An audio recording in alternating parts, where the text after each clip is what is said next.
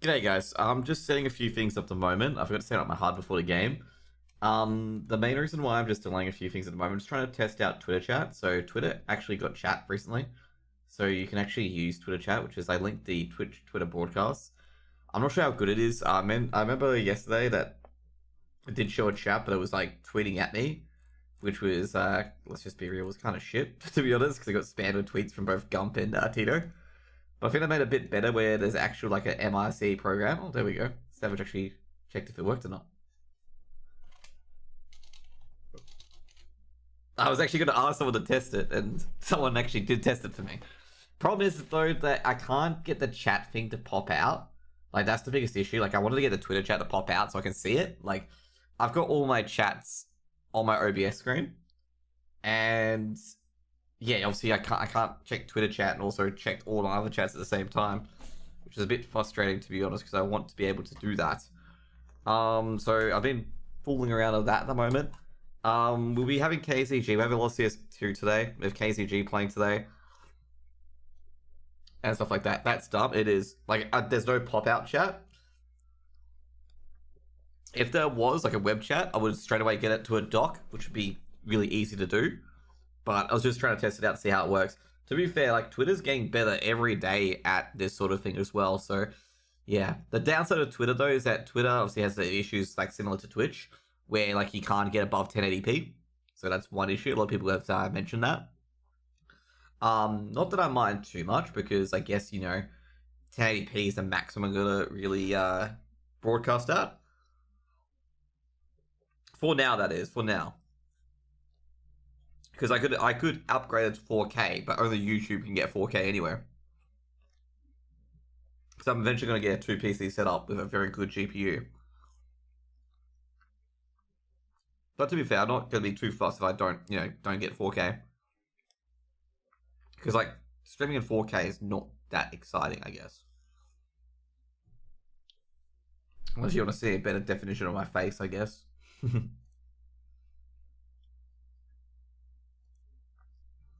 Let's see what we got today as well. Let me just get all the things submitted. Thank you. You care if I do like an embed of your stream on a KZG account? Dude, you can embed it if you want, dude. You don't have to ask me permission for that.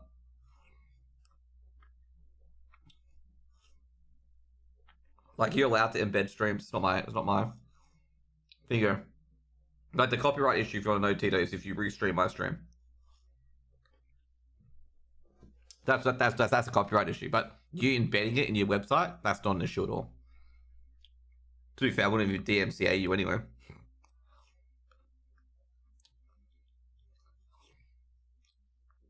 What else? You might get triggered? Nah, I get triggered if people's like restreaming my stream. And like, basically what I'm going to say is this, okay? If someone's like making money off my stream when they're not doing any of the effort, that's when I get annoyed.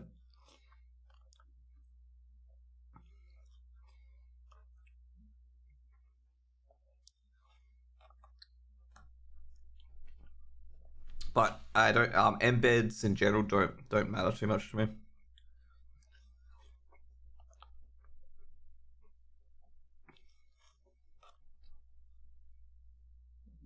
I don't know if you can actually do embed tweets of live. You can definitely embed the Twitch player and YouTube player and whatnot.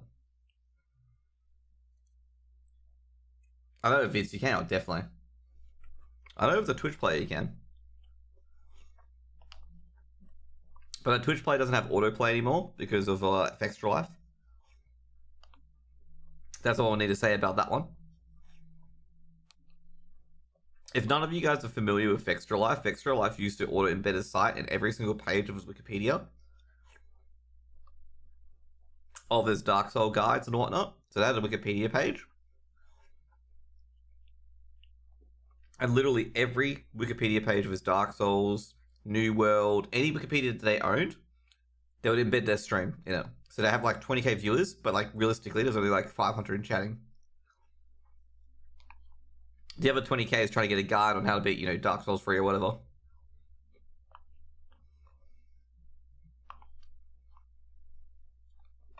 Because people were embedding to abuse their view count.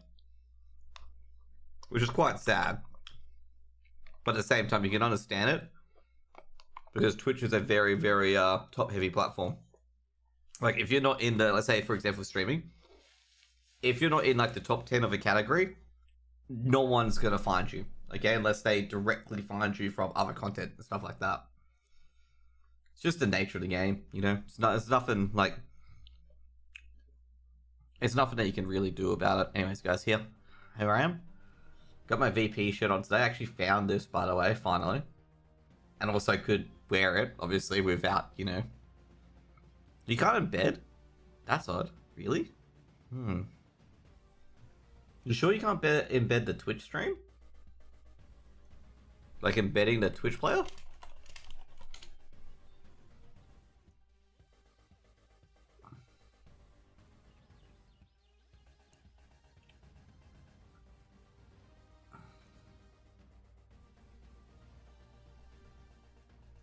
Talk about Twitter itself? Oh, okay, never mind. Oh yeah, you definitely can't do that. I think at the best you have to retweet or whatnot. I thought you were embedding into a website. If you want to embed it to a website, you just want to take a look at that, basically. Yeah, I'm not sure if you can. I think the only thing you can do is just retweet it. Yeah.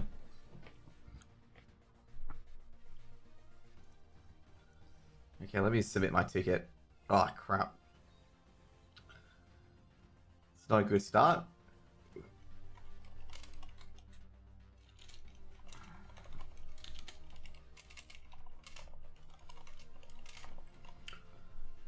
Okay, there we go. All done. So basically, we got KZG v Dracula Flow. I expect KZG to win this, to be honest. However, I'm gonna say there's some pretty good players in this team, mainly Cookie. So it may not be as decisive, but it could be pretty close. Okay, it won't be decisive, but it'll be pretty close. I reckon it'll probably be a 16-12 to not 16-12, sorry, 13-9. I was gonna say 16-12, 13-9 to KZG. I don't expect a dominant win because I feel like Cookie and a few others can, you know, turn the tides. They do have better individual abilities. Like, I think Flamboyant said it to me as well when I said KCG have a good foundation on whatnot to be a good scrimming team, is that KCG have no playmaker, have no, like, standout player that will get you kills in the board and stuff like that. And that's what they're missing. They've got the teamwork down pat, but they don't have that star player. And the thing is that Dracula Flow have that star player in Cookie. And if KCG can't just, you know, get a 1-for-1 trade out on Cookie, or if Cookie gets constant multi-frags, it could be a bit of an issue for them as well, where they're just trying to work a 3v4, even a 2v4 to try and get the round on the board. Now, basically, Dracula Flow do have a good IGL/coach if he is in there. He most likely is playing just Yellow, and Yellow is quite scary as an IGL, so basically, even if the teamwork is great from KZG overall, Yellow's experience and basically decision-making and stuff like that could be the key as well. You gotta remember that KCG is a very young team. I think they've been together for like 1 or 2 years, and basically sometimes the veteran experience of being in situations multiple times and choosing a different direction, which normally could lead to a loss or could lead to a W. 11 months? Yeah, okay, 11 months. And Yellow's been in the scene for probably about 7-8 years at this stage. Or maybe I'm a bit too much, maybe 4 or 5 years. And he's definitely got the veteran status as well.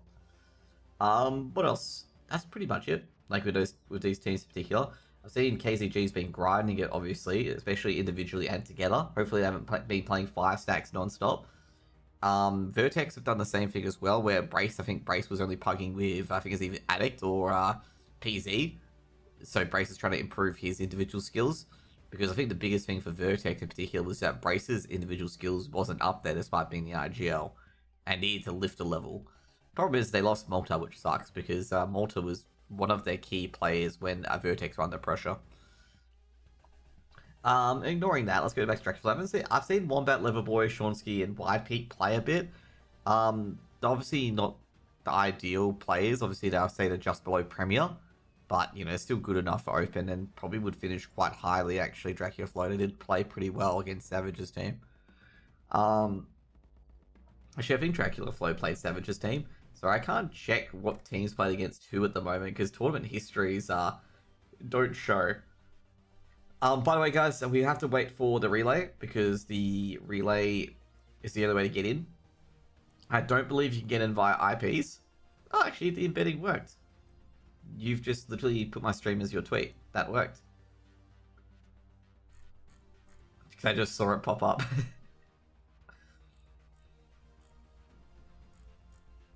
Yeah, it just has my stream in it, so yeah. I was just refreshing Twitter to see what was up, so yeah. Anyway. I think I've got too many different streams. Hey, Green Person Man, what's up? Hope you're having a good day, my dude. We'll be casting some CS today. We're waiting for the GoTV to get in.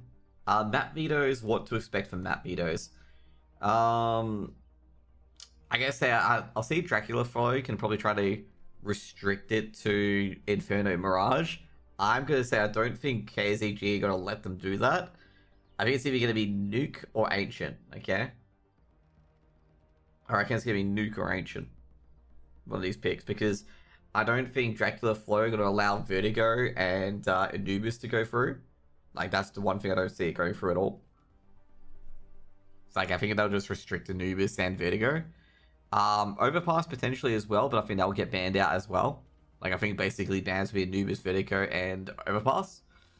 And basically what KZG will try to do is probably don't want a Mirage or Inferno. But to be fair, their Inferno is quite good, so we could go to Inferno as well, but I think most likely it's going to be Nuke or Ancient. Generally, a lot of AU teams do play a lot of Ancient as well, so it's a kind of like a team-style, puggy-style map. Mirage and Inferno, I feel KZG probably ban those out. However, I could probably see Inferno getting on the board as well, because KZG are quite good on Inferno. And obviously, you can say, Dracula Flow will probably pick their hands at Inferno, giving us more of a puggy map that they can, you can basically clutch over 1vx situations or 2vx situations in particular. But we're going to have to wait for the videos to come in. It's going to come in the next 4 minutes or so. And we're going to have to wait for the infamous server veto, whether they play on Melbourne servers or Sydney servers, which is, I guess it's quite funny to pick between the vetoes on the servers when Sydney and Melbourne's like 5 ping difference. As I said, I was going to have a joke that they should have, they should have Perth servers to see how quickly they get banned, like all the time. And I'm just sitting there going like, oh boy, another ban on Perth servers. There's been a few announcements, by the way. So basically LPL are organizing another Guam server league kind of thing. Like, I think this was done previously before COVID with Paradox and like Vertex participating with mixed reviews. Paradox really didn't like it and Vertex felt it was a different sort of experience.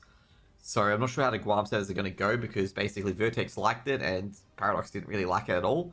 So I'm not sure how it's going to go this time around, because the previous ones, there was really nothing after the fact, on what was going to happen next. What else? And yeah, I guess I think that's pretty much it. I think there's a few cash cups being organized and stuff like that.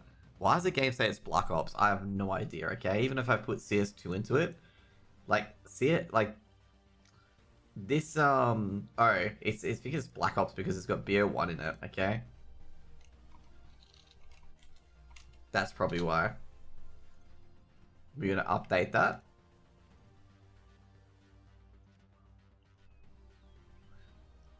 So yeah, because I think it's Black Ops because it has BO1 in it, for best of one.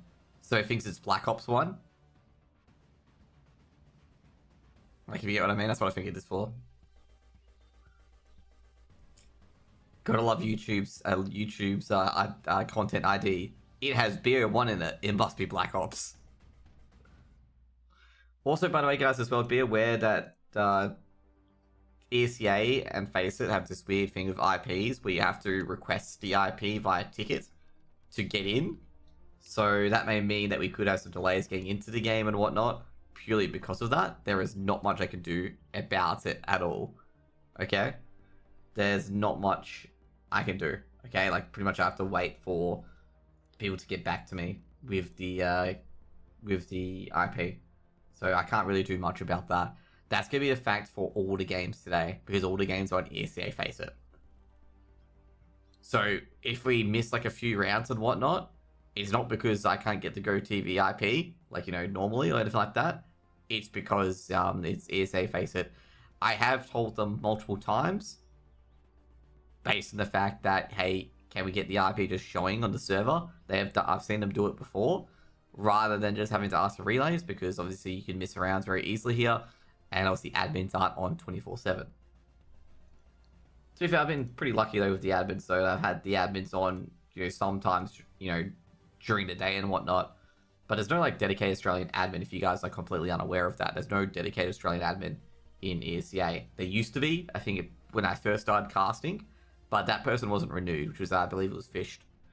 He was the admin for it, so he had, all the IPs to games and whatnot, and then they basically gave it to the EU people to handle. And just an FYI, in EU at the moment, it is, so it's currently 6 p.m. It is currently 11 a.m. in Europe. So some of these people were at their jobs and whatnot, so yeah. Anyways, got the vetoes. So they picked the, I don't know, looks like their servers are defaulted to probably Sydney or Melbourne. So getting the vetoes underway. So we haven't got any of the bans yet. Dracula Flow are Team 2, KCG are Team 1, which means Dracula Flow will ban first. And Mirage and Vertigo are off, which I think KCG banned Mirage. Can imagine that. And Dracula Flow would have banned Vertigo. Now, basically, KCG's got a chance to remove 2 maps as well. Wouldn't be so... Oh, the noob is being removed by KCG. And I gotta say right now, that's Overpass and Nuke removed for Dracula Flow. We'll see what happens. Overpass removed. Good bans from Dracula Flow coming in. And they banned Ancient, so it's gonna be Nuke or Inferno. And I think KCG, this is gonna be a tough choice, because they're both good on each map. So I think it's gonna be Nuke. That's probably a good choice from KCG. Probably the right choice. So Nuke's gonna be the map pick. Or not the map pick, but the BO1 decider. And we'll get the IP probably in about 2 minutes or so. I'd say overall, kind of expected. Like, neither side really won the veto. We expected it to be Nuke or Ancient. We got Nuke. There was a choice before KCG between Inferno and Nuke. I don't think that would have doomed them at all. Like, they're good on Inferno, they're good on Nuke. I think they were really, really good at the veto, realizing that they are a better team. So Nuke is probably the better option there, because it's more of a team-based map where you need utility to be perfect, you need your trading to be perfect as well, and obviously you need a hell of a good CT side as well. Now, this is the worst part of it all, is going to be kind of dependent on who wins the knife round for what sort of game we're expecting. And also, it's going to be who wins the opening pistol round as well, because Nuke is very, very, not cognizant, sorry, it's very, very, turns on whether you win the pistol round or not, especially on your T side. If you win the pistol round on your T side, you can get potentially 2 rounds T side, which is invaluable to a T side on Nuke, because getting 4 or 5 rounds on T side Nuke is huge going onto your CT side, where if you're able to you win your pistol and hold a bunch of money, and also you can win with MP9s and CZs and whatnot, you may be able to convert a victory on rounds where you don't normally win. I mean, like, for example, if you were playing, MP9s and CZs on Mirage or Inferno, you're highly likely to lose. But on Nuke, it's actually a pretty high chance that you could win, given a lot of the angles are all close angles, and they favor quick-fire weapons, such as the MP9. I haven't got the IP as of yet, just checking my emails every single time to just double-check. What I'll do as well is, if any of the players do have the IP, I'll just ask them.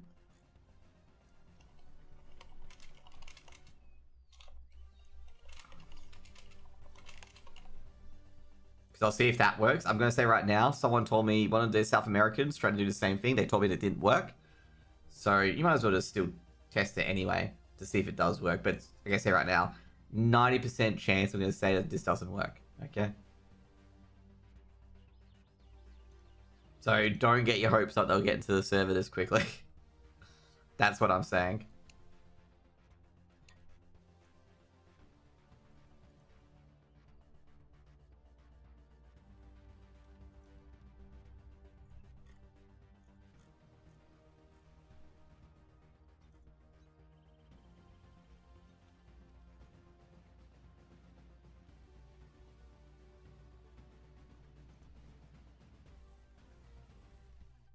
Okay, asking now. Okay, I probably receive him a DM or receive it from the relay.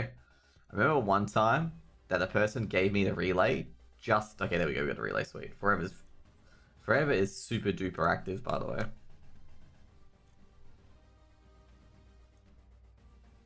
Like, the dude is unbelievably active. Yeah, he's zoomy, yeah, no shit. He is fucking good.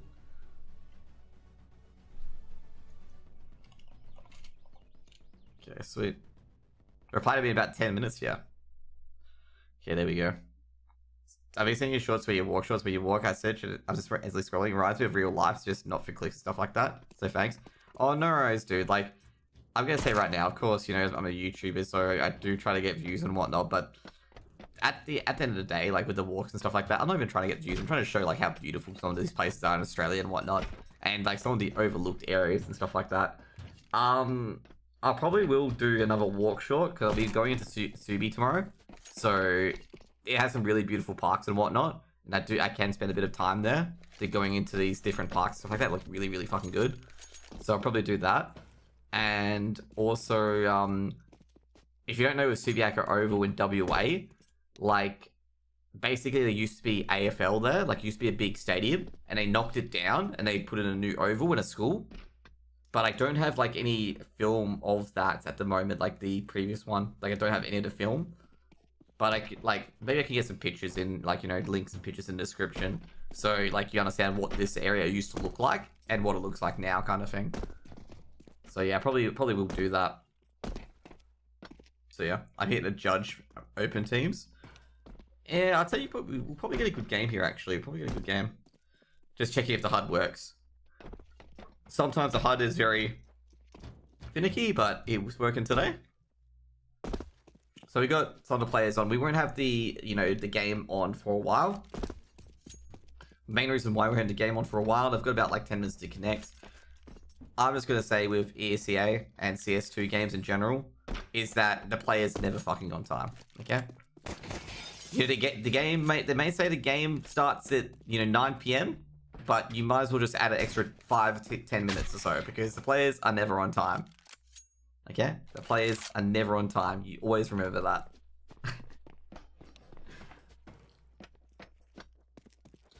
But yeah, what other walks I did? When I went to Melbourne, I wanted to record the Tan, because that one's a very interesting place. I didn't get too much of Flemington, because obviously I went to Melbourne for the Melbourne Cup. So, yeah. I'm an analysis for advanced teams. Well, you're looking at AU, Icy Fire. AU Open, okay, which is probably not the greatest analysis for the AU region. I might do some walks in Sweden when I go there as well. Oh, you NA? Okay. I may do some walks in Sweden, but Sweden, you gotta realize, is gonna be fucking cold this time of year, so maybe I could do some walks around there. Most of the areas are like not that great. Like there's the rose gardens, but there's gonna be no roses, obviously, since it's winter. But there are some beautiful lakes and whatnot down there as well. You go to Sweden? Yeah, I'm going to DreamHack Winter, which is in Jönköping. Maybe I could do some videos when I'm in the airports as well. But to be fair, I probably look pretty sus when I'm sitting there with my walking around the airport with my luggage, my phone out. They'd be like, who the fuck is this guy filming? Especially like Abu Dhabi and stuff like that. That look crazy. It'll be alright. I think the walk in Jönköping is very fucking beautiful. Like the walk in Jönköping in particular is very beautiful. Like it's like a little medieval sort of town, like modern medieval sort of town. It's pretty cool.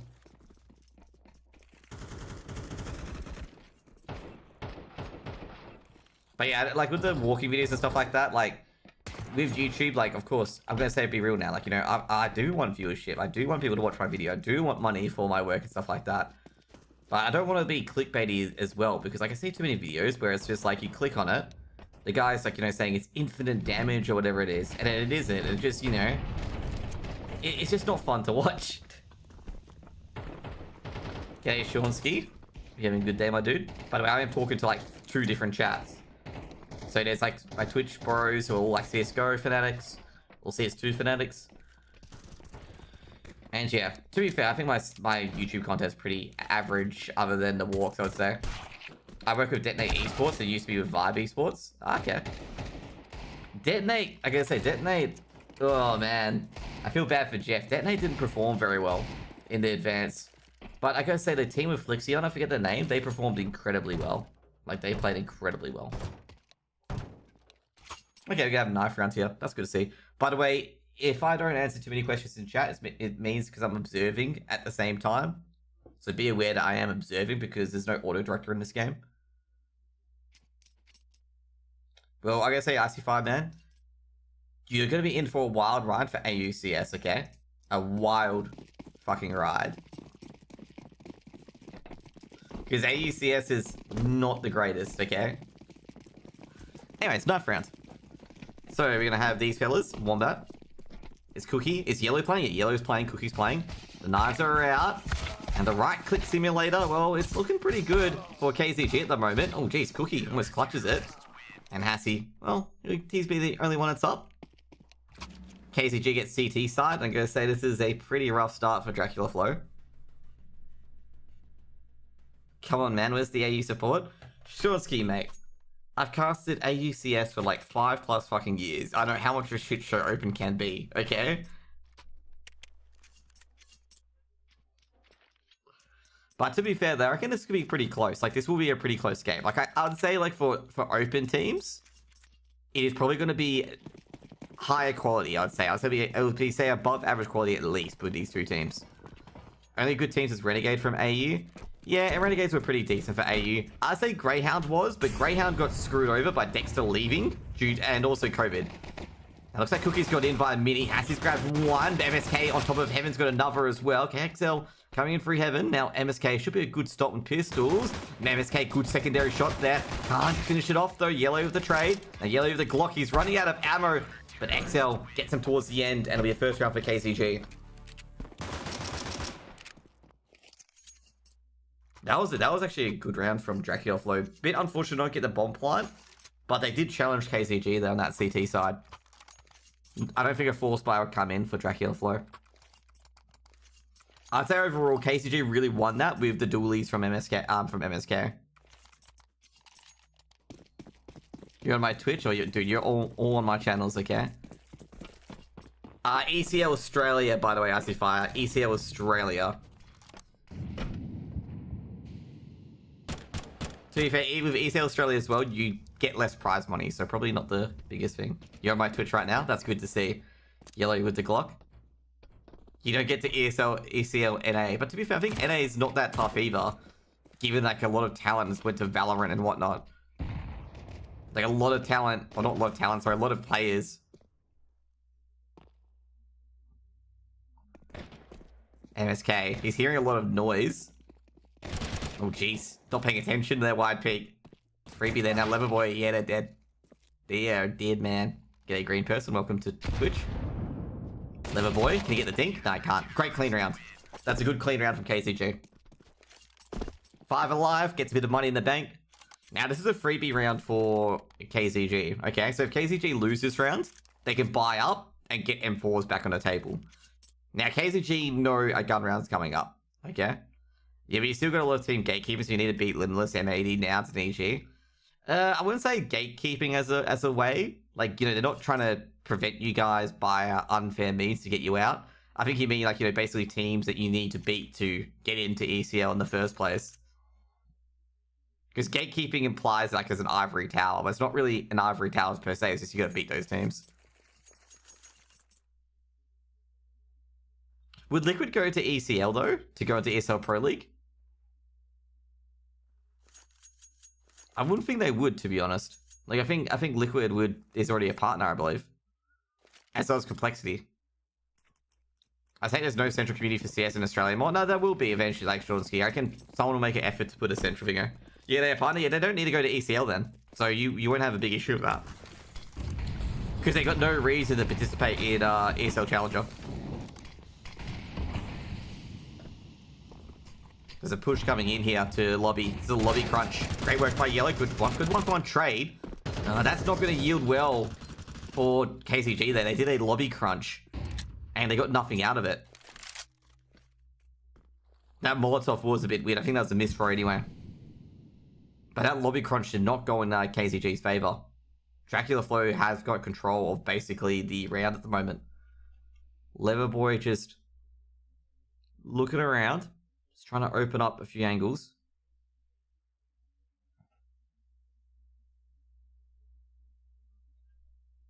XL. Calming it down at the moment.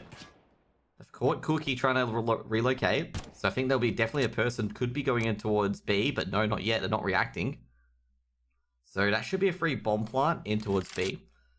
But then again, Dracula Flow's still going to check it because at this moment, given that KZ didn't go after them very heavily, they've got to have a huge doubt if there's anyone on the B side, and that's going to confirm B side hit.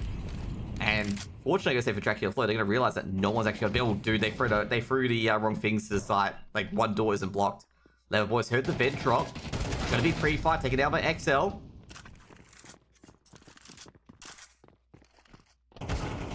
White Pig takes down MSK. MSK gets the info. Pain stops the plant. And that is a round victory. White Pig trying to go for the win here. White Pig has to grab the bomb and go for the plant, but he can't. It's got no time. Now, oh, geez, Pain saves around there.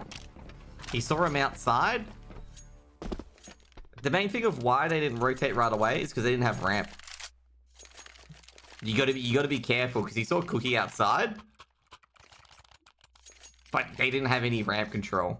So they could have had a person sneaking through ramp. So if you go chase that person down there or rotate ramp, you could get cleaned up here. Vent? Oh yeah, suppose you could vent as well. And lobby. I just don't think it would vent. I don't think KCG were really thinking about that, to be honest. I am definitely not in a good posture position at the moment. I'm like a prawn. Didn't get a bomb plant though. That was the... I'll say if Dracula Flow really need to get a bomb plant though.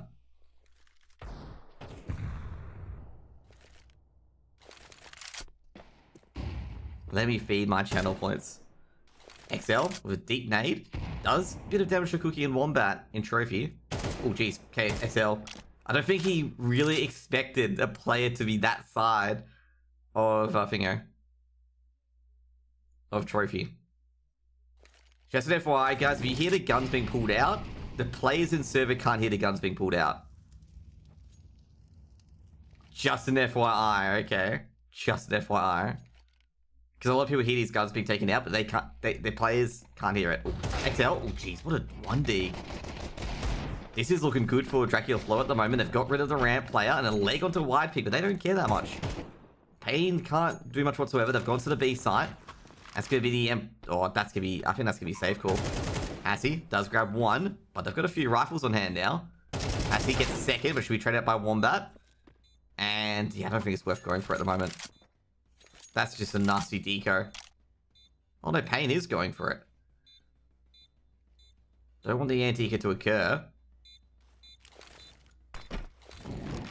Looking towards control. Yep. Don't think that was worth going for it. They already had one rifle at least on Wombat. But Dracula Flow win a round against the flow of play. Like, definitely against the flow of play. But they only get one rifle out of it. They only grabbed one AK out of it. So, even though they won the round, of course, and that's hurts KCG quite a bit, they didn't have they didn't get much out of it. Like, you know, they got the round, but you think about it, you know, being like, hey, they got, you know, 2 rifles out of it and whatnot, but they only got 1 AK out of it. Either way, a round's a round on Nuke, but they could have got a bit more. Obviously, you need a Hero M4 on KZX, L or XL. Samuk's looking towards Silo with the USP. He's just going to get flattened, 100%. Yellow fighting a few entries onto the A side, taking down that MSK. Lobby crunch coming in from KZG, but since they don't have the weapons, these aren't going to be powerful when Wombat, he cleans the rest. Dracula Flow starting to twist the knife.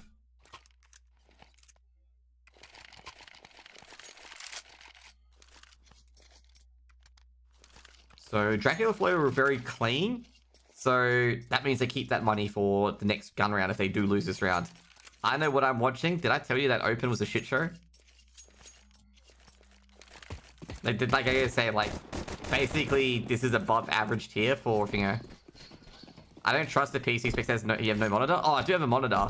It's just I don't put the peripherals in there. Just the PCs, okay?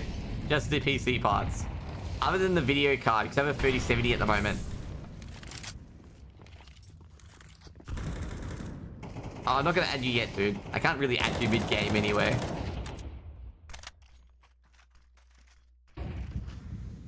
Meanwhile, yellow, just chilling. Like a villain.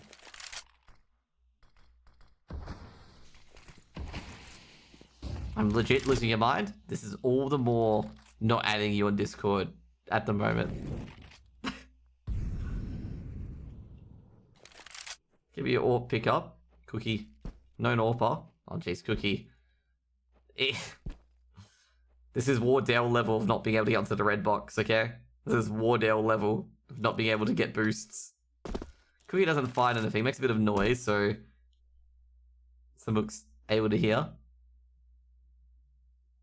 Yeah, that smoke did actually serve no purpose. That's a smoke for, like, the player at red box if they had anyone.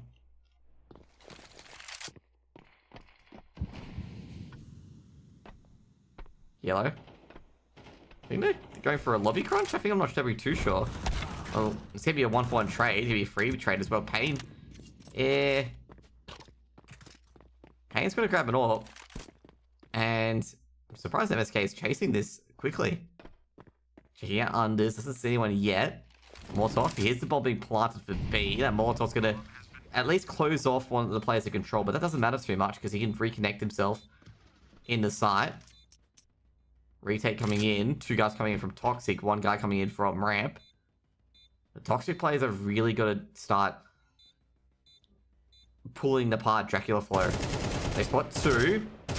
They actually do wallbang the player on Silo. Now the player may go down, but they thought he was a lot deeper. Swinging coming from Y-Peak, and jeez, that was a clean hold. I've got to say, the balls on, I think it was, not leather, I think it was yellow, to sit there taking bullets from the wall bang. It's got to be noted there, because he could have easily had to swung out and stuff like that. The Dracula Flow get round number 3. They keep a few players alive.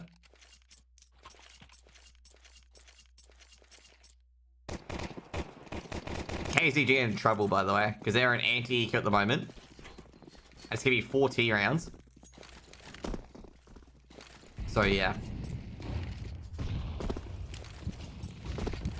Like, they're in significant trouble. It looks like the good old Australia smokes are down. Looking towards the edge of Workshop. Now, Wombat.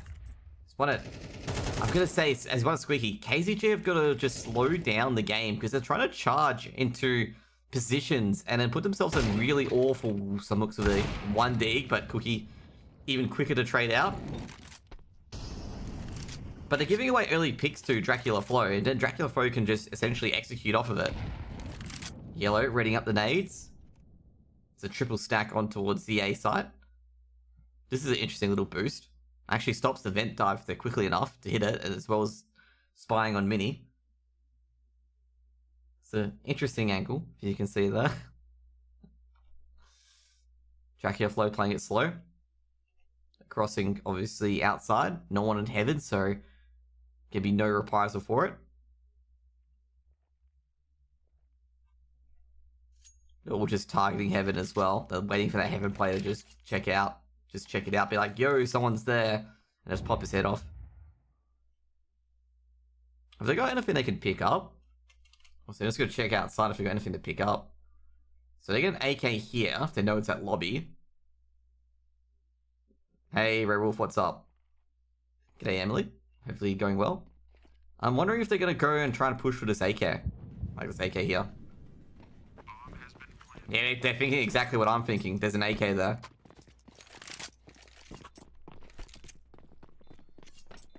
They pick up the Deagle as well.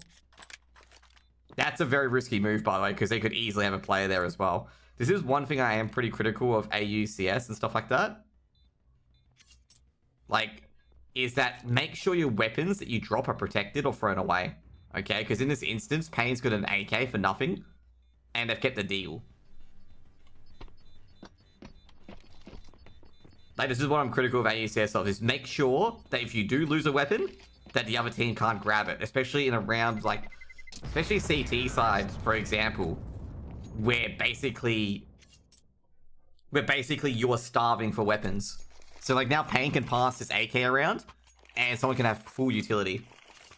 So, 4 rounds of Dracula Flow. But, you know, that AK getting into the hands of Samux is going to allow him to buy a bit more nades on the board.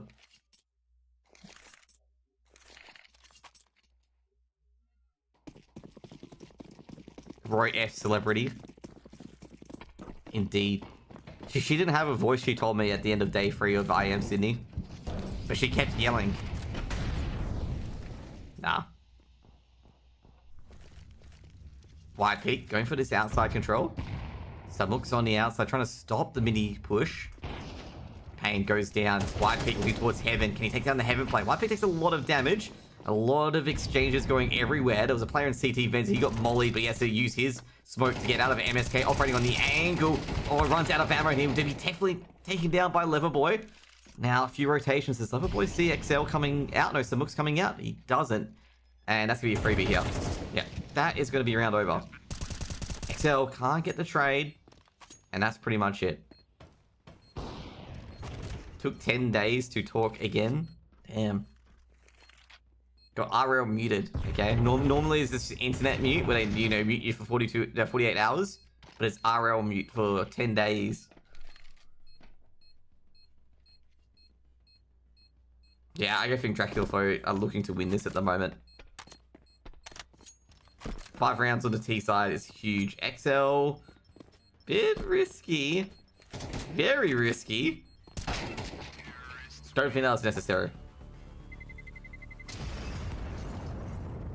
Do not think that was necessary at all.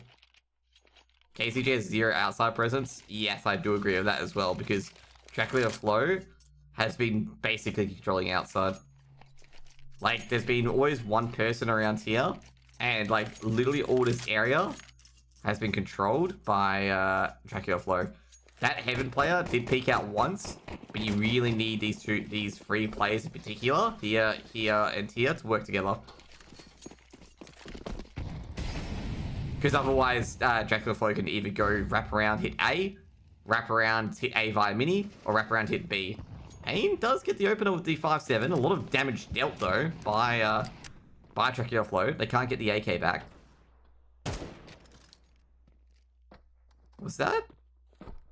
Wait a second. Yeah, it was firing the AK away. Wide peak. Ooh, great 1D by XL. Can he get the second 1D? No, he can't. It's going to burn. No, XL got another kill with the Deagle there. Dracula Flow in a bit of trouble here. 3 1Ds.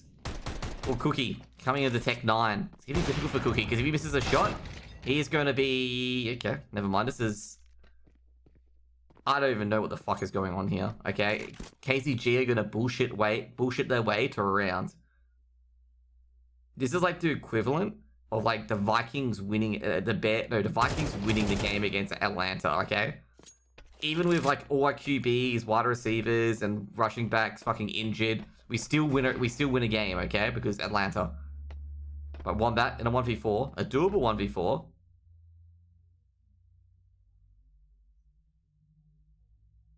But Wombat, I've got to say, KCG played this very smart by not revealing anything. And letting Wombat walk into them. Wombat rotating towards Heaven, they know where he is. Wombat trying to plant this bomb. Is he going to get knifed? Nah, has he wasted no time. This is what I'm talking about, like making sure you make these buys worth something. Or they did not get much guns out of that. They got an AWP and an AK out of it. Which is decent-ish.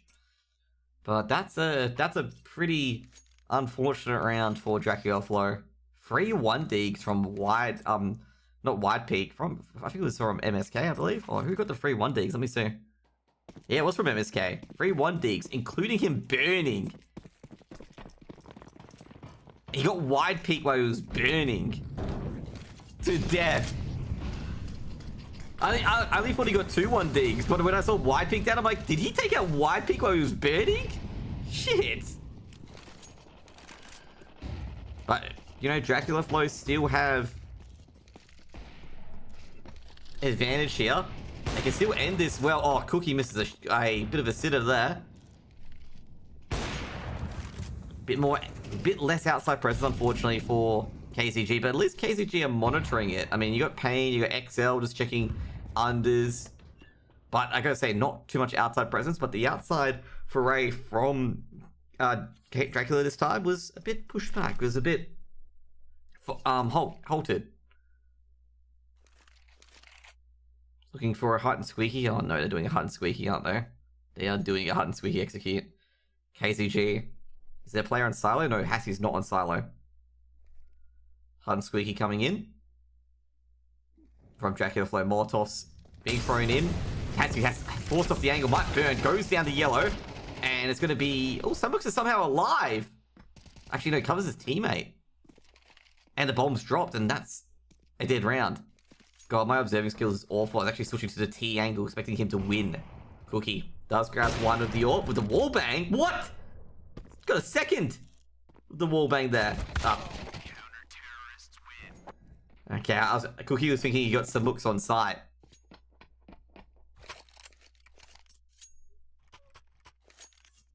If you want to know what he did, he took out the player. Okay, so he took out the first player normally. He took out the second player here. He wall banged this area.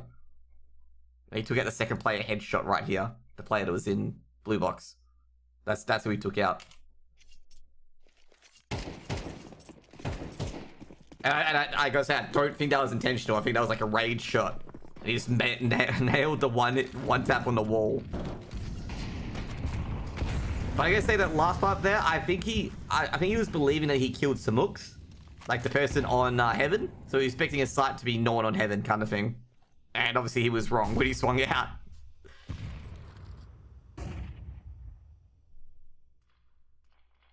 Oh, Lever Boy, he's seen the player in Heaven. Does a bit of... Doesn't do any damage. White pick goes down. XL pops up from outside. Or from unders. From secret. Not unders. I feel like I'm on a Mirage. Lever Boy. Ooh. Bit lucky to be alive there. Pain was actually circling in on him. Dracula 4 have got some outside control, but they can't really do much for it because they've still got some looks monitoring this workshop area. But Cookie trying to enter the site by a squeak. He missed opportunities from MSK, but MSK trying to hold on. Ugh, not good trades. Wombat. Oh no, he ran out of a clip. That's just up to Cookie. XL and some looks. They know it's Cookie left. How much HP does Cookie have? Well, that was a bad Molotov. Needs to be a bit deeper. XL. Not a great smoke either. Cookie's going to be looking towards that angle at Ninja, and Cookie's going to snipe down XL. Cookies. Heard the player run over. Cookie's got the bomb in hand. He knows Samux is around here. Samux. Just quick on the trigger. All he needs is just a piece of body. Puts it at 6.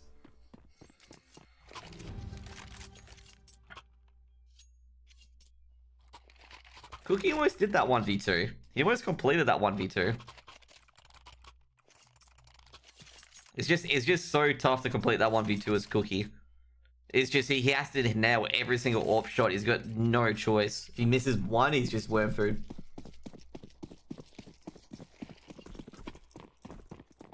Lever Boy's got a P90, by the way.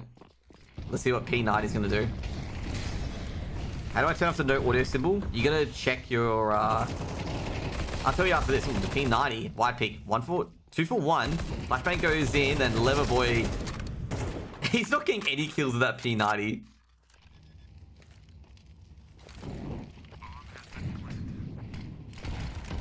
Okay, well, this is going to be a 6-6 at halftime.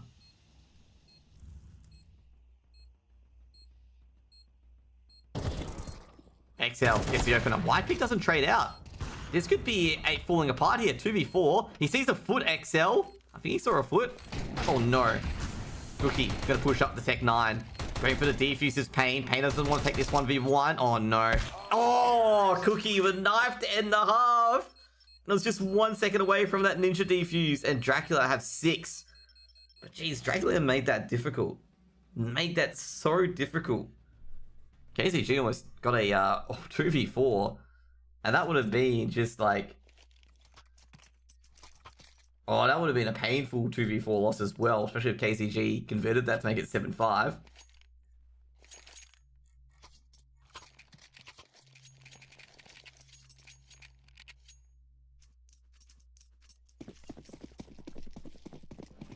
Got it. Okay, yeah, it's in one of the Twitch icons, like the things where you can click your icon to change whether your audio muted or not. Yeah, like, White Pick's got a few opening picks here with the USP. White Pick's on a 2k so far. Have a good night yourself. XL, just waiting. White Pig is on a bit of a tear. White Pig's on 4k. No bomb planted. Bomb's lost, I believe, so it's just Samook's left. Gets the tag onto yellow. I can't imagine Samook's winning this. But, you know, Glocks are very strong on pistols. But the one thing potential they need, he's versing dualies. Actually, I gotta say he won't win this. Because dualies just do so much damage compared to USPs. Nah, can't take down White Pig. They're gonna charge him now too. Yep. Kind of expected that, to be honest. Yellow winning from Mini. 7 rounds on the board for Dracula Flow. I was going to say at this point, KZG needs to win that pistol round. Dracula Flow on 7. Wombat's performing really, really well at the moment. Like, it hasn't been like the Cookie show. It's been Wombat, Cookie. Has Leverboy got another P90? Fucking hell, mate. Like the previous round, just before the end of the half, he did nothing with it. Is he going to do anything with this P90? That's the main question here. Now, Pain. Main Wombat here. They're going to be going now.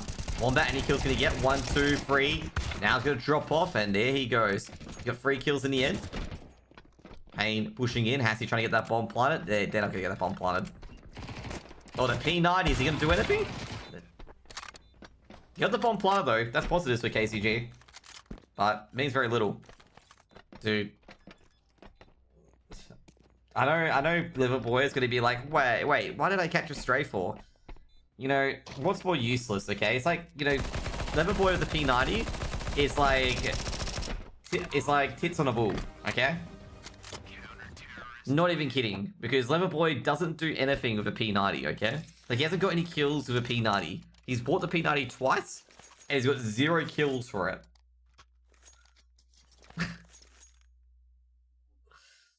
He keeps hyping me up. He keeps teasing me, being like, I bought a P90, I'm just going to spray into people. And he ends up doing nothing in the round. But either way, gun run coming in for KCG. At this point, they just need to win a round. Like, at this point, it's not just, you know, doesn't matter by hook or by crook. You just got to win a round at this stage. Now, Samooks. He's hearing a lot of action down towards the workshop. Cookie spamming through that smoke. Early entry in towards a secret. Samooks does take down White Pig. He got a bit too curious. Cookie. Checking Silo. Lurking into the entrance of... Takes down XL, and XL had no chance there. Just demolished. Now, Samooks is in a lot of trouble. And he's definitely taking down Leverboy's done something to that P90! But traded out by Hassie. He's got 1 kill at the moment. He does have the bomb with him. Can get the bomb plant, actually, because Dracula Flow aren't in place to really deal with it, except Yellow checks on the top of hut. MSK with a trade. Now, MSK is not sure where anyone is. Oh, no, missed opportunity there. He actually had Wombat dead to rights on Heaven. That should be easy to piece together for Dracula Flow, and 9 rounds on the board for Dracula Flow. Yeah, he just, you know, he had a chance. Wombat wasn't ready for that initial duel. Didn't get the 1 tap or clean, you know, damage that he needed. Because if he got any damage or killed the player on Heaven, a decent chance of winning a 1v1.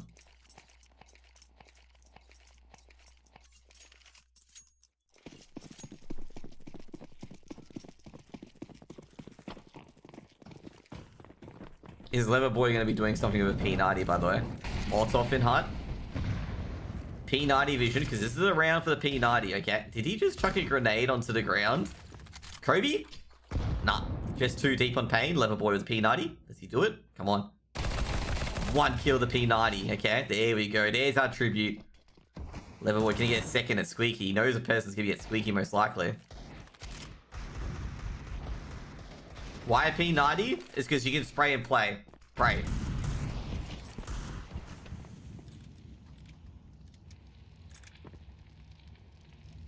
Highest fire rate in the game.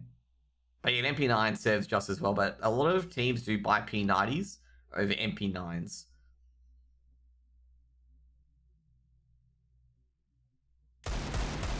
XL, trying to go for the wall bangs. In AU? No, even in Pro CS, they buy P90s at times. Like, if they just need an entry, just quick fire rate. White peak. Takes out some mooks. That was actually a clean barrage.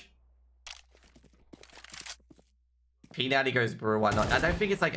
some pro players have used the P90 in CS2. White peak taken down by MSK. This is not looking too flash, but Leverboy cobbles the sanity and Cookie. Jeez, that's a swipe outside heaven. I think P90 is just a quicker fire rate, and you can just basically spam it into someone. It's like kind of like a Krieg in the Org and making a return compared to the AWP.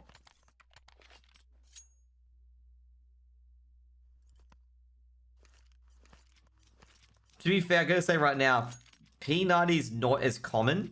Like, you know, it's not like you buy it every round. It's the greatest SMG ever.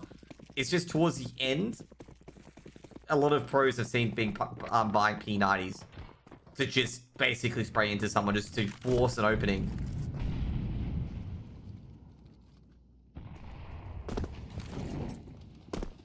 Because they are quite good for, like, running and gunning. Replacement for the AWP if you don't have the money. I just feel like the AWP's also lost a bit of finesse as well. It's not for making a comeback? Okay. No, what I mean is, like, it's not coming back to the meta as per se. It's just the AWP is not as strong as it used to be.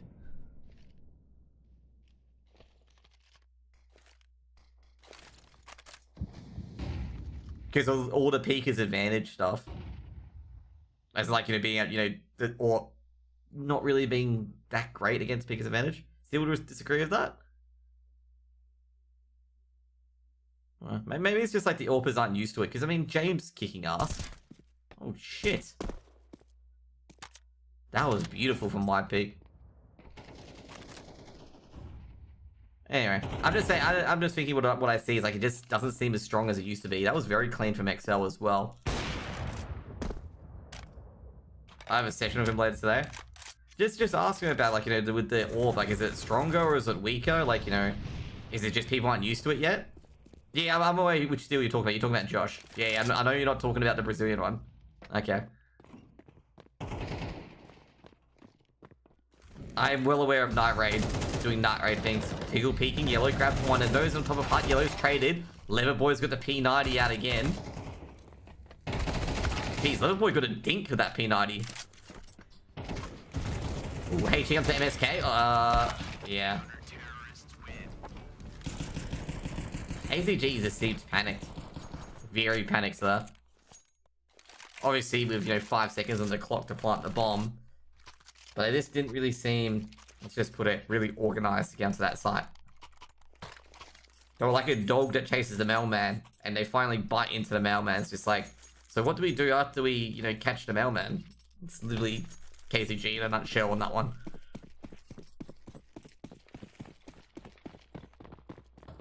Leverboy's brought up another P90.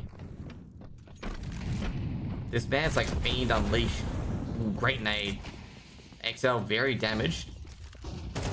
He's KCG are very reckless. Oh geez, that was a quick to the trigger. Wombat, can you hold a bit more? Gets a second. Great spray, does a lot of damage, gets 2 kills at least. Pain, trying to push through the pain, ironically enough. 69 HP. It's looking towards the vent, no one's coming down. 1-for-1 above him as Leverboy with the P90. He's going to swing about, aren't he? Oh, great shot from MSK. Great patience and great shot. I'll read this after this round, Icy.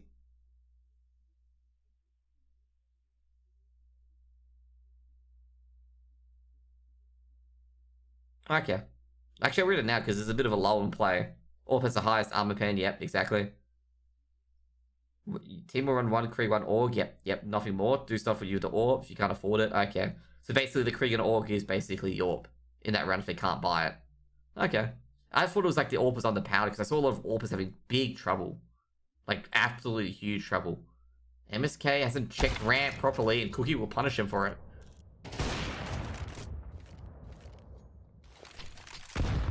trading of the HE grenades.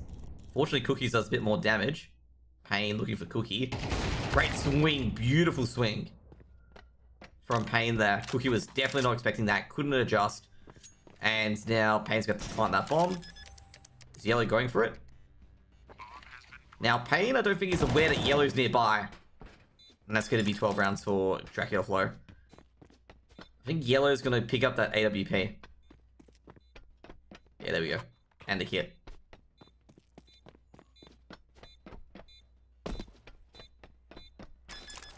Is any utility near him as well? I don't think there'll be any utility. Oh no, there's a flash. Yeah, he's gonna pick that up. Actually, he was told to pick up a flashbang AK instead. Picks up another flash. KZG, please win. I can say right now, KZG aren't playing well enough to win. They're getting absolutely pants by Dracula Flow. Like, Dracula Flow's T side was probably the best because they kept controlling his outside, and KZG did nothing about it. Like, they really needed to do something about it. And that's why Dracula Flow's T side has just been very good. Like, as you can see there, like, you don't get 6 rounds on T side by, you know, running kind of squeaky unless you're Rooster. It's not GG yet, you know, they can make a comeback. Like, you know, T-sided nuke can make a bit of a comeback. Oh, that's a bit careless there from KCG. White Peak has been very good today. But I gotta say, like, KCG haven't been that bad either in his Angels. That's a good 2-for-2 trade. It's just usually the end game rounds. I gotta say, White Peak's had a really, really good aim flurry, I suppose, in the last couple of rounds. Oh, jeez, it's too late now. Lever Boys just need to live. Lever Boys taking down XL. It's actually stopped the plant of the bomb. Lever Boy could win this 1v2 on his own, actually.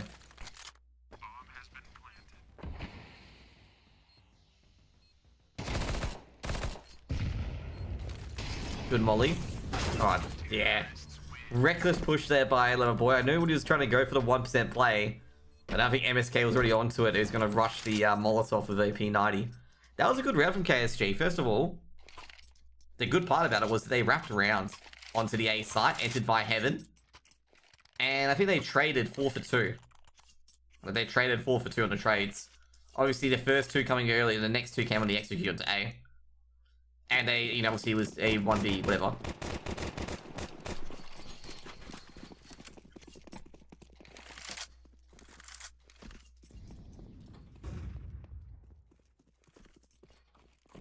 With a central hub, given as there's so many leagues, I'm not sure if there will ever be a central hub. Oh jeez, what's going on here? 1 for 2. They charge through brackets. XL just checking behind him as well, making sure no one's pushing up. Whitebeak is pushing up. Now Samook's just cleaning out vents, finds a rogue Yellow. Now, as a joke, if you guys don't know, I refer to this team sometimes as Chris Martin Fan Club, because Yellow, obviously, you know, Coldplay song. Isn't it just ESL Open and ESL Challenger, and it's LPL?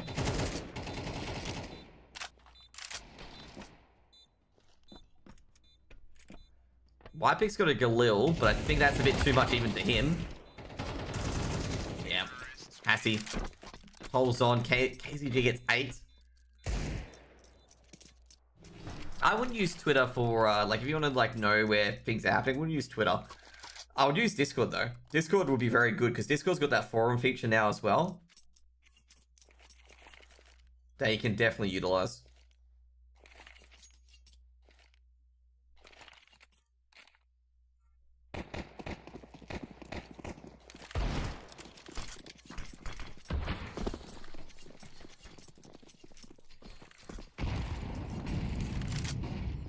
It's good to see that there is a Scrims Discord. LAN events used to be so big. Yeah. I think, I can say right now with LAN events and stuff like that, is that everyone expects to get paid now, I suppose. But I'm not totally sure about LAN events. I'm not totally too sure on the reason for that, but Maybe it's a factor that everyone, expects to get paid somewhat, or they're not going to do a gig for free or anything like that. Maybe lack of passion, I'm not sure.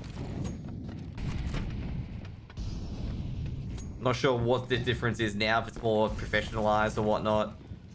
But yeah, not sure really what's gone at all.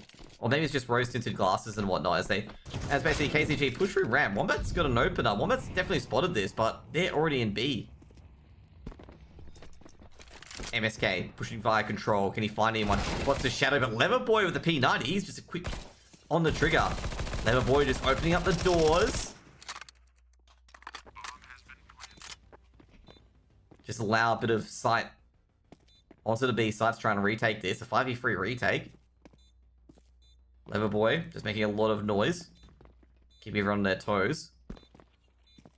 They might get a retake here. Wombat. White Pig gets the opener. Looks towards Silo. Wombat to trade. They don't know where Okay, good work by Leverboy. That's going to be 13 for Dracula Flow. That's going to be the end of the game. Good work, I gotta say, overall. Wombat was fucking amazing. Okay? I don't think that's Will, by the way. It's not Will. But Wombat had an amazing game today. Like, amazing game. I gotta give a shout out to White Pig, though. White Pig was very integral towards the late game, though. Like, very integral. He nailed a lot of shots as well. Like, he nailed a lot of bursts, a lot of quick two taps, where it was just given basically a don't argue. KZG's CT side was very questionable against that T side. I think it's a lot of practice got to do on Nuke as well. Is there a second game? No, it's a BO1. Dracula, I'm not sure whether it's KZG's CT side, it wasn't that great, or was Dracula Flow's T side very good. I suppose it's just the outside control and stuff like that that really hurt them. Their T side, KZG's T side was pretty decent. Like, it was pretty decent. Like, they got the wraparound to A. They got a couple of rounds on the board to make a bit of a comeback. 13-8, kind of expected, as I said. I said, like, don't expect it for a flogging or a drubbing. We didn't get one, to be honest. There was a couple of rounds that could have gone KCG's way, and vice versa to Dracula. I mean, we had that round where we had free 1-deeks from, I think it was XL, I believe, or was it MSK? No, it was MSK with the free 1-deeks, which was just the absolute bullshit round that KCG won. And also Dracula Flow had some as well. But yeah, overall, I think Wombat got MVP there. I don't think anyone would really disagree with that. Like, Wombat performed very well. Very serviceable. Got 23 kills, 4 assists, 12 deaths. I gotta say Yellow is going to be the next one in line. 9 assists, 14 kills. With the trading, looking at the trading at the moment, KZG did trade very well off each other. Like, with the assists, there's 12, 13, 16, 22 versus 11, 20, 23. So KCG, there wasn't an issue of trading. It was just an issue with being out of position. There was so many multi-frags in the favor of Dracula Flow, and Dracula Flow getting freebies here and there, just putting KCG in an awful position. But like I say, the trading potential from both teams was fairly decent. Like, they were trading each other out when needed and when it came to pass. But I think it's just before the trade or before the execute that was really hurting both teams, especially KCG as well. Like, the biggest example was definitely not controlling outside of Nuke. Just, if you don't control outside of Nuke, you're just, asking for trouble. Anyways, that's going to be it for the CS2 for now, for OCE. The next parts with the OCE and stuff like that is we're going to be playing some Diablo 3, okay? Diablo 4, fucking hell. We'll wait till the next game. So the next game is going to be the EU Advanced. So, IC5, if you're here, the EU Advanced games, I think you... Oh no, he's still here, The EU Advanced games are going to be a bit higher quality, okay? And if it's not, if it's a fucking shit show, okay? I'm going to be mad, okay? I'm going to be mad. Let me join? No, I don't want you to join co-casting. I don't know you very well. That's not, anything to be offensive or anything like that. I just don't know you very well, so I don't, want you to get on and stuff like that. You get what I mean?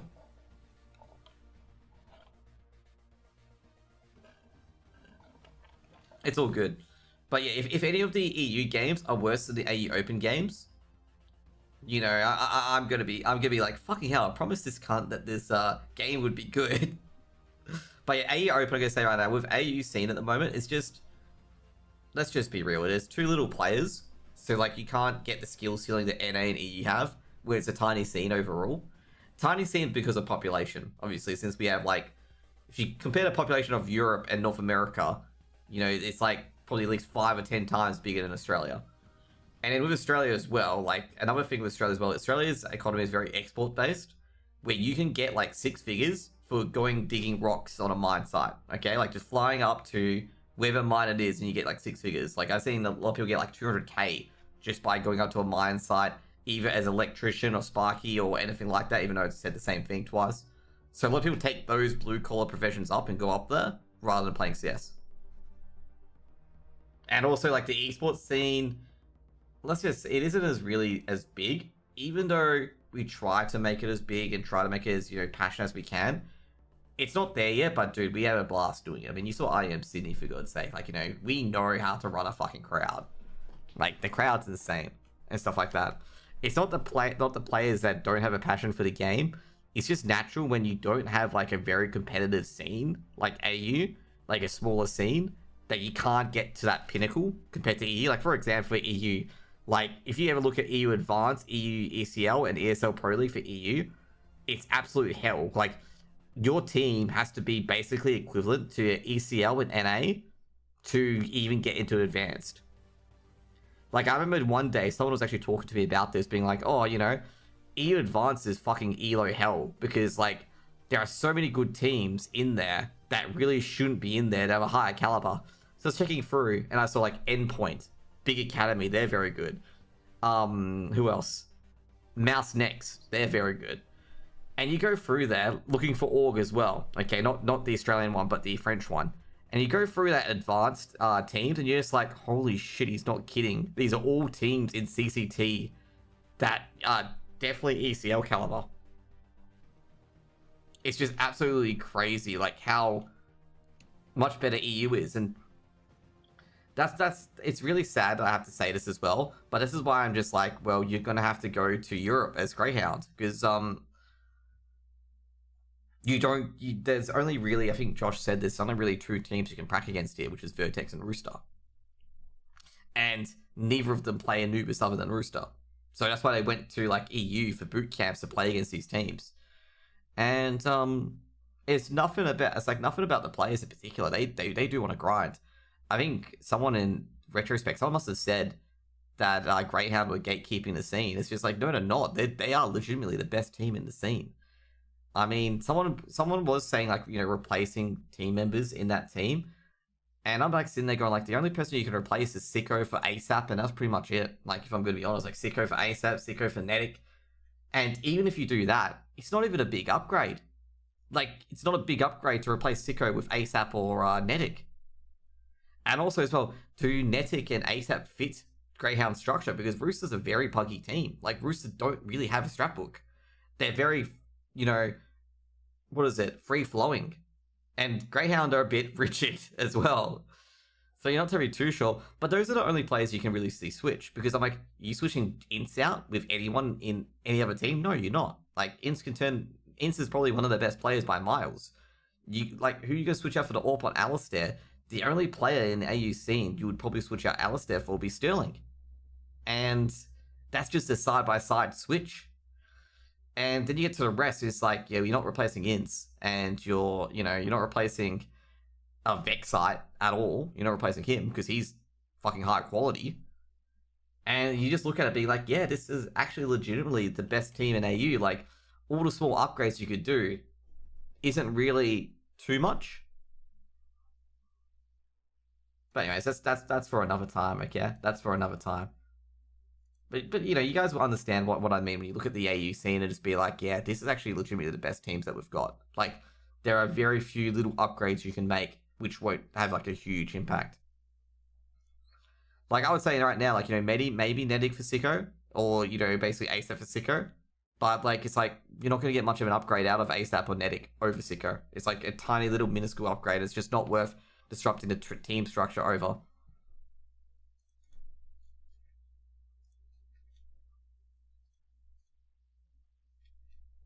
And like I say, you know, I've met Simon a lot of times, Sicko, stuff like that. You know, I reckon he's pretty decent what he's done. He's been able to adjust to the rifle very well, despite being a main AWPer. And I think he's done an amazing job to do so. And I don't speak, you know, very lightly in replacing him. I don't want to replace Sicko, let's just put it that way.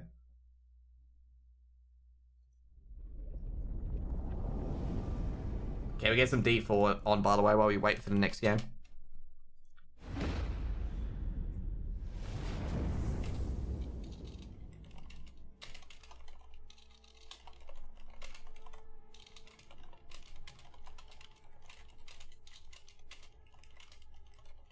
New haircut? Oh yeah, I did get my haircut. Dude, I haven't talked to you guys in a while. That's why you don't recognize the haircut. I was like sitting there going like...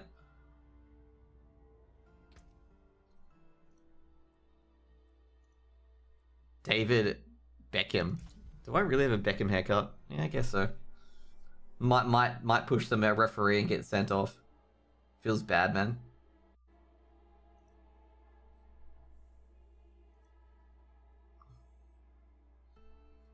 I remember when that happened, he got sent off in the Argentina game. It was the most dumb sending off as well. Okay, where am I? I am in... Oh boy. I believe I'm in Hawizar. Yeah. Do you have any health tides up? We do not. We do have this though. How long gonna... Okay, cool. Data switched. Okay, cool. Let's go.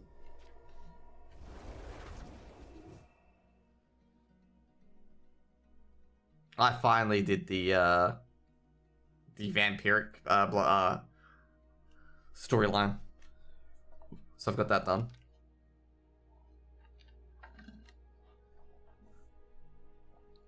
All of it? Yeah, I did all of it. Interest rate rises due to Josh's haircut.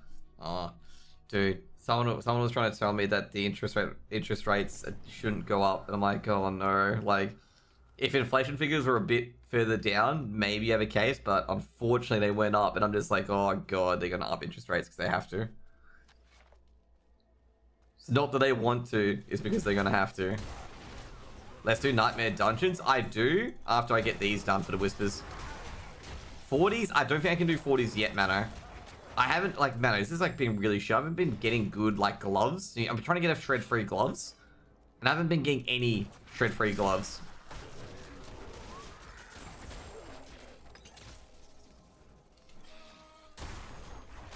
You know, the funny thing I've been reading lately is, this is the funny part, okay?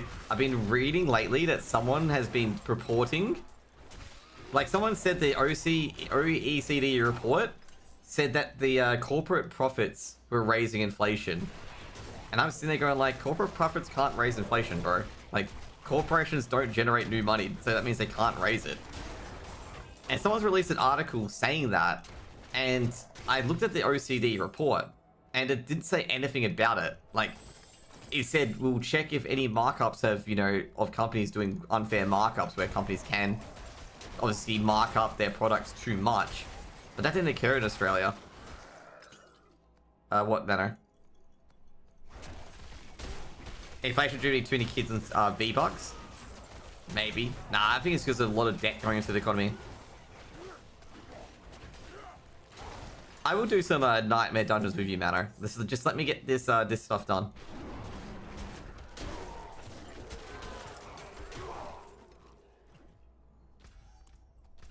Oh, god damn it.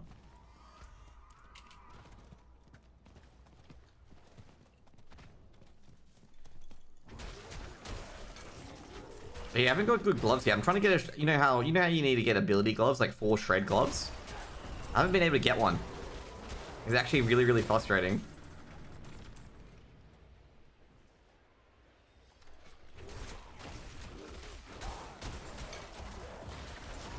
Like, I can kill these guys super easy. But yeah. Do you do Varshan yet? I've done him on tier 3. I've not done him on tier 4.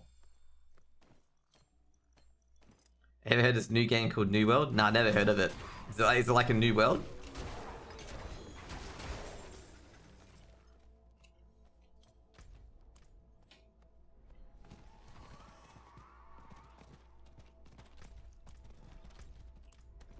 Jeez, that's a lot of herbs.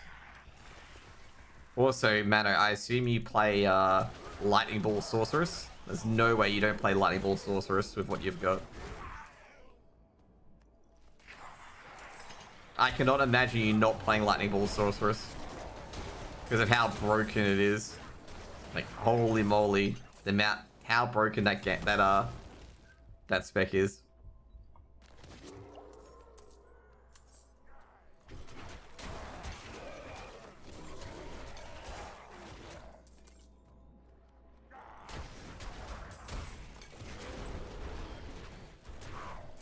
There we go.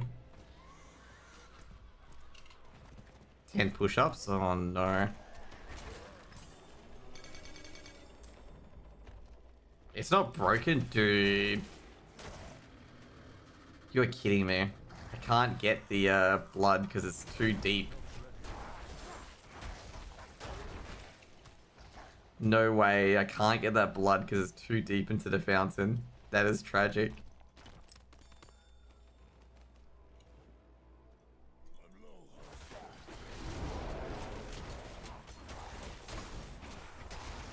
That should be the quest done, right? Yeah. There you go.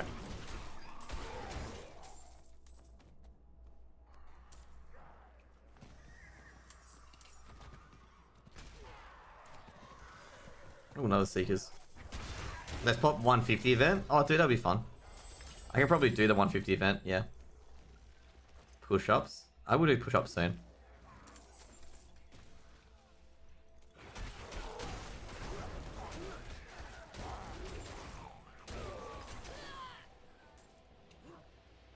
Okay, let's go to here.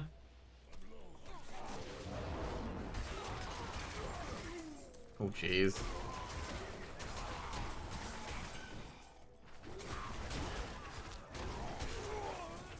Vampires are hunting you. Oh, damn right, I hope they're hunting me.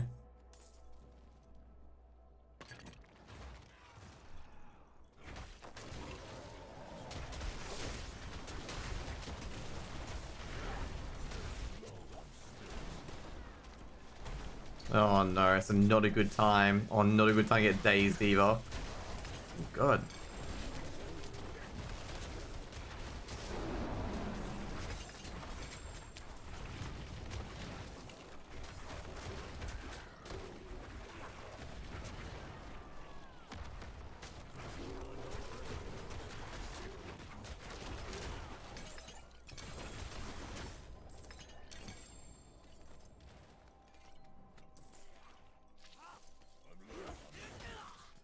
Okay, there we go. Jeez.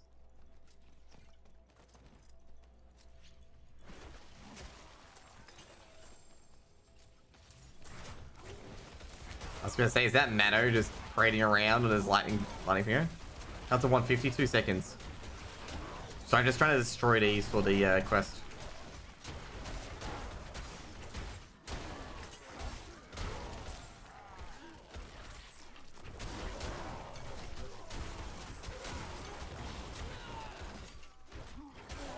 Okay, cool. Going now.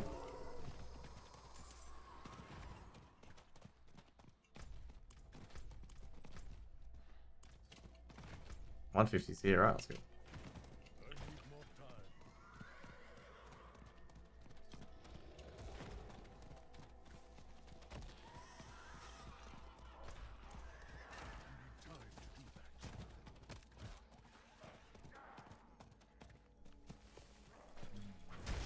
Had a report for not doing push-ups. I'll do the push-ups.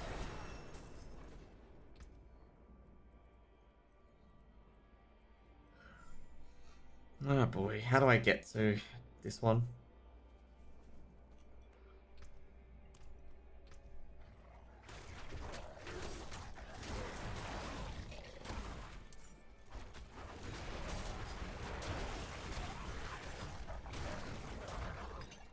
Every minute delay should be an extra push-up. Jeez.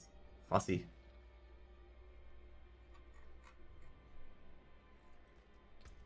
Okay, so it's basically to the left. Okay, cool. Can we just invite you, Mano? Alright, I can't send you a party invite.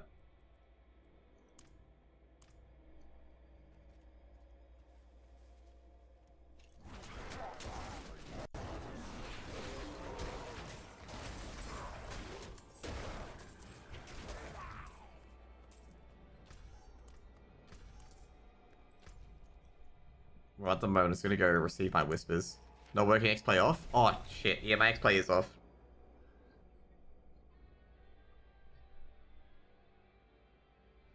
It's all good given your crap. Oh, jeez. Rough. Kind of really being mean towards thing either.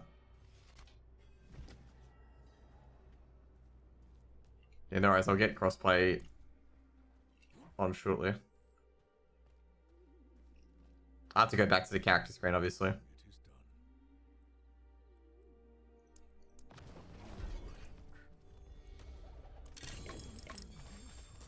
Do not get terrible, Oh, that's right, I gotta get rid of all my sigils.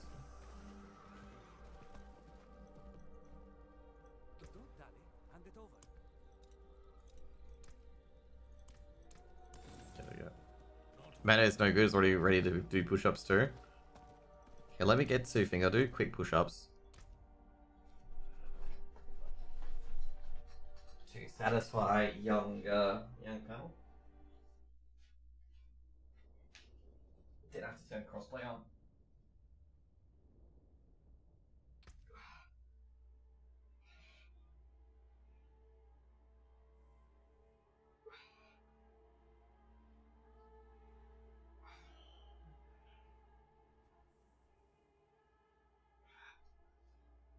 That's tough. Let's get the crossplay on. Ah, crap. How do you do that? There we go. Oh, no, crossplay is on. Okay. That's odd. I thought it was off. Okay, let's go. We're back. 2 seconds.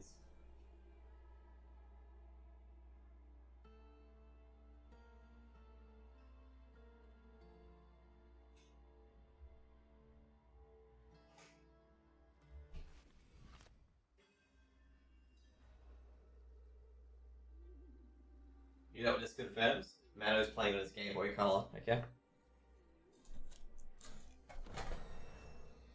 He's playing on his Game Boy Color, that's why.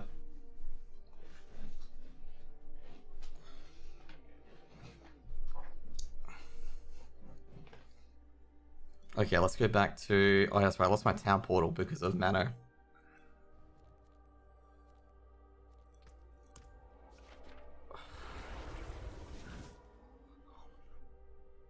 Get in Discord? Really? Now I've got to turn on push to talk.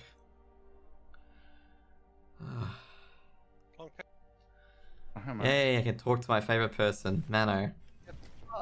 Hey. How many cars have you bought this week? What? What? You're always buying I'm muted now.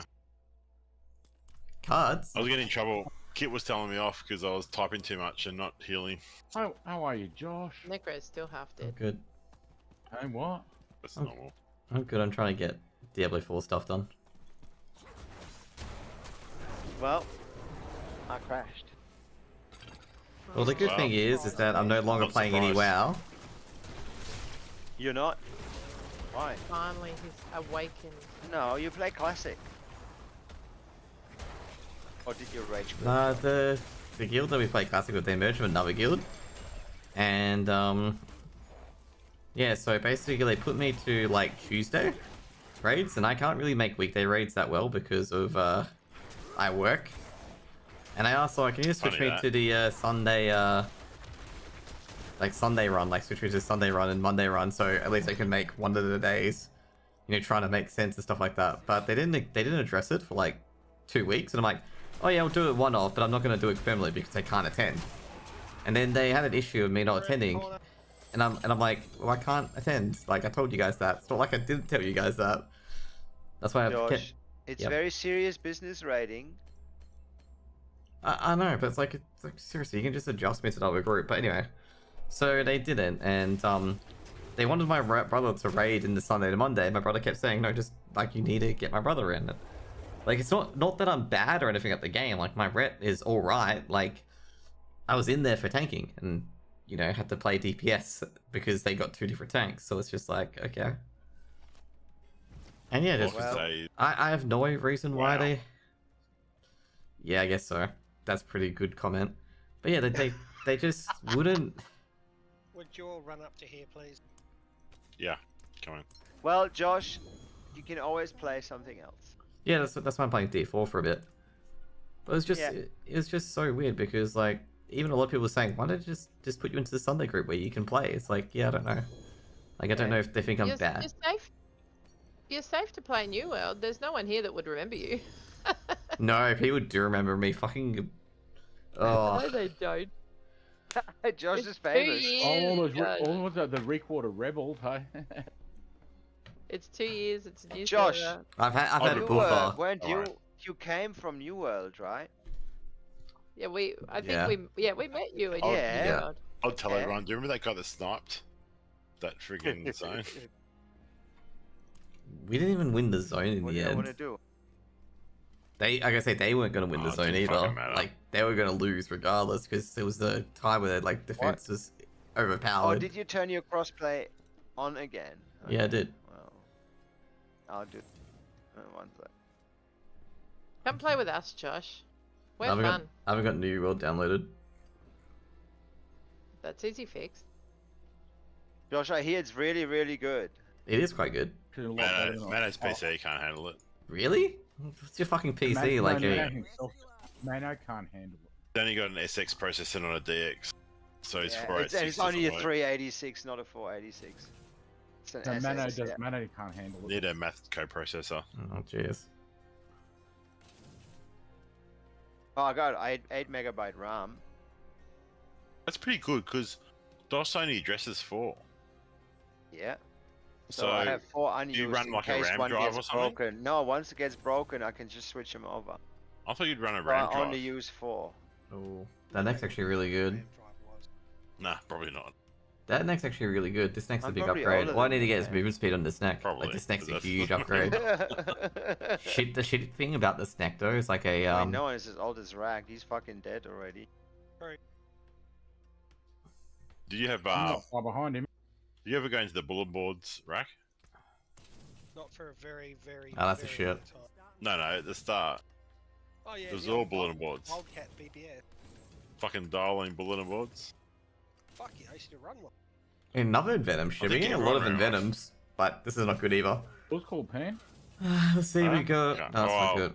Josh, That was in the days of when I had my Yeah, 486 what's up? DX33. how many thingies you got? As in, It's a little personal. It's one like everyone else, as far as I know. oh jeez, How do you know? definitely not like that. He told me. Definitely didn't tell anyone, but anyway, I've got to get movement speed on my neck, What, which that is you gonna be have fun. more than one? Or less than one? So, Maybe Josh. using someone else's. Yeah, have you actually thought about boosting your channel, make like a collab with Amaranth or something? dude, Oh, that's there's an never gonna RGB happen. Somewhere. Someone's hit me. Why not? It's just never gonna happen. She's gonna do a premium subscribe on her OnlyFans. That is not gonna work either. Oh, there we go, movement speed, sweet. You don't tell me you've got an OnlyFans channel, do you, Josh? Not yet. I reckon there's actually money to be made. To be fair, OnlyFans money's starting to die down as well, but you know, people do still do it. It's dying down. I don't think so. Mano knows that that's not the case.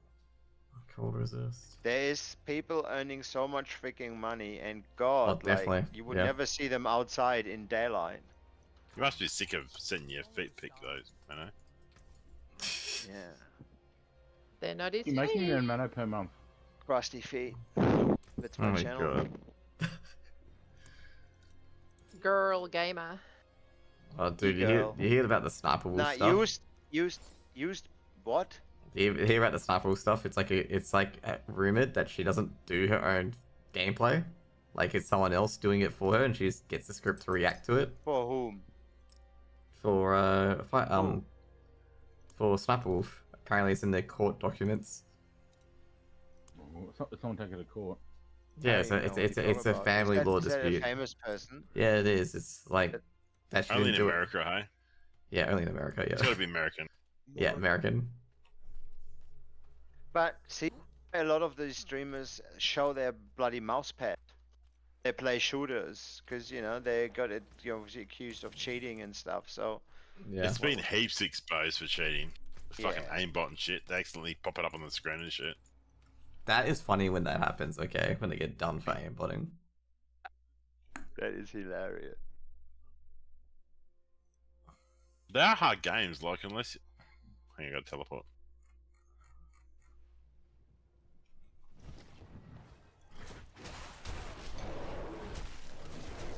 No, green dot. Oh, Archer, okay.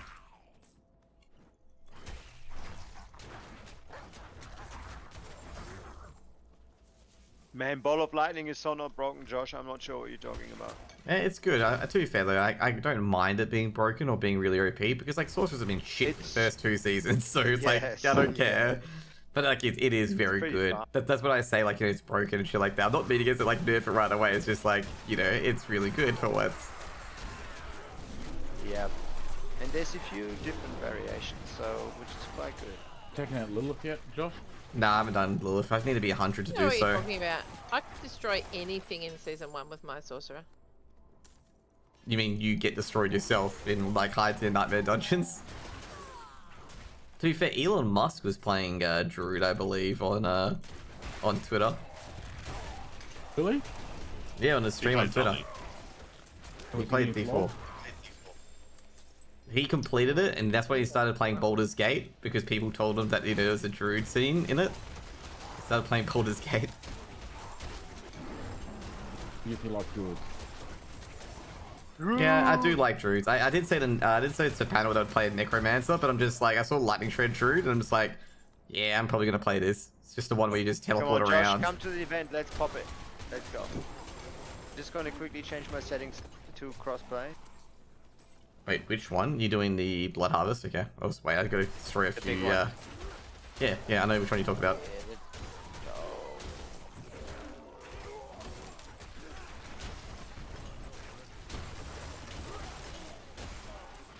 Elon Musk is going to play any online games. No, he was playing Diablo 4. He's not like super high level on it, but like he was Druid playing is it. ugly and fat and stupid. Stupid game. He actually made like a Never big. gonna play a game where Long you way have to going. look stupid and fat. Oh, okay, I just realized what you're talking about. You're talking about druids. Oh my god, never. Doesn't matter if they could solo the entire game by themselves with no one else ever. I still wouldn't play it. Yeah, I only like felt the druid was like a Maui kind of thing.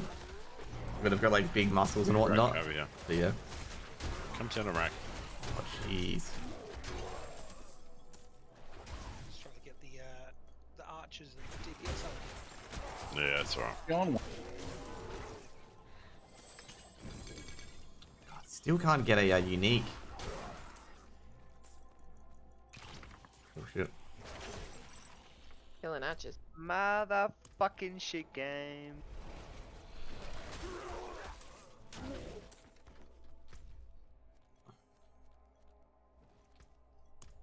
What are you playing on? Like a Game Boy Color or something?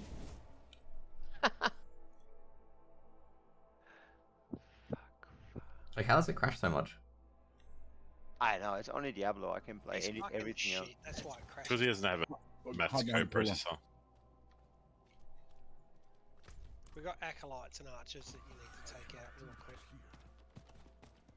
I'm just gonna dodge this shit. Hey, he's down. Hang on, I gotta...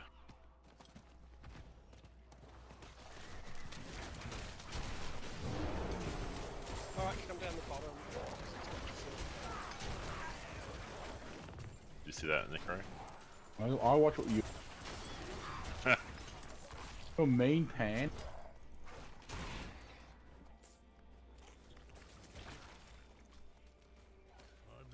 Gobble, gobble. Yes, pan, you meanie. Here's me. I'm the one who's saying how awesome you are. Don't hate me because I'm beautiful.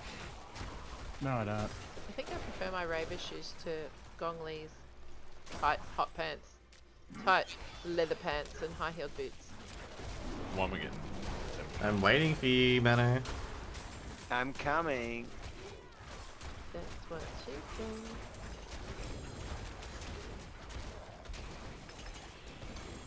I was just breathing heavy.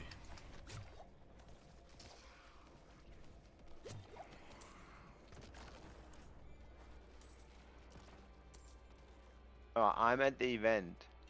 Yeah, just try my buddy. Who's been getting the harvestables? Is any high res pack worth to install? Oh, never mind. God, you're so big. High res, as in like, what do you mean by high res pack? Like for Diablo, I'm not really too sure if there is any. Oh jeez, that's crone. Alright, let's light it up. I can do one, and then I can do a second one. It's Archer here. Just load it up. I can do 2.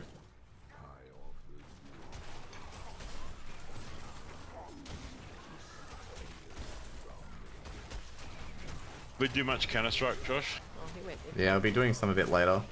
Like there's a few games going on later. I'll do that as well. Oh god. Are you still playing, Josh? Casting. It's like 40 gig extra while installing not Bingo. playing. I did not know that. Maybe I could take that on. Like, 'cause I do have 40 gigs on my hard drive.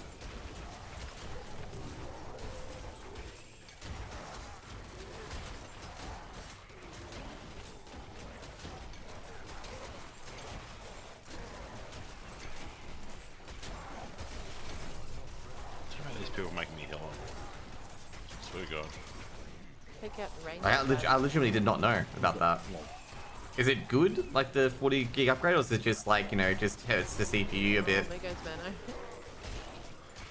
Thank God. His 3x6 crashed again. It's the harvest thing.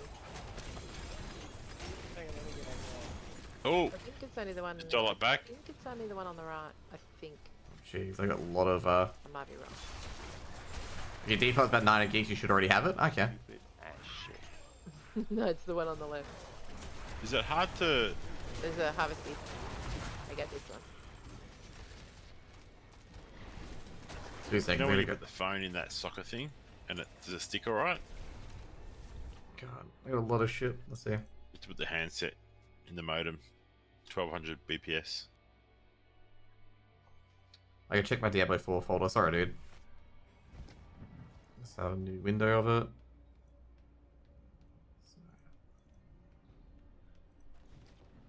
Got God. them both.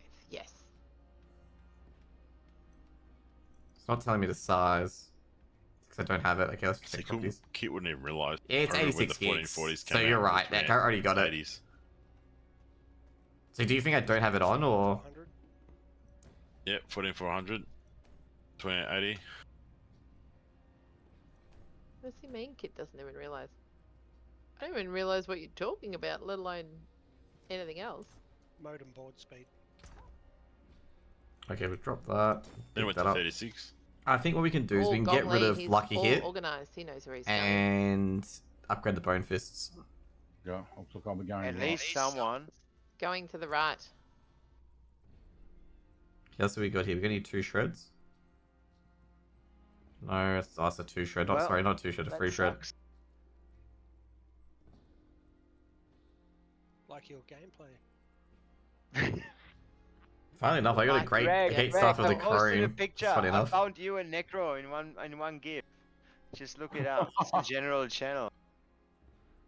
Alright, so Gong Li's going right. Who else is going right?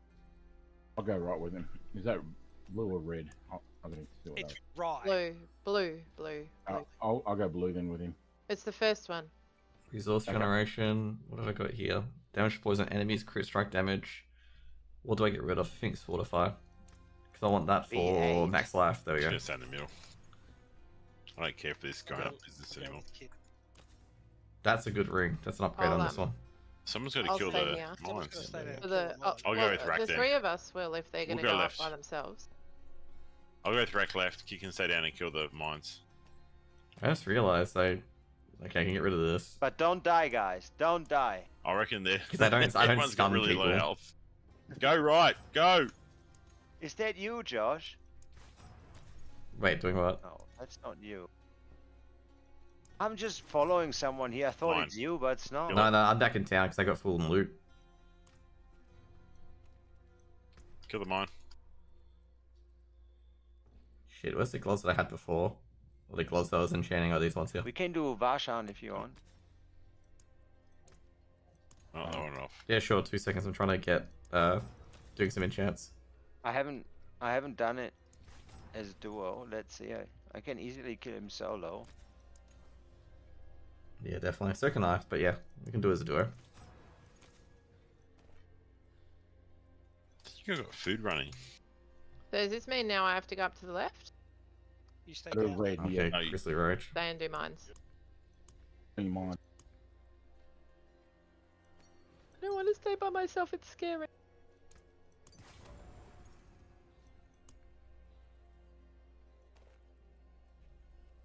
Oh my god, you've left me here with dogs. Guess the It's ring gonna that heal, replace relax. core skills. Okay, cool. Sorry guys for not talking too much in chat at the You're moment. gonna have to heal I'm me. just trying to 'cause make I've sure I got get the dogs here aspects right. and fucking shit. There we go. Okay, cool. Keep kid up. I've got this. I can't move. The things have stunned.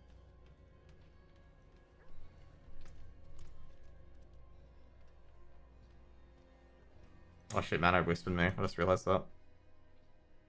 Gong Li came to the rescue. No, he Okay. came to kill the bombs because I was stunned by the dog. No, it's not good. Good work, guys. That was quite scary. No, I'm very squishy and there were 2 dogs and bombs. You rock Kit. We'll keep Hard to that. find No, good help, to I be didn't. honest. Get rid of that. I didn't. I was scared. You have my pimp. Still permission rock. to beat the shit out of him. Keep that. Get rid of that, unfortunately. It's not very good.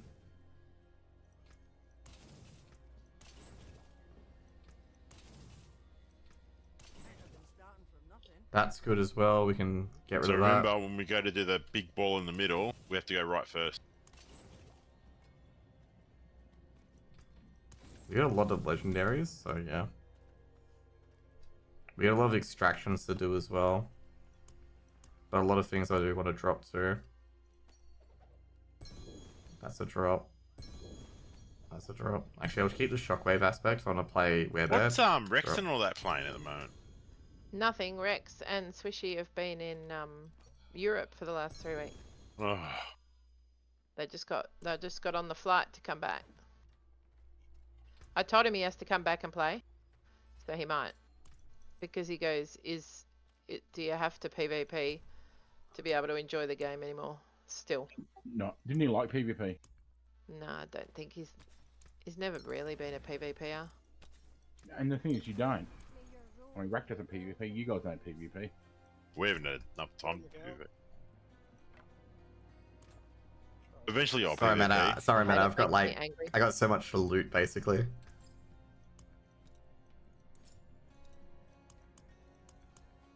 I've got to do all my trade skills and everything first.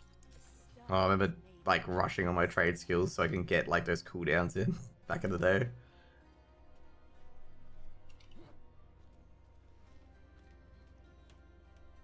Yeah, I finally got a good free shred gloves mano. That wasn't absolute doo-doo. Now I gotta upgrade it.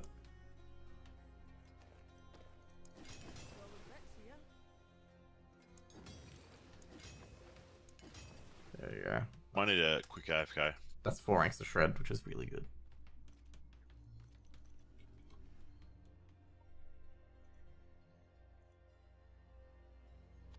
Go to ninja.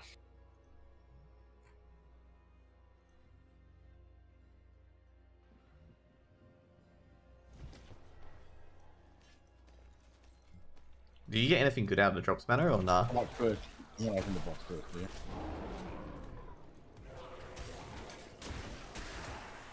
Pan's AFK, stand in the healer. Yep.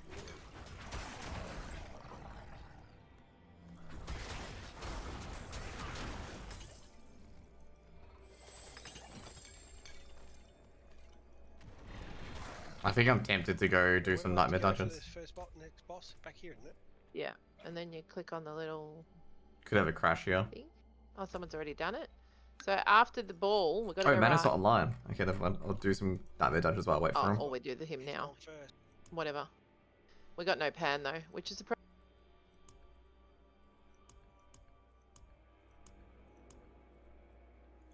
Okay, there we go.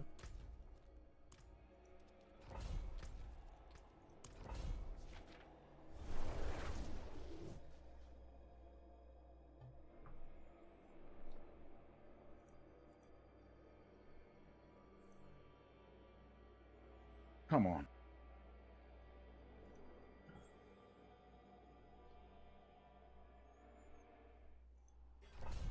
That's cool. Dude, my guy looks ridiculous now. Like, look at him. Yeah, too. My guy looks like a tree. He's like half Right, tree, half man. Arrived.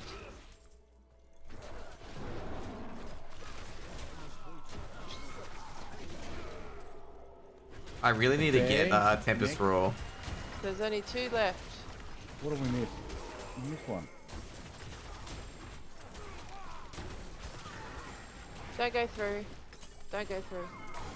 Dude. I love it when I get like a 60 crit like that, where I just teleport to the guy and just delete him from the map. Like, my guy's like full on Goku. You know, like, you know, DBZ, where the guy just disappears, you know, like they're too quick, and they appear behind. That's like me, okay? Yeah, because Like, they feel they're safe, but they're not. I think I might call like my future like tunes that play Lightning Shred. I might call them like, you know, Toby Rama or Minato or like Goku or something like that with Vegeta. Like, just to show like how powerful they are, like how they just quickly teleport around. If you guys don't know guys don't know the Toby Rama or like Minato, I think it's a Naruto reference because they have the move where they just teleport to a person they mark. And also Goku and Vegeta obviously is DBZ.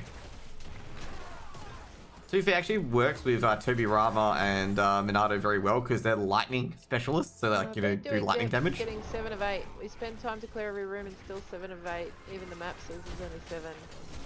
What's going on? There we go. Greed. Mutation. It's bugged. The boss right before the bear is not counting as a named. Oh, okay, that's not good either.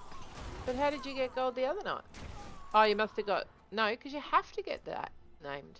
Yeah, no, but we did. We got gold the other night, doing exactly what we're doing. So they're doing speed runs, by the way, in New World. New World have a Mythic Plus system, similar to WoW, but it's like speed running rather than Oh no, actually no, it is basically the same. And like, there's a ladder though, so you get more rewards for being on top, and you get a better gear skill for completing harder dungeons. What are you not sucking at? So it actually is pretty fun. Well, we're trying to figure out how we possibly missed a named in depth again. You missed me, mate. I was in there. Just quickly just teleported out. You can't get me. You can't complete the dungeon. Easy. That's what it is. You might tell everyone you're a boss, but you're not a boss. Oh no, I'm just a wolf, okay? Have you seen my build in this game, Kit? In Diablo? No. I just teleport around shredding people, okay? That's what I do. You know like Dragon Ball Z? Actually, you guys don't watch anime, so probably not. Are you doing Shrednator build? No, not Wolfnado, Shred. It's basically I just hit right click and I just teleport everywhere, basically. Like, he just teleports to the mob and shred them. My headset was muted again. Oh, What's Dragon Ball Z again? It's this anime, like, No. Never heard of it. I like I'm being fat trolled. druid bitches. All I heard is that you appreciate fat druid bitches. That's what I heard. No. Big Judy bitches. No. I like big Hairy, butts and I cannot weird, fly. Russian-looking big ladies. Yeah, What's big the Russian most- lady Judy Lays, yeah. What's the most OP class at the moment, Josh? But if you're watching the stream or whatever it is, you see my Drew just teleport everywhere to people and just fuck them up. We're not doing stairs, are we? Just whatever. no stairs. Other than me, because I can. Until he summons me when he gets angry with me. Doesn't matter.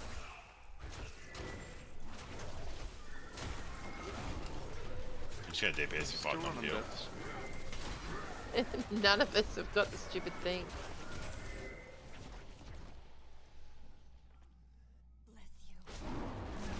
Racks make me heal. Come on, man.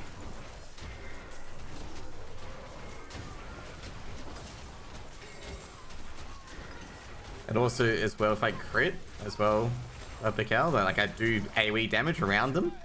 So I can do like fucking tons of AoE damage. Like if there's like a big bunch of mobs and I hit them with shred and even crit, like everyone gets hit for 20% of that shred damage. And every 6 abilities will crit, okay? So there's like a counter, like a purple counter at the bottom. So every 6 wolf ability I do will crit, basically.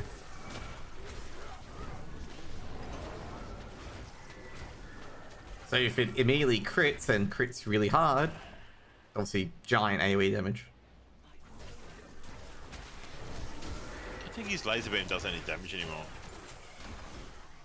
I'm pretty sure I just ran through it.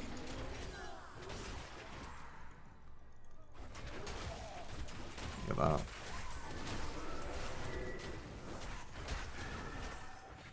Yeah, Druid still is that the most OP class at the moment? Nah, that's Sorceress. Sorceress have a build called Lightning Ball build where they just build up lightning balls and it just kills everyone. Just literally kills every one shot. Kills Lilith one shot. And they don't have to do any mechanics. Lilith just dies like immediately. And so do Barbarians. Barbarians have a build where they can kill Lilith in like 5 seconds. Oh, is it Hammer? Yeah, Hammer of the Ancients, exactly. Those balls is what I was using HOTA. in season 1.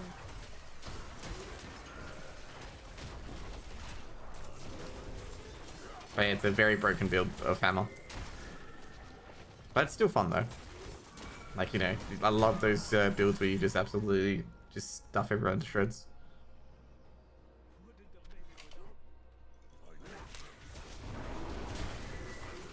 Druid build, they finally fixed Earthen Bulwark build, so it's not super OP anymore. But I think Druid is one of the shred builds, I believe. I'm not sure. Oh no, it's the Boulder build. So they've buffed the Boulder legendary up a lot, so that you can spam boulders basically, and they do fuck tons of damage. Like the Boulder build previously was very weak because Boulder did no damage, but now Boulder actually does damage. Gold, yes. Oh, what? Gold. I hope you get it. Yeah, we got pretty high score.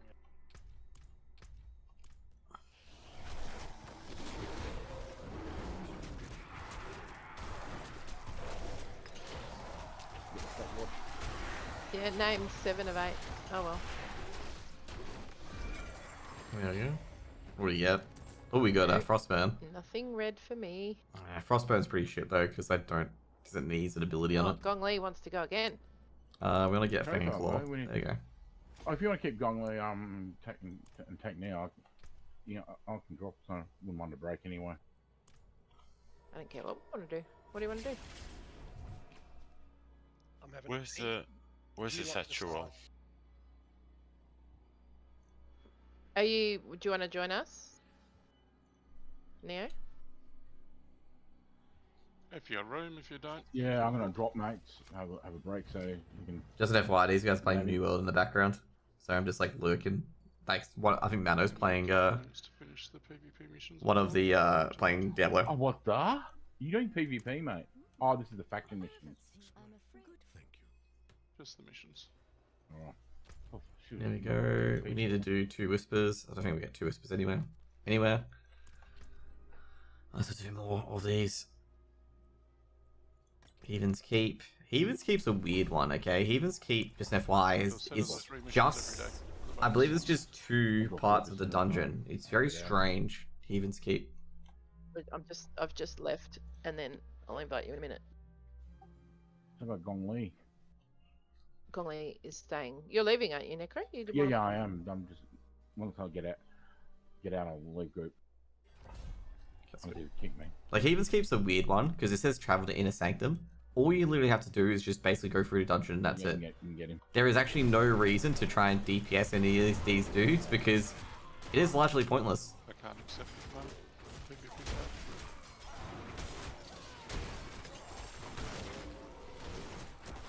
Like, you could just rush to the end if you want to get an upgrade super fast. Like, you don't have to do any of this shit.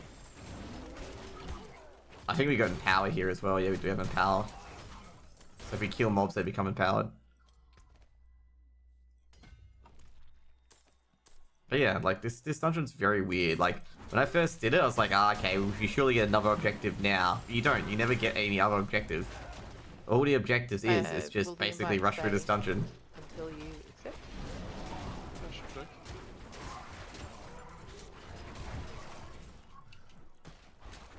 Just finished the last missions now and we can run up to town, so it won't take long. Cool. Right back. I have invited, and I'll be back in a second. I just want to check on my kid who's complaining. Right, okay.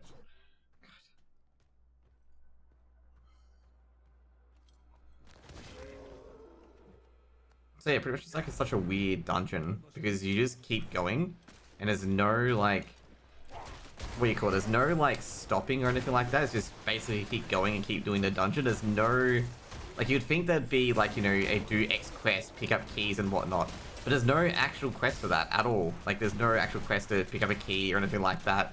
It is just keep killing everything that's in your way. It's one of the most weirdest dungeons I've ever like been a part of, because I like always expect, you know, to turn a drawbridge or something like that. You know, you guys get what I mean if you guys are in chat and understanding what I'm talking about with Diablo, where like you always have some side mission you gotta do. This has none of that, okay? None of the side mission whatsoever.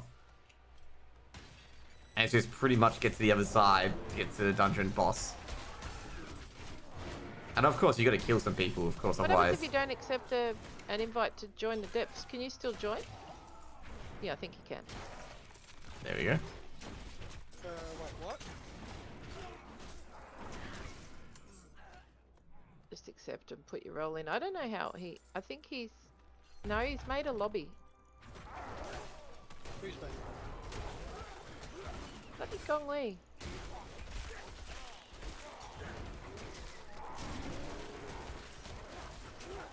Just go without me then. It's cool.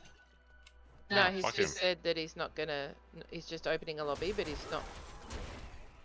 No, I don't know. He said he won't create a lobby. That's all good. I think he Okay. cancelled it. I don't want Sanguine Battery anyway. Sanguine Battery is one of the worst. Sounds very confusing.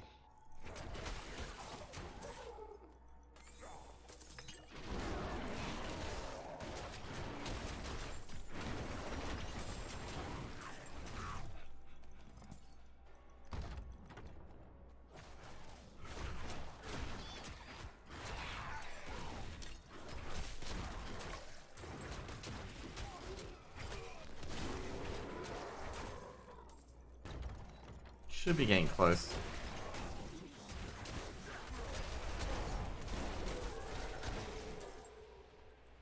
To the end. A lot of fucking doors though. Yeah, there we go. So yeah, this is like Heathen's Keep. Like you just basically rush to the end and then you get a boss. Because the boss is a Blood Bishop as well, which is one of the easier bosses to handle. Actually, if he doesn't go back there, okay, good. Nah. Couldn't get out of it because he's on the...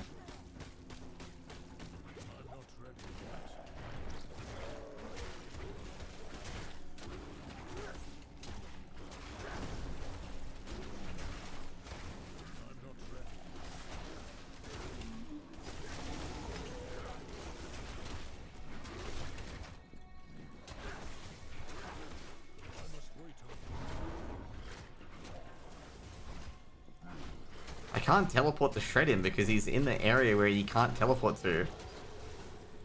Like he's on the throne, I can't shred into there. Like I have to get to melee on him to shred him, I can't teleport in.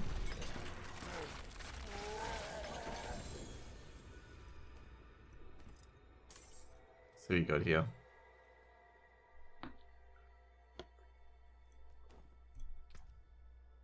The ring's actually legitimately really bad, by the way. We got Fang and Claw again.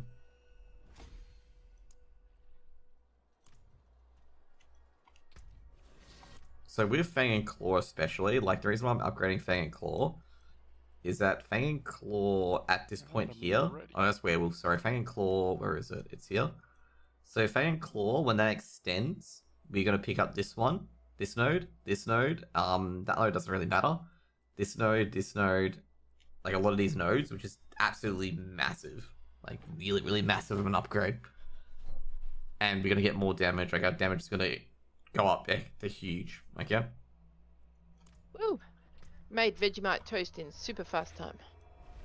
Nice.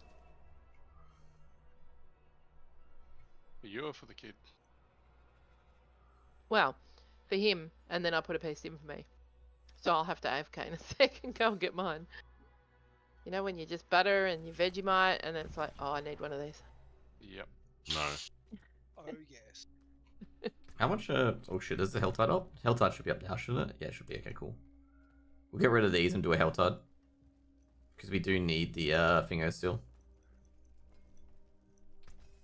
Okay, we got here. Nope, don't need that. No shred. No. Got any CDR? We got reduction, but no CDR. Max life, max spirit, CDR. Let's see what I need for my helm. My helm, I need poison resist, crit strike damage, natural shapeshifter, spirit. Okay, no poison resist. D4 always makes my stupid PC restart. That's not good. No, that's what I need. This one. What helmet do I have at the moment? I probably need CDR as a big one. Oh, got it. But no. Hey. Oh, resource generation, crit chance, crit damage. I can get rid of barrier generation. All your arcane products belong to me anyway. I can probably get rid of this dire wolf's loop. Like, I'll see what pops out of this one. Okay, get rid of that. Frostburn we can keep and put that in the finger. Now we need better damage reduction on that. Nope. Nope. I don't like chests of 1 damage reduction. Pisses me off.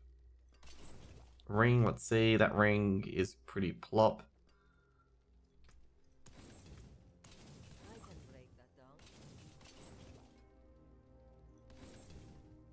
And this one we're gonna get rid of. Okay, cool.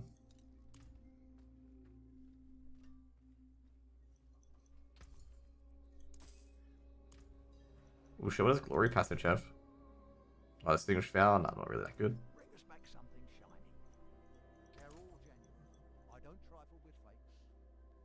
I'm guessing no one got the amulet on the last go.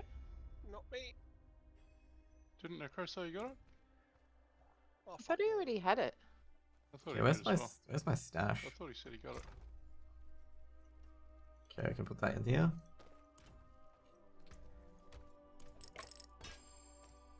I like how we get a random item in that.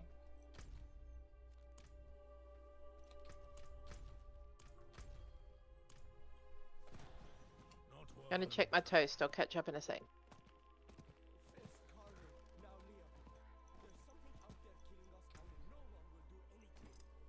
Okay, let's extract this. Okay, first things first, we got reforge this. We're gonna get rid of barrier generation.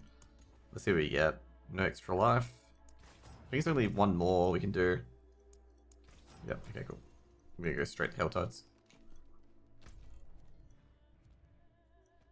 This is the Akarat one, isn't it? Okay, so we're gonna have to go to... Shit, which one do we go to?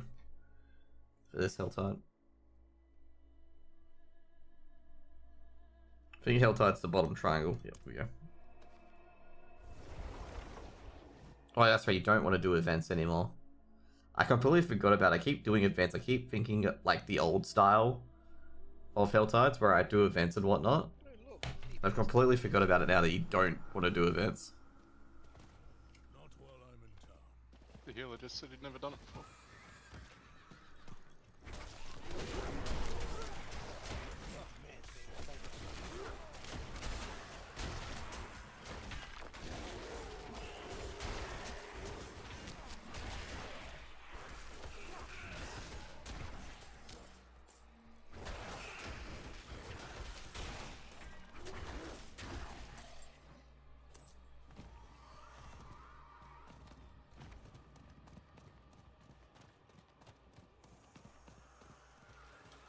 Okay, that's cool. Look at me just smashing it out.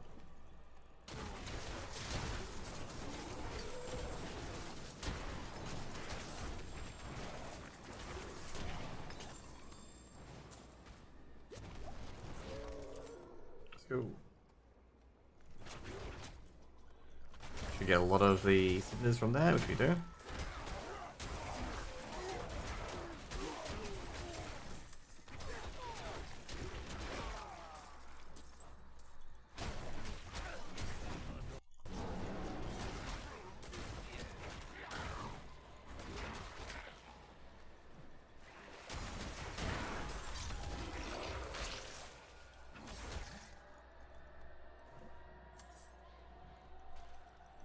Screaming Hellvein, there we go.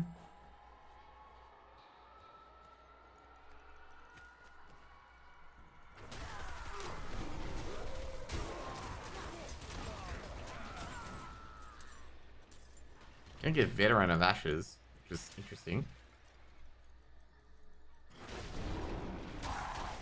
which means I've only killed a certain amount of people in the Hell Tides.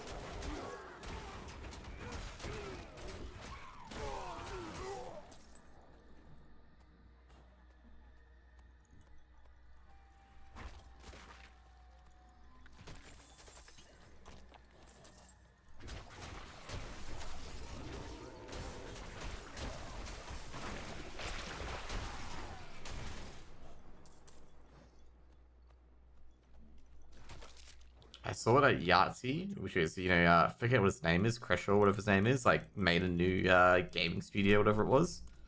So you guys didn't know, the Escapist, this is probably one of the dumbest things I've ever seen. The Escapist fired the crew from Zero Punctuation, okay?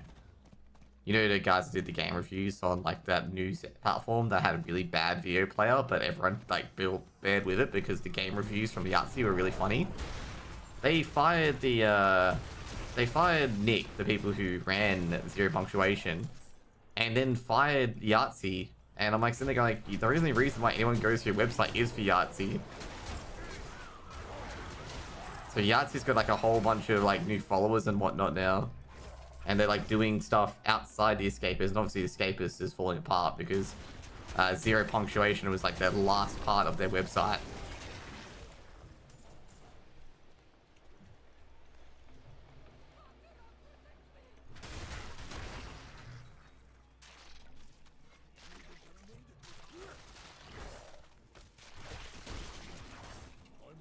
This could be a good event, actually.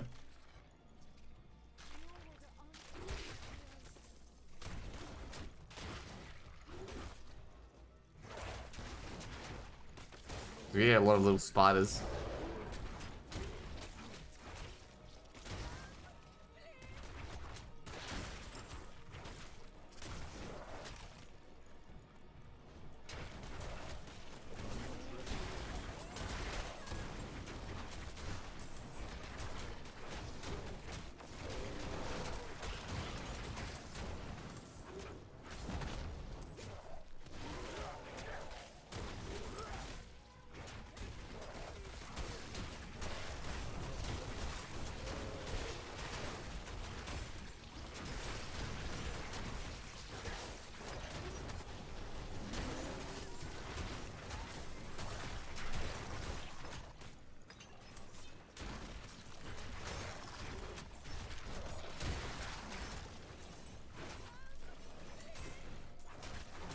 There we go, kept all the villagers alive. Now I'm gonna kill the remaining.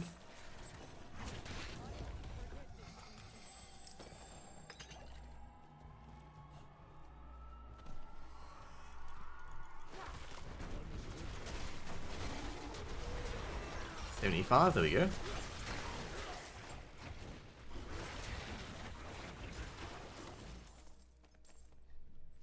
Okay, I gotta see what paragons we still gotta build. Okay, I think we just gotta go here. There we go. Cool, awesome. Oh jeez. We just took a lot of poison damage.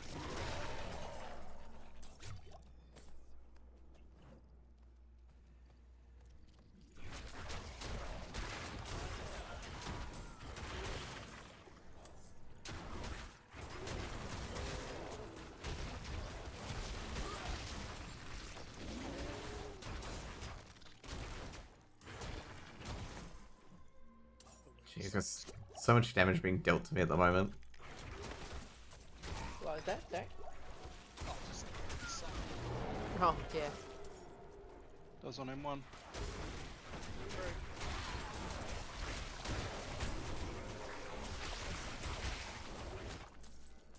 Almost got 250.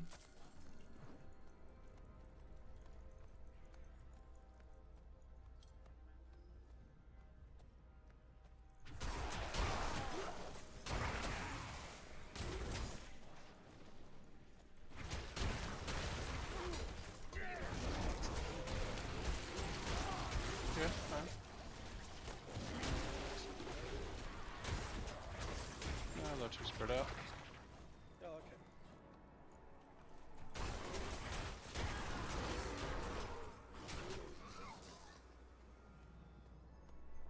okay. Okay.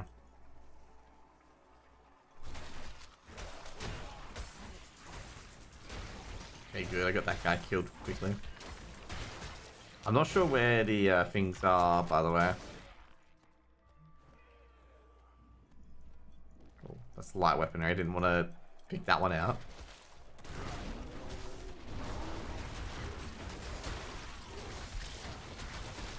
Dude, I got so much poison on me. Like my health I could die if I didn't have potions. Let's just put it that way.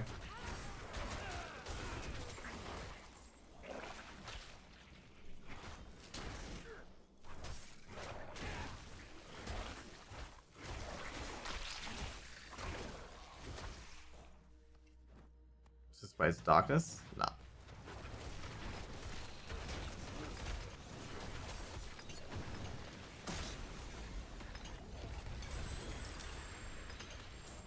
I'm stuck. I can't. Oh, I couldn't get past the bombs. Damn.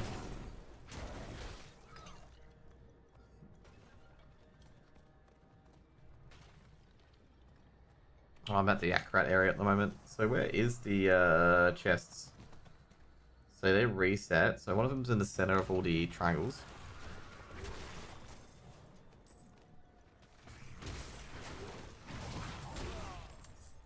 Could totally tell it's a barbarian.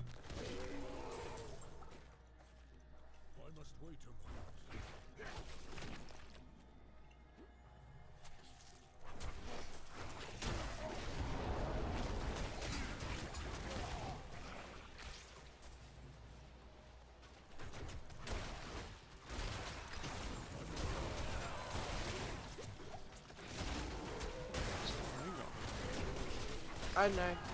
They run. But it did the last time too.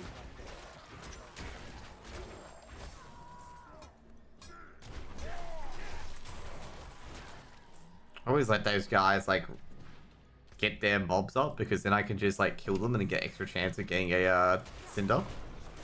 That's why I let some of these mobs like finish their cast so I get extra cinder out of it. Or chance of an extra cinder.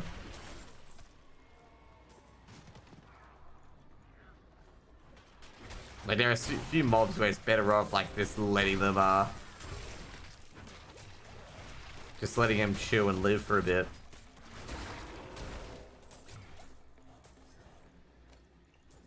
So you have a chance of getting like, you know, either a maximum cinders or more chance of getting one.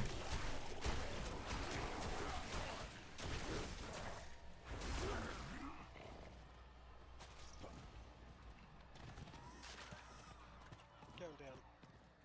There we go.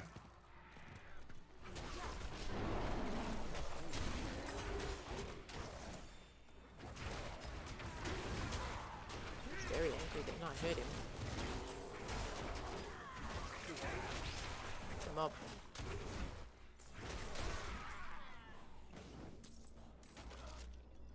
That's cool. Should be a bit of XP. Do we get any uniques? Not no uniques.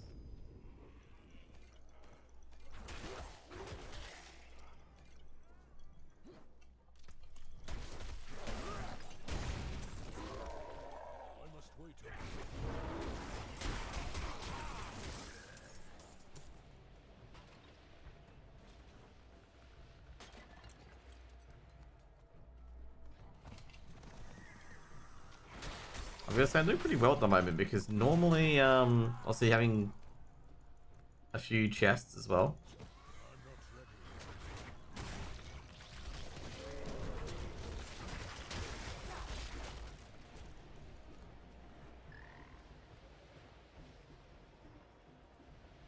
Okay, there we go.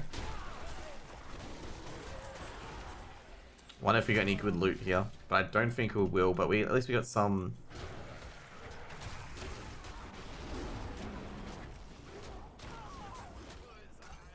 Oh, got a lot of forgotten souls. Shit, that's good.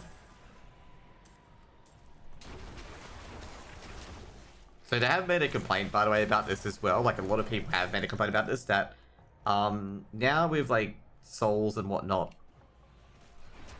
What I'm trying to say here. So obviously souls can only be received from the from the Helltide. So it's gotten to a point where, you know, obviously Helltide's not a superior area to get loot anymore. But the problem is you still need the Forgotten Souls and the Fiend Roses and whatnot to upgrade some of your gear.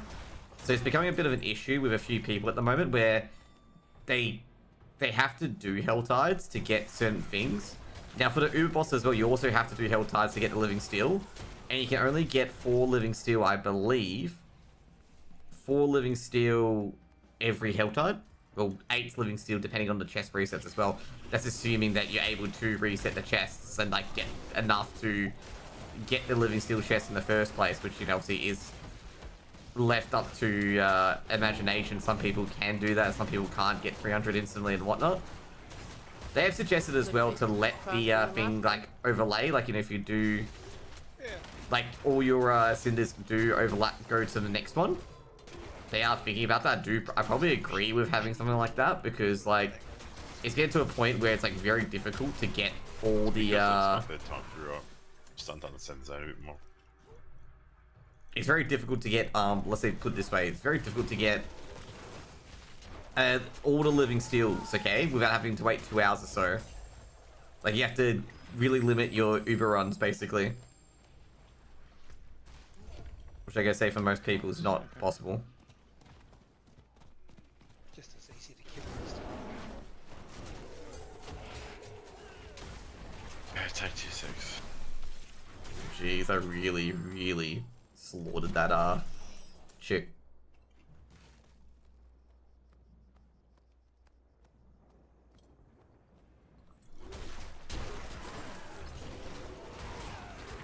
Where's the next one? I think the next one's top. Yep, top.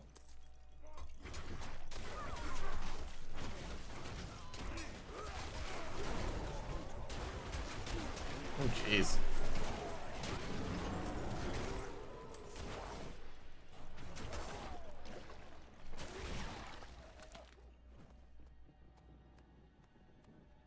$100 to go.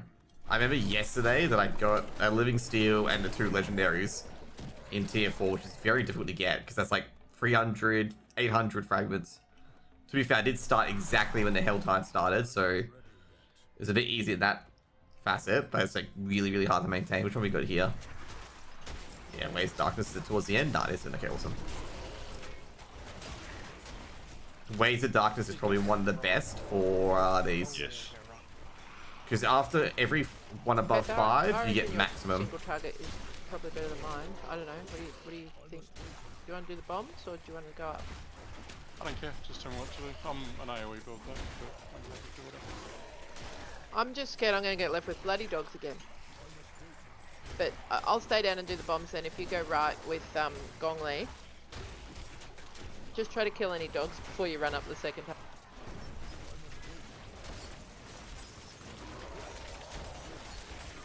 I can I stay down don't if you really want, have 'cause AoE. I can AoE the dogs if you want me to stay down instead.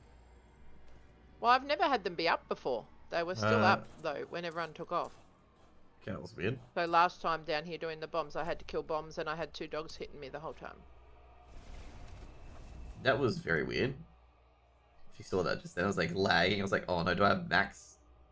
Fortunately, I didn't DC, because the DCing would have been really bad though.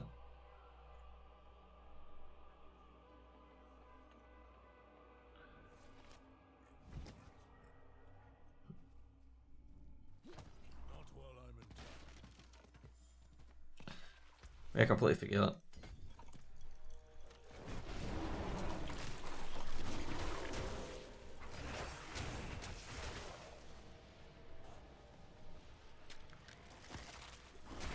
Oh yeah, that's actually I want to discuss this as well.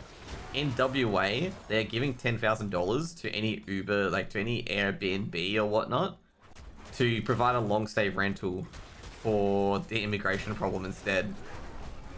I find that very funny because it's giving like it's giving rich people an incentive to rent long term because they're getting 10 grand like for adding like what are they doing is that instead of a short stay accommodation, they're getting a long stay accommodation, like keeping it for 12 months, and they get an extra 10 grand for doing so on top of the rent that they are getting.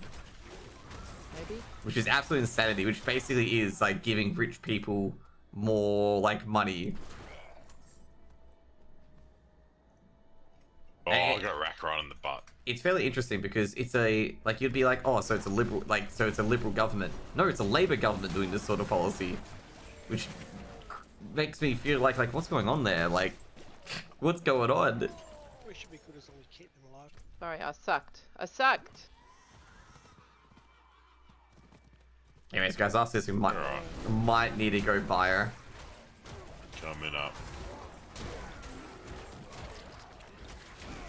Well, it's the most confusing policy that I was looking at today because my brother gave me the policy and I'm like, he thought it was really stupid because he's like, you're giving money to already rich people, and I'm like, oh, there must be something to it, and it's like no assets or income test. Okay, it is literally you get 10 grand if you change your Airbnb to a longer stay rental. And I'm sitting there going like, geez, you're really just giving money to the rich by this one, okay?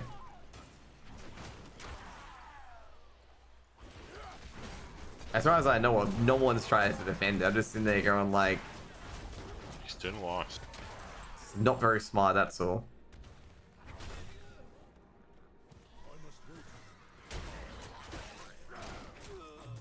Just an FYI, the reason why they're giving it away is because they got all these doctors and stuff like that from the UK to solve our shortage issue.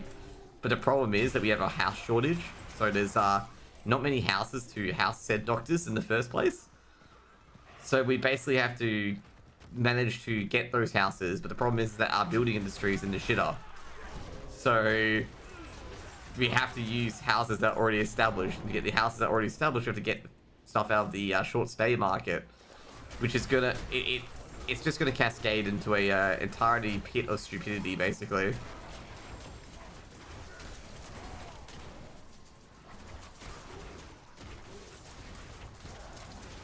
I can't believe I'm not working tomorrow. That's weird.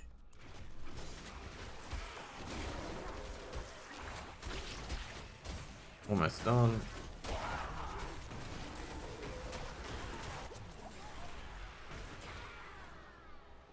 Okay, the finger should be here. Oh no. Thank God we got that swipe off. Okay, cool.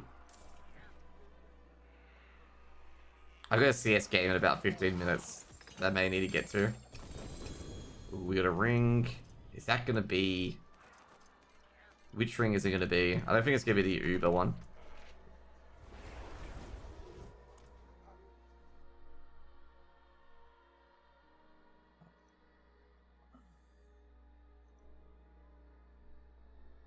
It's going to be weird if it is the Uber one, to be honest. The Uber unique, because that's like an insanity, like insane percentage chance of getting. But it looks like it, actually.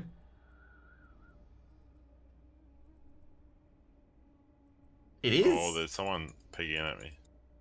And it's a sacred one as well. It's not a ancestral. Well, that's annoying. Smart it would be anyone. But that's a really good one. What are you saying? The pull in. The shitty part is, I guess it's similar to this one. Oh, someone was ping and pan and he was having a crop. I was just ranging it. The orb, they'll follow us. The shitty part it's a the Uber unique is a fucking sacred, not a ancestral. If it's ancestral, that's best in slot. That's the one if you use ultimate skill, which is Grizzly Rage, you just pull everything in. Sorry? Something about ruleless. Yeah, this guy's gonna go be big. I gotta go Who are you go talking quick about? bio. We'll go to ESEA shortly. I'll run to this orb and the mobs would have followed us, rather than chasing him into Actually, we'll do this quickly. Oh, I didn't know that. Oh, the line of sight, right? True. I can break that down.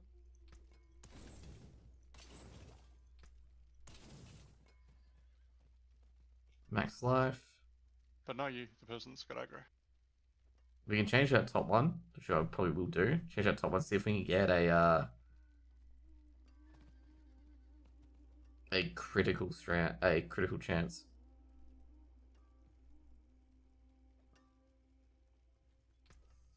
Can still use these.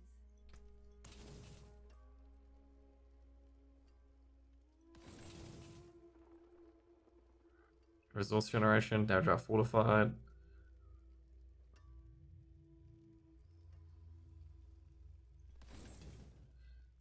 shit, I may have fucked that one up.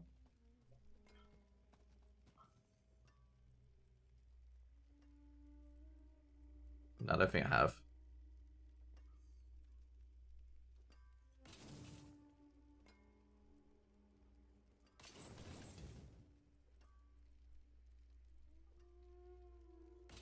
Okay, we're gonna see what we can get with this one. Just getting rid of crit strike on Earth.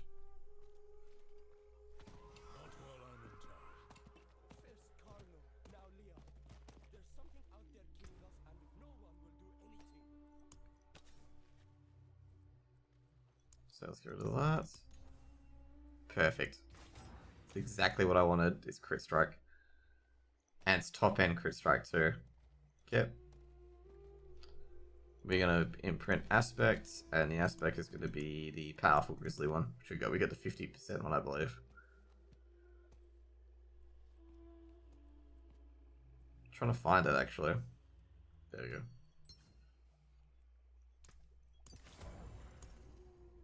We got lightning, okay, cool. Oh, I think I'm going to bed after this round. Getting a bit tired. Yeah, our youngest starts his basketball refereeing career tomorrow morning at 8. Oh, Cool. He pulled Joy. it.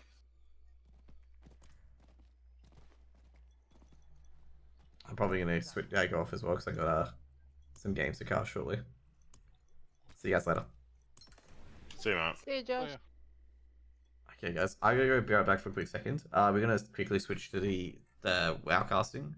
I'll put you guys to like just a quick starting soon screen. Be right back shortly.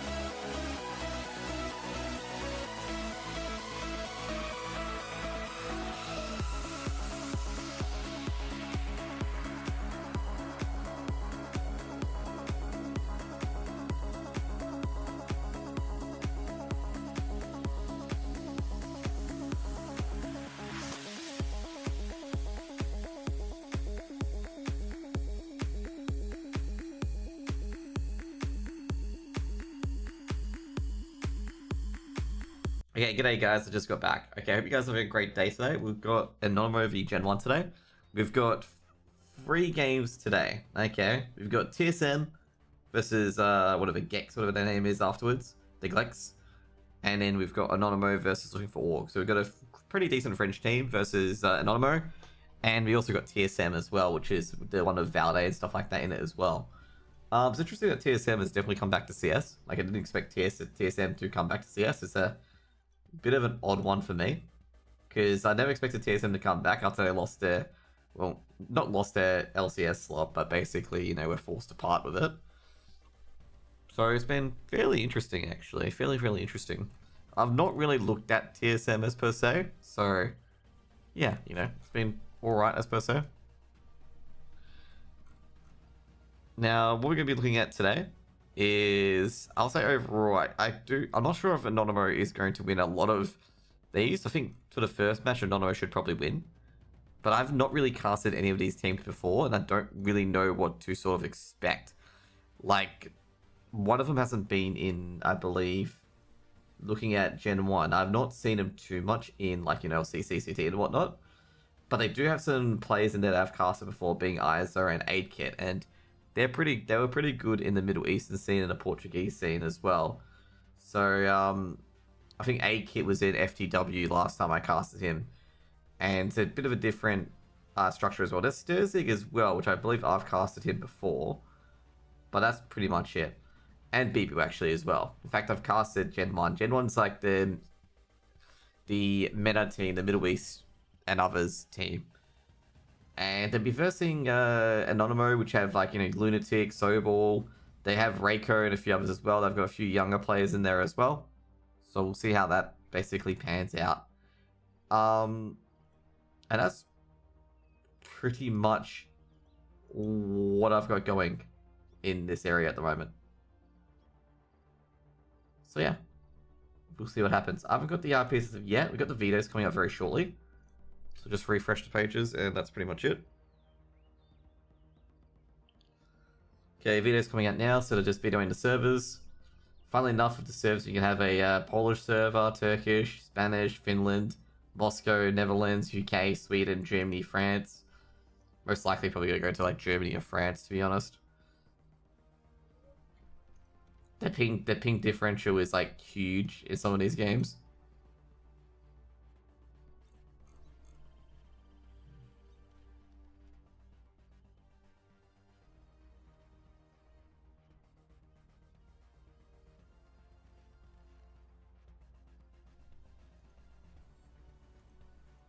Going for the vetoes at the moment. They banned the UK servers. Damn. Most likely going to be Germany or Netherlands servers, because Finland's going to get banned by the Poles. And I assume Madrid's going to get banned, so probably for Germany or Netherlands. Most likely Germany.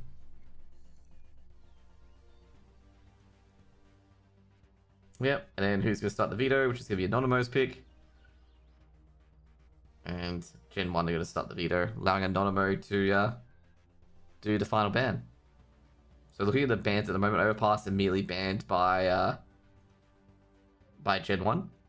So now up to Anonymo to ban 2.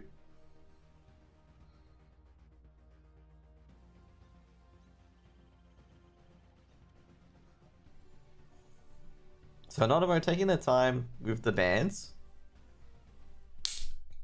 Anubis being banned by Anonymo.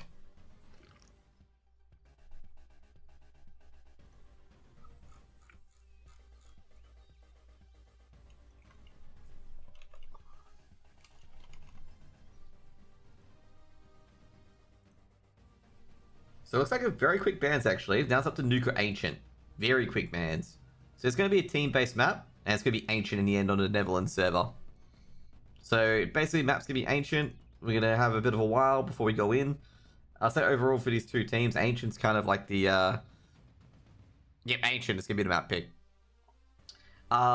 Ancient's one of those maps that have been like, you know, it's kind of the new Mirage Inferno. You know how there's the Mirage Inferno Dust 2, where, like, basically those are the maps that are generally deciders or picked as a BO1 thing. Ancient's slowly becoming that. It's becoming the Dust 2, effectively, where it is a bit puggy. What is the map? The map is Ancient. That's what they're playing Ancient.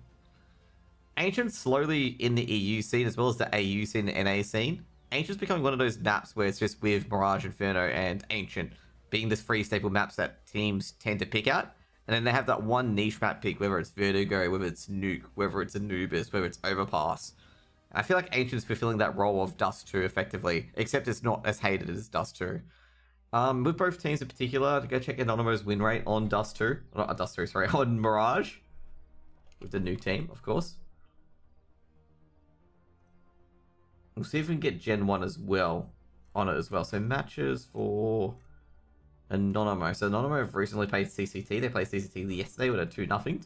And they lost Ancient and map pick and OT. Ancient for Anonymo. Trying to check their percentages on the map. Which is a bit frustrating because you can't find any. So their Ancient win rate's about 60%. So it's fairly decent.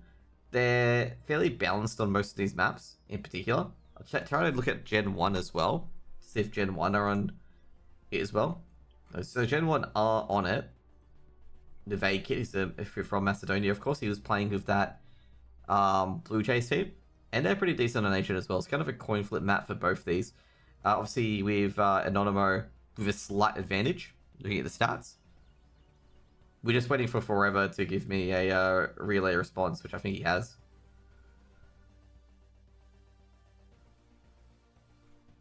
Okay, cool. He has. Awesome.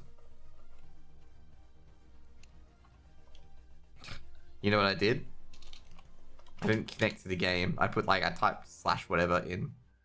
Okay, let me set up the HUD. Make sure the HUD's all set up before we get in. Because the HUD's looks weird, looks turned off at the moment. But anyways, we'll get in there very, very shortly. Okay, should be fun.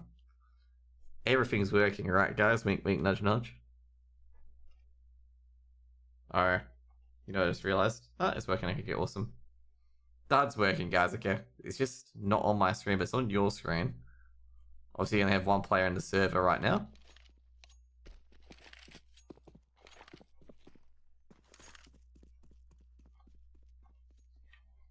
I believe the player in the server is Califloric. And I believe we have Isa in the server as well. So basically, with this as well, the things never start on time. Okay, let's put to you guys now. CS, these matches don't start on time in particular. So pretty much it's all the players just getting into the server. Once I see all players in the server, I'll just not start the game up. But I'll just get into the game once all players are in. Now, overall, as we can hear the players playing in the background, I suppose. Oh, the players are getting in very quickly. Gen 1, as soon as the server was ready to go, they're all in the server. So, could be a quick game, you never know. So, with CS2, if you guys do not know the changes for CS2, of course, it's the 1st to 13 now. It is now MR12. If you didn't know that, well, it's been there for 2 to 3 months already. So, just to keep a refresher for other people as well.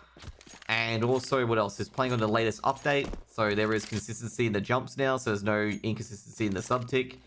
And there's a few other things that have been enabled, such as the aim and stuff like that as well. So the reticle and whatnot isn't too crazy. So there's a lot of good updates that have happened to the game, where you'll see a lot more stable and consistent CS2. They still haven't fixed Peeker's advantage, where there's hilarious amount of Peeker's advantage in the game, where generally the person who peaks is the person that has the larger advantage. So it's a lot larger than CSGO, but they're currently working on it at the moment. And that's pretty much it with these CS updates currently. So put you guys back in the game.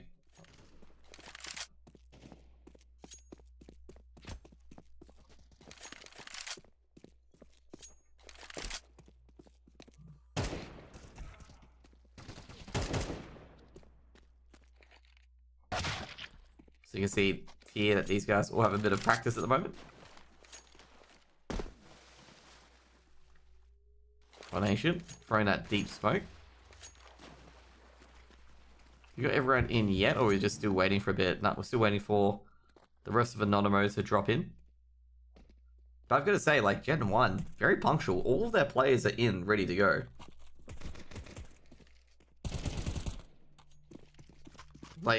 I'm super impressed with that, with all their players being in ready to go.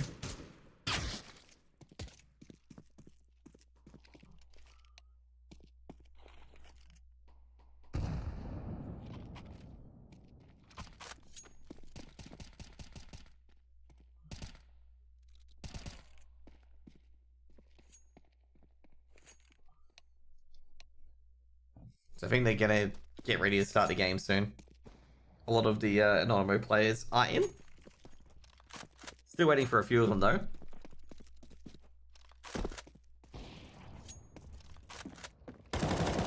Who you guys gonna reckon is gonna win today in chat? Like, who you reckon's gonna win? You guys thinking Anonymo? You guys thinking Gen 1? Because I mean, Gen 1 do have a few familiar faces on there as well that I have casted previously, but not on the same team.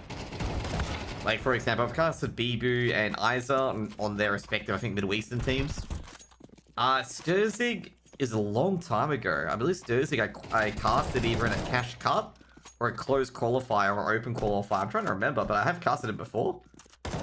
And obviously A-Kid, I casted him when he was in Blue Jays.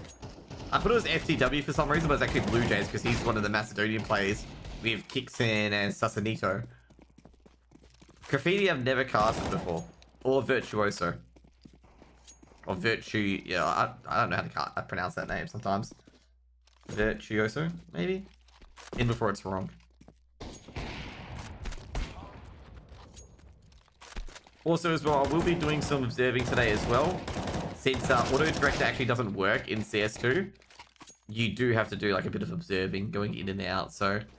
It can be a bit rough, but, you know, at the end of the day, like, I've got to learn to observe as well as cast as well. Ooh, that was a nice XM from Isa, to be honest. Like, that was a really, really good XM. Like, that was like mid-range XM hits.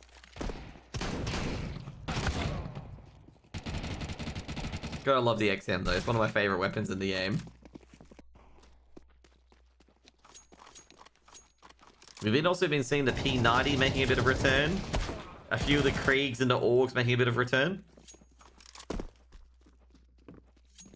Isn't it time you update your profile? It says CSGO in it. Oh, fucking hell, man. It does say CSGO, both on Twitter and on Twitch. Yeah, you got me there, you got me there.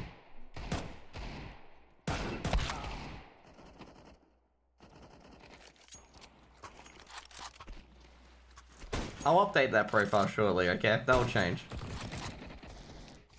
I've actually got that on my Twitter as well, I believe. Let me just check my profile on Twitter. I'm very sure I've got CSGO on my Twitter as well. Time to change that. We'll get to knife round, by the way. So knife round will determine which team plays which side. Obviously, there's a knife round because it's the BO1. The worst part is I've casted like a lot of CS2, both open qualifiers, league, series, BO3s and whatnot. And you're the first person that's pointed out that I still have CSGO. It looks like Gen 1 is gonna... Oh no, maybe you can... Oh, eyes of the right click. And Gen 1 will get to start either T side or CT side here. We'll see what they pick. And Gen 1 pick the CT side. Generally, the common consensus with picking CT side is that you want to be on the side that has the economic disadvantage, you know, bit of a struggle in the econ, and CT side, big struggle. Okay, like sometimes you're going to have like no money at times, you'll be working with MP9s and for masters, you got to keep 5 alive at some point as well. And yeah, that's what we got here. So here we go. I am Only Josh, and hope you guys have a great day today. If you guys enjoyed the channel, give me a follow. And if you want to support me as well, you can throw a dono, throw a sub, throw whatever. I don't mind. You don't have to if you don't want to. Just being here is very, very awesome. As we go to pistol rounds again. Oh, everyone wants to go to B. The Chuso taking down Bibu in the opening foray. And they're going to just charge on towards B. And there's no one defending B, so that's going to be a free plant. Now, obviously Anonymo aren't aware of that yet. Well, they're going to go for the plant anyway. They've got the 5v4 advantage. Meanwhile, going to be a bit of a rotate. They do have a kit on Graffiti. Or Gravity. Not Graffiti, Gravity. I don't know why I thought it was the F. Sees the shoulder. A kit, 1-for-1. Reiko to trade almost instantly. Have a Starsig trade on the other side as well. Sturzig. It's going to be a 2v3. They could go for the defuse here. Gravity. They're trying to bait a few players as well. Sober taking a lot of damage. Sturzig, can he hold on? He can defend his teammate here. Sober has no health left to deal with. And that should be a defuse by Gravity. Or not Gravity, by Isa. So I thought it was Gravity that was on the bomb because he had the kit. And Gen 1 will get the retake done. Anonymo are going to say that they lost that 4v3. Won't be too happy about that. They got that one-man advantage early on. And weren't able to seal the deal, which they're going to say will kind of irk them.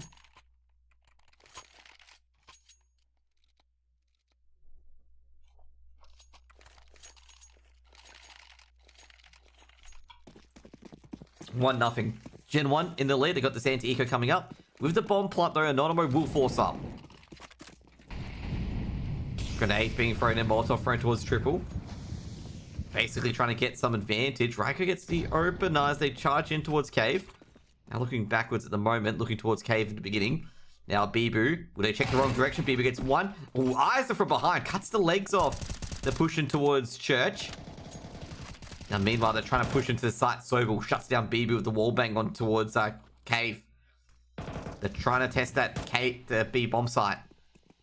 Kala pushes up. They know all players around. He sees the helmet. Kala takes out Isa. And that's going to be the bomb planted on B. However, Gravity stops it with the MP9. And, oh geez, this could be trade central here. A-Kit with the AWP. A-Kit doesn't see, and Kala is going to take down A-Kit. It's going to be a timeout. Looks like a DC did happen from Sturzig. I was actually trying to switch to Aid Kit for the 1v1. It was hitting free and being like, why is free not working?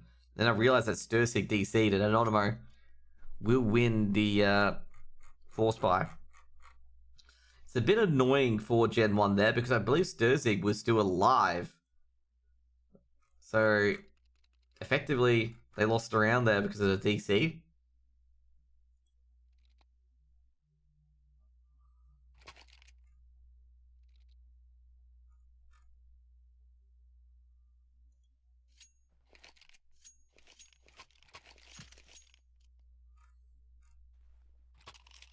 What are these names like T1, Kelfog, and Apu stuff? I have no idea, dude. Like, their nicknames are locked in. I'm not, like, I'm not terribly too sure. T1 is Lunatic. Like, the only way I can, like, full on lock in their names is if I get, like, their Steam ID and whatnot. And, like, force the names to change. So, yeah. But I know T1 is Lunatic. Charging in via A main. Gravity grabs one, but he's going to be traded out. Oh. Sorry about that, guys. Reiko, checking the wrong part. Does he check Temple? Oh, sees one at Temple. He panics there with the spray, but goes taken down by Isa. Isa with the 5-7 nothing, doing a lot of damage. I hate you getting thrown in, and Sobel's been heavily tagged up in the exchange. I'm gonna say, Anonymo, they're walking wounded at the moment, but fortunately, Bibu or Sturzig have not got any weapons. Bibu. Sturzig trying to put a bit of pressure on, but unable to. No kit on either of these players, so basically if they want to go for a retake, they have to be clean. I think at this stage they're just playing for a exit frags. Bibu. Here are a few players trying to sneak out via connector. Bibu should grab one. He does take down Sobel. Can he grab a second? Nah. Traded out by a no script from Lunatic. And Lunatic might die with the bomb, and he does, but Kala should be able to recover a USP in it. Oh, maybe a second round for Anonymo. Polish conspiracy. Maybe it could be a Polish conspiracy. They're deliberately obscuring their names so we don't know who's who. Maybe. Dun dun dun dun.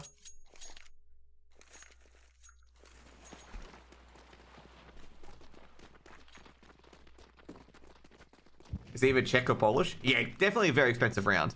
As I said before, ZNF, like... Oh, they saw a shadow, so Kala knows the player's an A main. Yep. Gravity drops, Sturzig legged, and they're just charging into this A site. And it's up to A-Kit at Temple. Given that Anonymo is a Polish Orcs fan, it's 100% Polish. And that's going to be a very clean round from Anonymo. 3 on the board on the T side.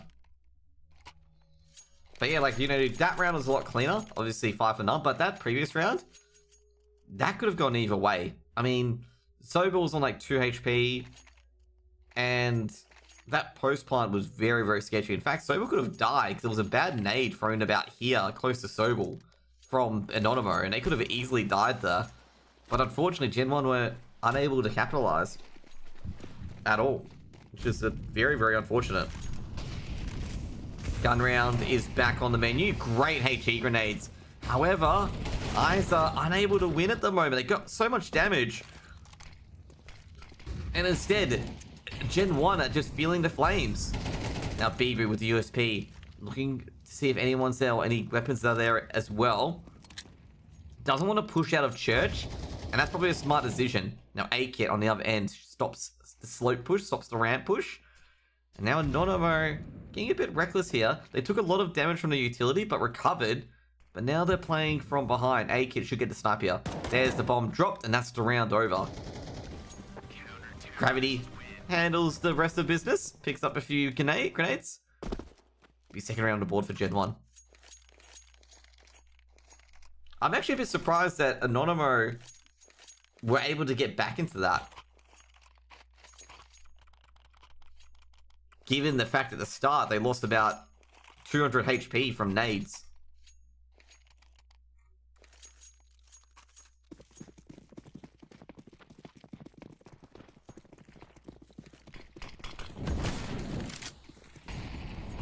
Gravity pushing up. Nobody's there. They're checking out middle. But the difference is that they're rushing up ramp. Problem is that Anonymo have got so much nades chucked in their face. It's about over 300 damage from the HE grenades. That nade was so much value. However, Anonymo are finding their ways back in. Then Gravity, fortunately, realizing the gravity of the situation, shuts down Anonymo. Be 3-3. I've got to say, these nades from Gen 1, this nade in particular was fucking ace. But the last round here, the nade here was also really good. I'm liking these HE nades from Gen 1 at the moment. They're bringing up the value. I think they've done like 600 plus utility damage. You know what, let's just check the scoreboard. We can probably get it to scoreboard. Only 285 utility damage. Expected a lot more, actually. That's all value nades from Bibu. Is it just me? I just felt there was more nade damage. Like, what? Like, am I just hallucinating that doing a lot more nade damage? Oh, Lunatic almost has a freebie onto Bibu here, but Bibu and Isa both shoot back, shutting down this anti-eco. Bibu getting a few more. Oh, that was a chef's kiss MP9 shot. Charging in. Oh, jeez. Cal ends up getting a kill, but Gen 1 palm off that anti-eco. They only lose an MP9.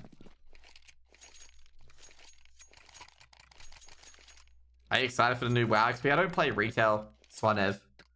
I'm debating whether to play the, retail or not. I'm excited for Season Discovery, but I'm like really deciding whether should I play retail or not. I don't have many people to play with, you get what I mean? And WoW's all about the people you play with, and I just don't have many people to play with, on the AU servers on Australia. But I could find, people and stuff like that as well. I'll ask maybe a few people that another value nade. Jeez, the utility damage that's going on here from Gen 1. I've got to say at the moment, I think Anonymo have got to be very, very careful. And Slope's been cleaned up, and that's going to be the round. Anonymo got to be really careful because they continuously rush over and over again, and they're just running into nades. Well, great work by Slope. We're taking down A-Kit. A-Kit was not ready for that peak.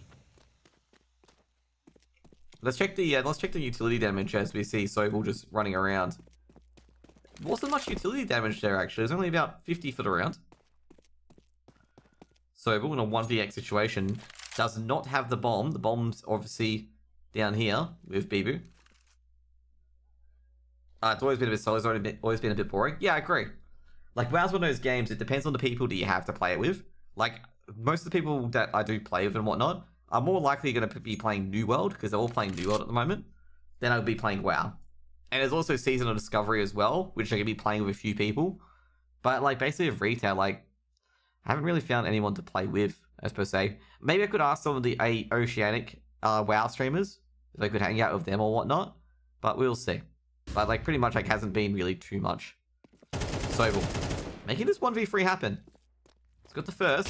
Molotov goes in, so it takes a bit of damage, but Bibu very sharp. Had to be in that instance, given that Stursik had no HP. And that round was very costly on Gen 1.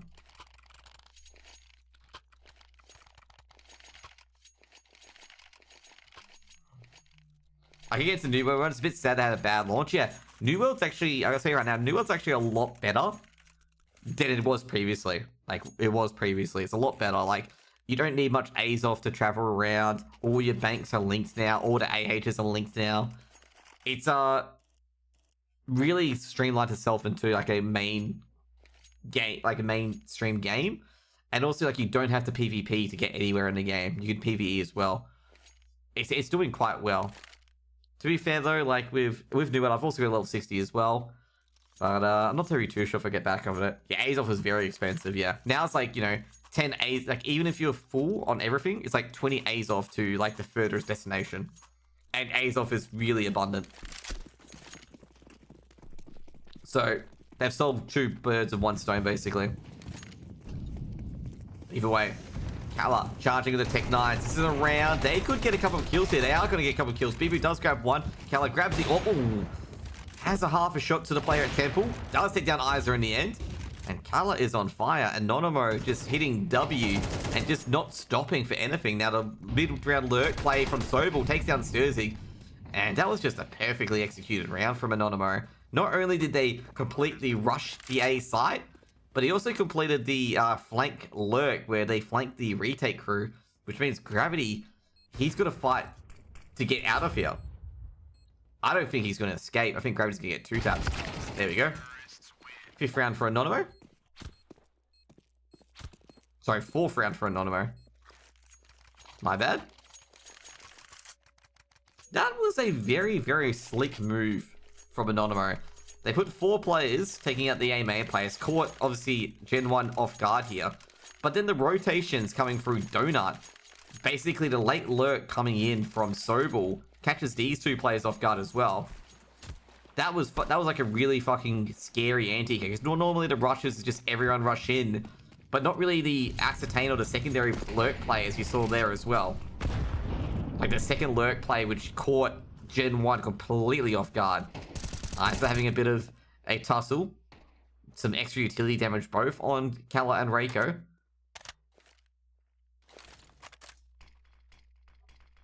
They've got mid-control Gen 1. Sturzig being dinked through the cubby. Virtuoso gets rid of Isa, which means they've got the control. They take a lot of damage though. And it's even Stevens at the moment, but Gen 1... they're down to a 4v2.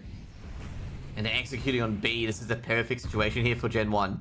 They don't have to move. A-Kit trying to look for any information. Sturzig trying to hold on with the AWP, but I don't think he'll be able to hold on. A-Kit's going to play here. A-Kit does take down Reiko, and they're going to confirm that they are all B. Given that they heard the scope of Sturzig, and they're just going to go straight to the A side instead. Lunatic already there with the AWP.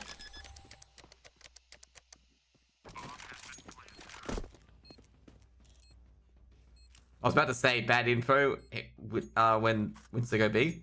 Yeah, pretty much what happened was that the moment they saw A-Kit here, they just went B because they knew Sturzig was around here.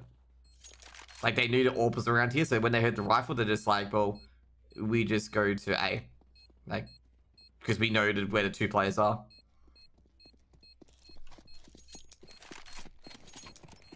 They gotta be careful because this bomb radius is bigger than usual. Like, I think Virtuoso and Lunatic could die. Regardless, because I think they'll be not far away enough. Well, most likely Lunatic's gonna die. Oh, no, Lunatic lives, fortunately. Oh, Sturzig does get a kill on towards Sobel, and that's the weapon dropped.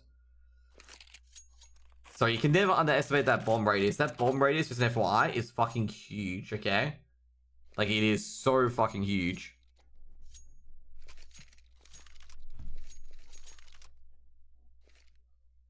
Like, I've had people die in CT from A site, okay?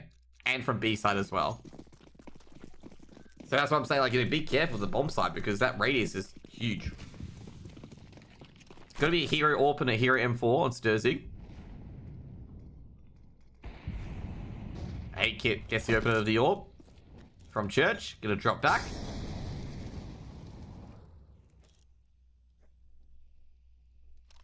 Getting middle control, but Virtuoso very hot on the trigger. Great trade by Sturzy. Had to be hot on the trigger as well. Virtuoso just a quick burst fire. Takes a quick 2k. Oh, jeez. Sobel, that was good. Some good aim duels here from both sides. Like, very clean, very efficient. A-Kit, very audacious. Gonna get punished for that. Kala just waiting for that little peek. Now looking for Bibu. Bibu's only got a USP and a dream. Oh, Bibu's not gonna get close to a weapon. Sobel. Wide peek. If they find Bibu at all. Ooh, they didn't check Bibu. Bibu's got a bit of a jump on Sobel here. He knows Sobel's at triple. Can he grab a weapon? Does grab an AK. And he's just gonna nope out of this one. Especially on Nuke B. B, it's mental.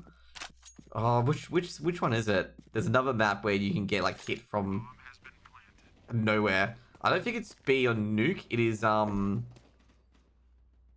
it's what is it? I think it's either Mirage or it's Inferno, where you can die in CT spawn. Like, you can die in really stupid places you don't expect to die.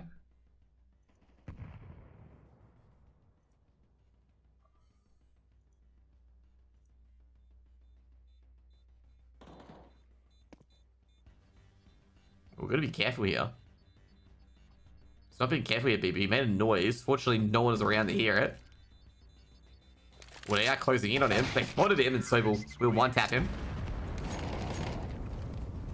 That is the thing. It's been like that for a while. Yeah, true. I'm talking about, like, I think it's either A or B, where you can still die at CT spawn.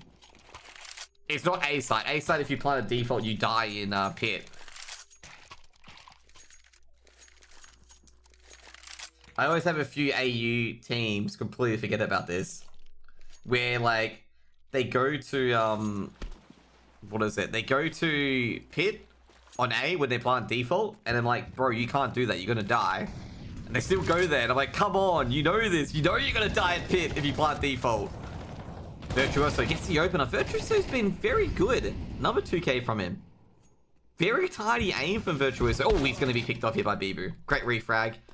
Now turns into a 3v3. Bibu just dropping back in the cave, keeping that situation where it needs to be. Now, A-Kit's going to be very careful on this angle. Doesn't have any information on A main, and he's got the AWP. So he's going to be very careful. He's going to be a bit locked in. And it's going to allow Anonymo to get a lot more map control and trying to squeeze the map. Oh, geez, Bibu, very audacious. 2 audacious peaks. Taking down a lot of critical kills there as well. Oh, Sturzy wins the duel. Bombs dropped from at Church. That's huge. Sturzy tries to go for a bit more. Sobel does trade him out. Molotov can be thrown in, and that means Bibu is just going to surrender the bomb. No point trying to challenge it. So Bibu, he's going to go for a bit of surprise here. Sobel's going to be never mind. 6-6 half. A-Kit threaded a needle. Damn, that's a nice needle thread for A-Kit, by the way. Just an FYI, like, you know, let's go back to what A-Kit did. A-Kit nailed a shot like this until it's triple, okay? Like, this sort of angle. Like, he only had, like, you know, a little thread line of it. Pretty good shot, actually. Checking the utility damage for this half as well. Look at that utility damage on Bibu. Look at those value that those nades are creating. Almost 400 damage of nades in the CT half. That's incredible. Like, his nade usage has been so on point.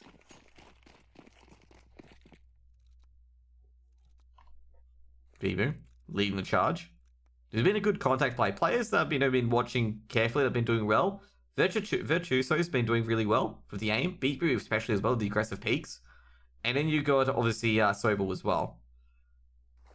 They're the players that, you know, looking quite good at the moment.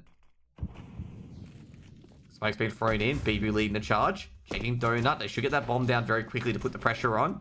Gravity. Just checking Connector. Sturzy does get a kill. Kill's going left and right here.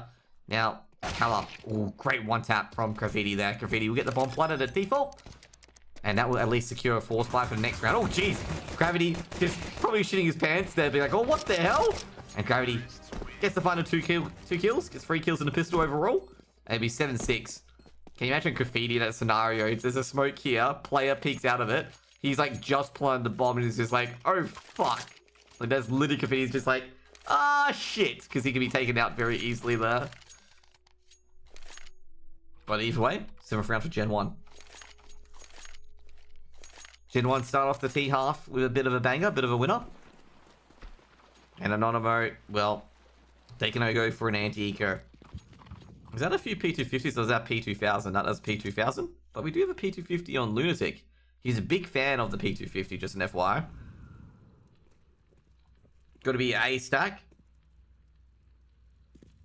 Wonder if Gen 1 have got a poke and prod at this A stack. Deep Molotov towards hut. No one's popping out yet. And they're heading to this A stack. Now, A-Kit's checking A main. Making a lot of noise. Spray is alright, but he is dinked. He's going to spot a second player towards the back of side. A few at tempo as well, but like I say, at this point for Gen 1, it just doesn't matter. 5 players on one side. Doesn't matter. It's going to blast them all away, and Gen 1 get 8 rounds on the board. They pick up that I think they did pick up that P250. No, they did. They picked the USP.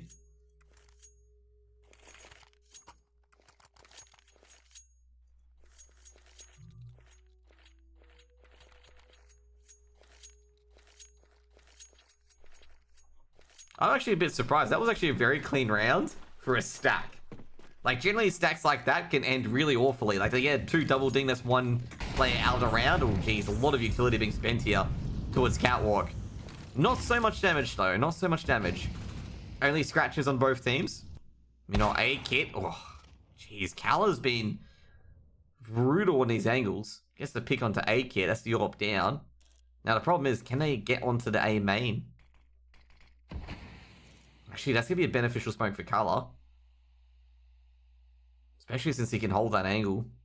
And I think that's the reason why Anonymo, not Anonymo, but Gen 1 are going elsewhere. Because that smoke's actually not very good for them.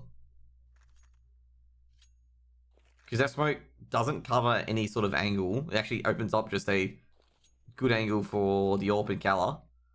Now looking towards Hut. They spot one at Hut. Sturzig pushing forward. Looking towards Donut, they saw a shoulder. He definitely saw a shoulder there. Virtuoso, he's hearing a lot of players come in, going on an off angle. Might get a couple of kills here if they don't check him well enough. He's seen the shadow. They don't line up for him. Great trade by Sturzig. They're pushing in. Out on the open. Sturzig gets 1, but traded out instantly. And it's just up to Bibu in a 1v2. Bibu does get a trade out, gets the bomb. But no, Raiko catches Bibu in 2 mines. Bibu was sitting there being like, do I plant the bomb? Raiko peeks out. He gets the advantage. And Anonymo gets 7.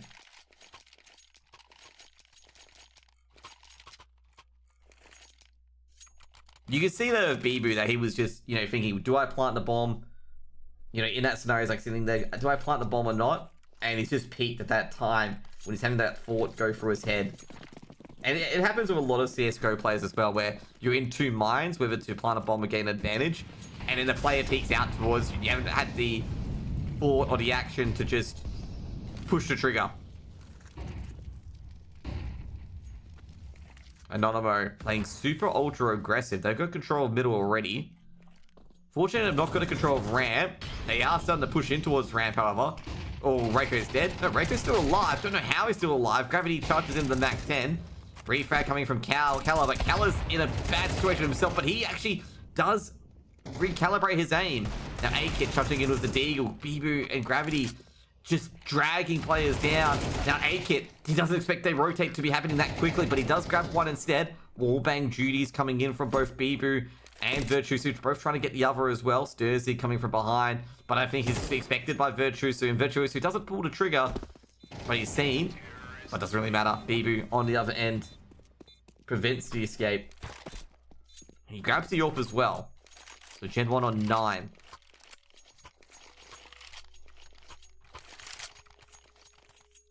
Anonymo calling a timeout here.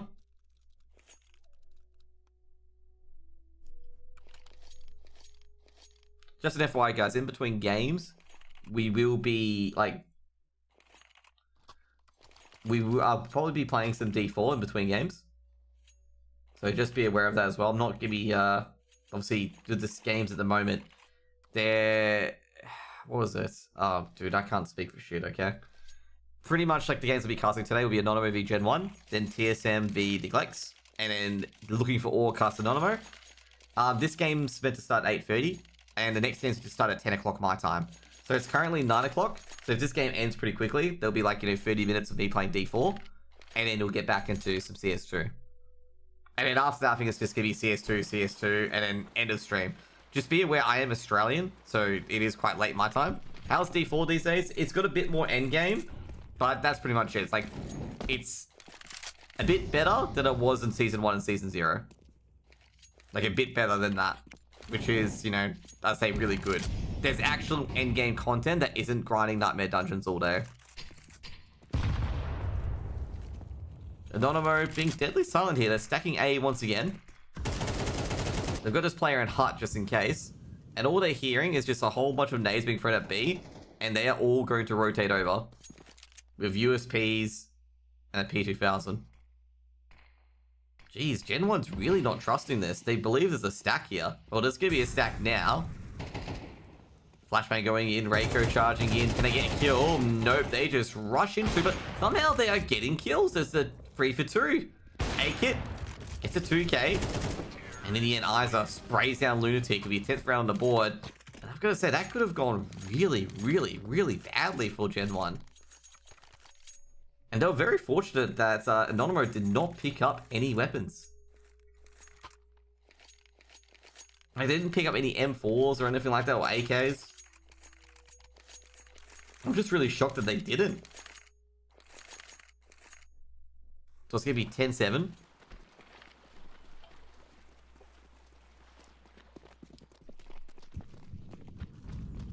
A lot of nades being spammed in at the moment. I was going to say, Gen 1 have been very slow and... oh, great. Reiko with the aggression takes down A-Kit. They've been very slow at rushing into any areas or not. They're being very patient. And they're being rewarded so they don't get, nade damage so much. Real problem with all the nerfs, it was too wild before Season 1. But I'm going to say, like, any build can really shred anything now. There are some really, really overpowered builds, but that's pretty much it. Bibu grabs one. Critical kill. Gravity gets the other from exiting out of cave and never onto a side here, Gen 1. Now Gravity trying to win at B. Able to just fend off for a bit longer. Bomb being dialed in. And this is a must do here. Great trading. Jersey does what he needs to. Gravity is just getting assists everywhere. How many assists does Gravity have? 5. I'm a bit surprised, but Gravity's being the assist king in the last 3 or 4 rounds. Bibu's really showing his stripes at the moment, like really showing his stripes on 106 ADR. He's just been, like, anytime you see Bibu in action, you feel like he can get 2 kills on an entry. Is Rogues and Druids still the strongest? No, it's actually Sorceresses and Barbarians. Barbarians have a build that they can literally kill Lilith in 5 seconds, and same with Sorceresses. Like, they can kill Uber Lilith in 5 seconds. Hammer of the Ancients became even more broken, just an FYI. Opening Jewel goes in the favor of Sturzig. Reiko. Is he gonna check this? Oh, Gravity does check this. Shuts down Reiko. Reiko doesn't even have a chance to respond. Not really much Lunatic can do, just gets busted. And that is going to be a hit on B. But however, Sobel's coming in behind of a 5-7. Could catch a player off guard. Oh no, he's not catching A-Kit off guard. A-Kit looking. And it's just up to Kala left. Kala trying to play the headshot angle. Does dink Gravity, but Gravity dinks right back. It'll be 12-7 on the board. GG? I wouldn't say GG yet. They've got a buy in them. Well, they've got one little buy in them.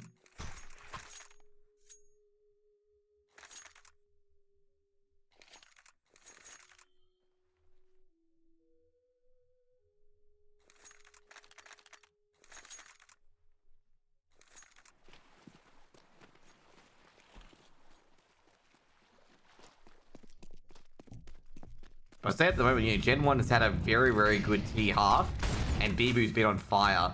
I'm a bit surprised they've got Bibu carrying the bomb. 0 round on the CT map. Yeah, I wouldn't put it down to like Anonymo playing badly. I think Gen 1's playing some really good CS. Like some really good CS. Kala takes down A-Kit. Might be traded. Oh, no, good work by Kala here. Can he get a third? No. Isa to trade. Flashbang goes in. Isa gets to the back of sight. Does Anonymo notice? Well, they should notice now, given how that nade's being thrown in.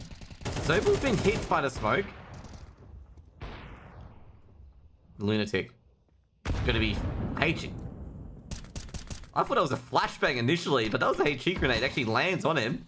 And Isa's got... Oh, jeez. This is a nasty little position in Temple. How did Isa get here? They've got to know at this point that Isa's in Temple. So Anonymo playing for a retake on towards the A bomb site, but I don't realize that the bomb... Well, I think Gravity is going to throw a few nades on towards B. See what information that Isa can get. And react accordingly. Isa looking towards Temple. Doesn't win the duel against Lunatic. But Bibu... What? This man is insane, okay? That second frag was dirty. Sobel, no chance. Bibu. Will he take out Virtuoso as well? Nah, doesn't ban up Virtuoso and Reiko. Clean up the mess. 8 rounds on the board for Anonymo.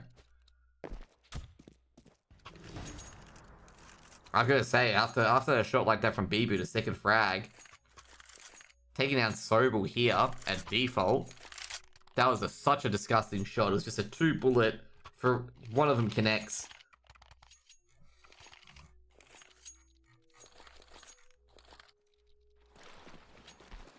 And like that shot was just brilliant from Bibu. I gotta say, great work by Anonymo. You know, basically good 2v2 by Virtuoso and Reiko there. They needed to win a 2v2 because they've been losing so many of these even round scenarios. That's just killing them at this point. Now, Kala takes down Gravity. Bibu, the man of the moment. He's gonna actually aggress this. Will they be ready for a nut? Reiko able to adjust, calms it down, puts another advantage on the board. Looking towards A side. The A side defense from both Virtuoso and Kala. Kala's actually got a good angle here. Probably see first contact from him at A main. Deep smoke. That's going to get rid of the connector. Now Kala, if they peek too far enough, Kala's going to get a kill early on. Molotov been thrown in. Kala's still got the angle though. Misses the first shot. How? Oh no, actually gets the first shot. I was going to say. Gets the second. That should be the round. A-Kit really can't do much. He sees the shadow already. If A-Kit's able to win this at a 1v5, it'll be heroic, but don't really see it being possible. The halftime score was 6-6, as Sweathead said. It was 6-6. Basically, Gen 1's utility damage was absolutely insane. And A-Kit. Bombs... Where is the bomb, actually? He doesn't have it. I think it was dropped on site by Bibu. Yeah, it's dropped on site by Bibu. I can see it. A-Kit trying to save this orb. Let's see what the money loss bonus is like. Yeah, you know what? Like, saving the orb is not too bad here. But he's just going to make sure he doesn't lose it after time. Now, A-Kit. He's actually perfect strangered Reiko here. They're snuck past each other and they don't realize it. They just realize he's on A main. And A-Kit's gonna escape with this orb. If you don't know what the term Perfect Strangers, it's from a song by The Killers. I think, no, it's not by The Killers, it's Crowded House. It's like, you know, we could be perfect strangers. We'd go past each other, not knowing each other. That's the reference, okay? That they went past each other without knowing, okay? Let me find it.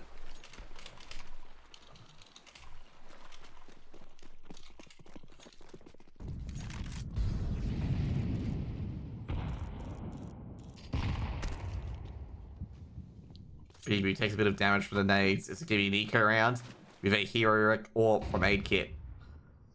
And I'm going to be careful here. If they play ultra aggressive like they usually do, they could lose. Well, they've lost the weapon. They could give a weapon over to Gen 1 and lose the game. And, you know, most of these games that end up really close, they lose to a fucking anti-eco, okay? Like, they have an anti-eco and they lose a couple of weapons and they all fall apart. And it's going to get progressively worse because Sturzig is in a disgustingly good location to hit A with. And their only player on the A site is the Donut player, and the Donut player is none the wiser.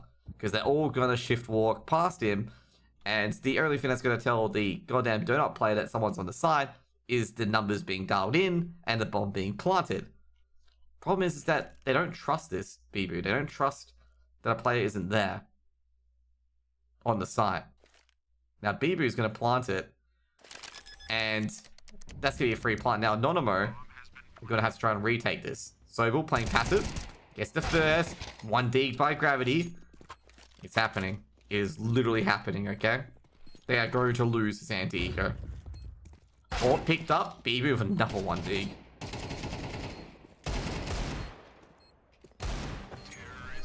There we go. A Bibu Academy play. The 1-digs, the anti-eco, and Gen 1 win 13-9. Okay, I did call it. I did call the anti-eco win there, okay? This is like, I can tell you right now, 13-9 victory to Gen 1. Gen 1 did deserve it, especially against the CT, you know, a CT round that they're very, very good in. But this is classic fucking ending sometimes, okay? Like, when a team's trying to make a comeback, they just lose it to an anti-eco, and it's just like, oh, it is incredibly frustrating, okay? That wasn't a force buy, that was an anti-eco. Like, that was like, you know, just upgrade pistols and that's it. Like, they weren't forcing it up. They were just, you know, just an anti-eco sort of thing. Like, they're upgrade pistols. I don't think they spent all their money into it. Yeah, I was gonna say, yeah, they had 2,000 plus. They were going for, like, a, you know, upgrade pistols and that's it. So they weren't expecting to win, but, jeez. Yeah, I've got it here. I've got the HUD here. So after that round where they won, they had about 6k each. Okay, so they had 2k. Just really got to cap off Bibu's performance there. Like, Bibu had 25 kills by the end of that. And that's just incredible. He played very well, Bibu. Like, Bibu was, like, integral in a lot of rounds. And he got fuck tons of utility damage, too. Bibu had about 450 last time we checked. Was it 450 utility damage?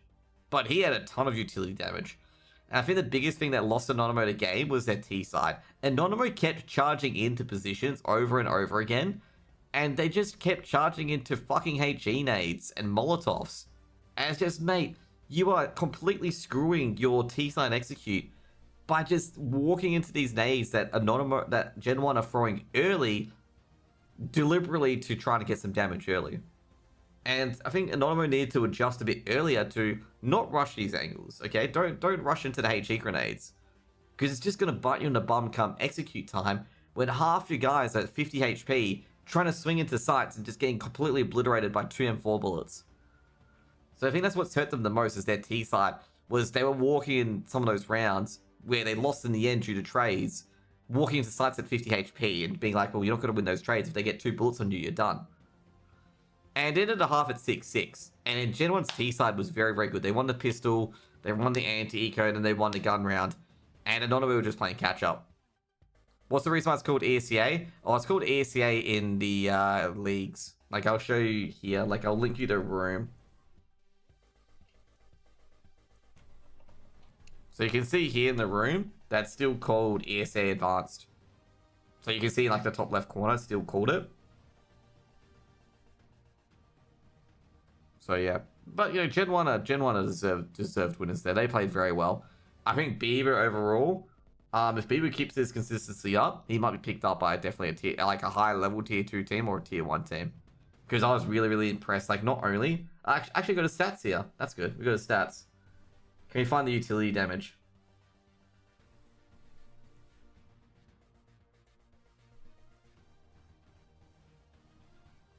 Bibu had 4 triple kills, by the way. He had no one... Yeah, he had 4 triple kills. Just an FYI. And I can't find the Face-It stats. Don't have the utility damage. So I can't really help you on the utility damage. But he had a lot. I could ask him. I could be like, hey, yo, guys, what's up? Like, how much utility damage you guys do? Because they did tons. But it was 450 last time we looked at it.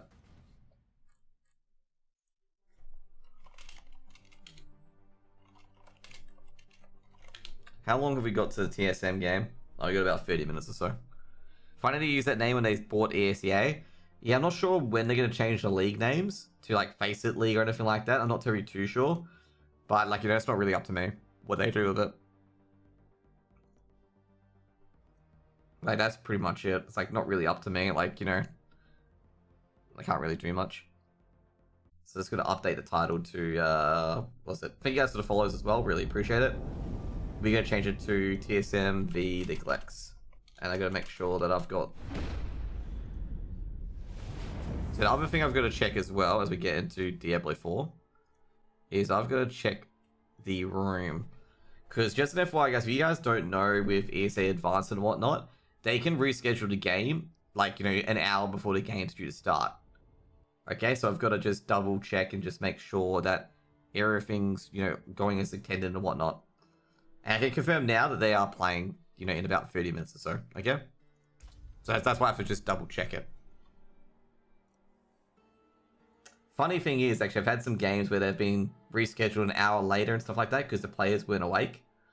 So I've had a funny few of those. It involved Skade and Endpoint, or Skade and Endpoint. Next up is TSM v the Glex. Okay, there we go. Just gonna put that here. Oh, why is my... Okay, there we go. So pretty much what I was doing today was that I got a pretty decent item, and I was just putting it on. So we'll get rid of that.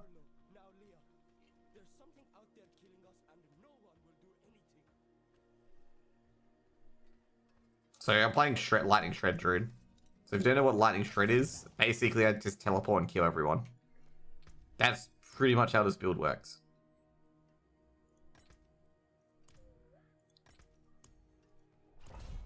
Have PoE announced POT release date? No, they haven't. I did play Krangled with PoE, by the way. It was actually pretty fun until you get, like, you know, the Ranger shit. Okay, I played a Ranger. Like, I got some good Ranger stuff. And then I got the good old wearing shields, dual wielding, and I'm just sitting there going like, mate, the fucking Ranger doesn't dual wield, bro. And I had the Keystone talent where your health is 1, but all like you absorb all chaos damage. And I'm sitting there being like, oh, this is like worthless for me. Because I don't have the unique that makes all my damage, like makes all damage. I take chaos damage. And also make me immune to chaos damage as well.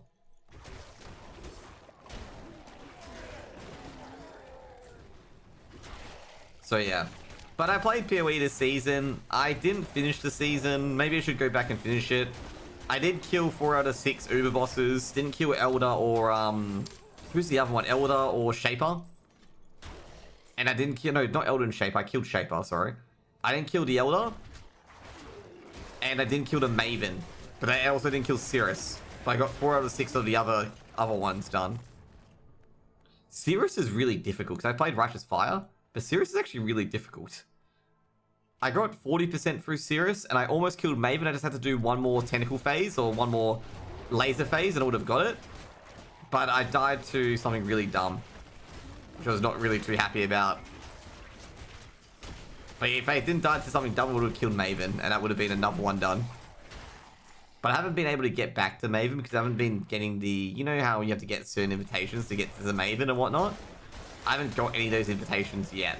Like, to attack the Maven. Sorry, it's not the... It's the Crescents, that's right. To, you know, take on the Maven.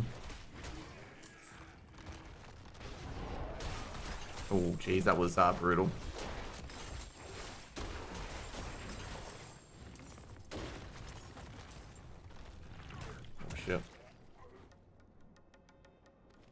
So you can see here, for example, I just teleport around and just slash people to death. That's literally my build.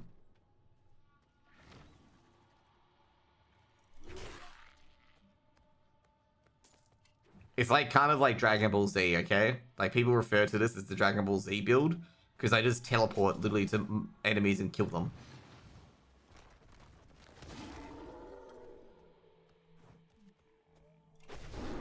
Like you see here, like I'm just teleporting around.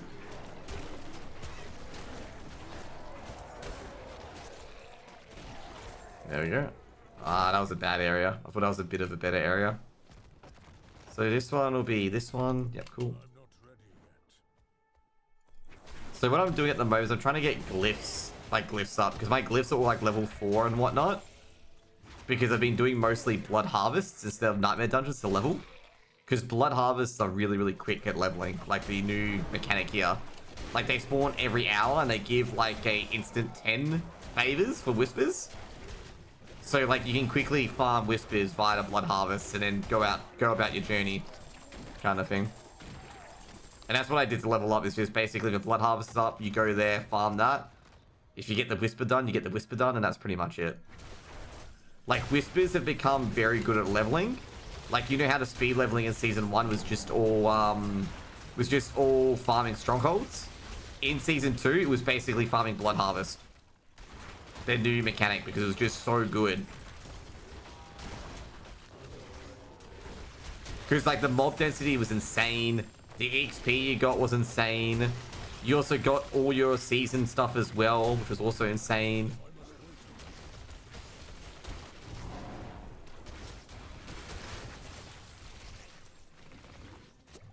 I also got one of the Uber rings today, the Uber unique rings, but like it was sacred, not ancestral, which really pissed me off. It's the ones with the one where you it's the heart, you know, the heart where everyone gets pulled in when you've got your ultimate. That's the one that I got. That ring is sacred, and of course that heart is so good. Like the ultimate one is so good, especially if you're playing Pulverize or Shred. It is so good. Because they just poured in and you just basically annihilate them.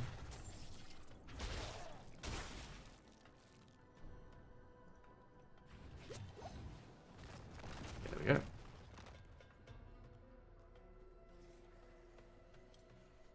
To be fair though, I gotta say that build, the ring can be a bit grief at times. Like I remember like a few times where my Grizzly Rage would drag them all in, but it would drag them behind me, so my Pulverize didn't hit them. And it was such a grief, okay? If it's not obvious enough, I had the Pulverized build where it's a Shockwave. So pretty much I don't want him to be behind me, sort of thing.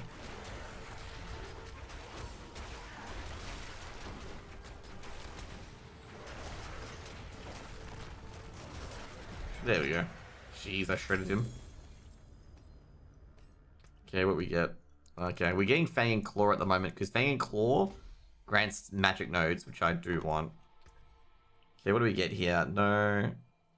Any good rings? No.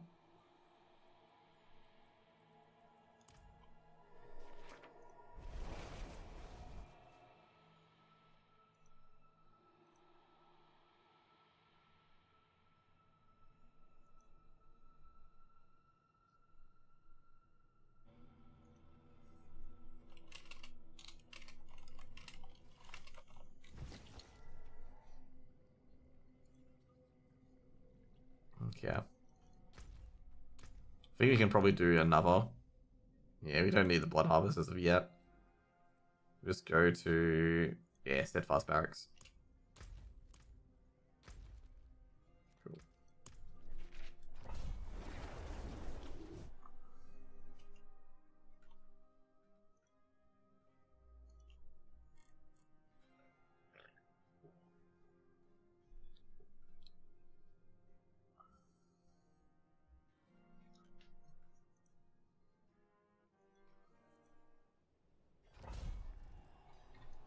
Oh, fucking lightning cooler.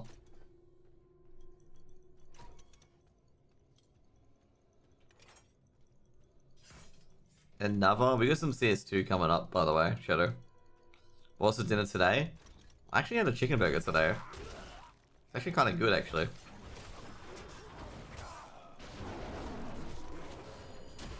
Oh, you're fucking kidding me. That was grief, okay? That was a grief on the cooler. Making me run around like that.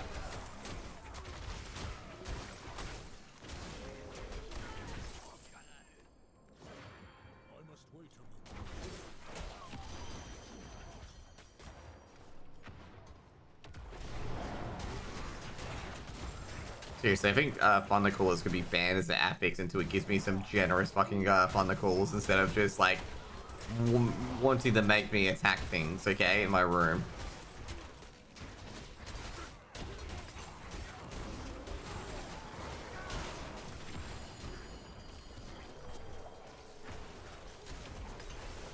Oh, yeah, by the way, Shadow, did you hear today that the AU Road to World First is going to be casted. Okay. So it's been in kind of the works like for quite a while, because I basically told people like there's a lot of AU guilds that get zero fucking coverage, but perform quite well, like honestly, and copium and whatnot. So I got all of them covered. So that's gonna be some good news there. I didn't get to cast any of it. Like obviously, I should have really asked. I think it's a bit of a shame that I wasn't covering any of it, but you know. Did you kill the Lich King yet? I've killed the Lich King on 25. Like, I've killed the Lich King. Like, that's not an issue for me. I'm not playing Classic too much anymore. So what happened, I think I've told you as well, that my Classic guild kept putting me on Tuesdays, okay? And I can't do Tuesdays because I'm always an hour late. So basically, they've told me after we talked about it, I'm just like, well, you know, we're going to take you out of the Tuesday group because you can't do Tuesdays. And I'm like, yeah, I've told you guys this for like 3 weeks. And I'm like, well, you know, you're just going to have to look for another guild then. And I'm like, okay, I will. Like, I just don't know, like... I don't know why they keep doing this, where they don't want me to be on the Sunday and Monday group. Because they said, like, last time I brought it up, I'm like, oh yeah, then you'll just delay the Monday, Sunday group. But I'm like, we'll do most of the progression. Like, I'll only be late by, like, 30 minutes or so. But I just don't know. Like, I really don't know what they're trying to get at. It's like... Like, I just don't know. I just don't understand. I'm just like, yeah, just put me in the Sunday group. Like, you know, we have Sunday, all of Sunday I can attend. It's just Monday, I'm a bit late. That's it. And for Tuesday, this is the worst part, because Tuesday, just remember, for Tuesday, it's only one raid night. Okay? So it's even worse to put me on a Tuesday. But, I don't know, like, they just didn't listen. It kind of feels like they were trying to force me out of the guild, okay? That's pretty much it. Like, that's what it felt like. They were trying to force me out of the guild. I'm just like, mate, if you're trying to force me out of the guild, like... I don't know why. Like, why would you force me out? Like... I play tank and play DPS. It's confusing.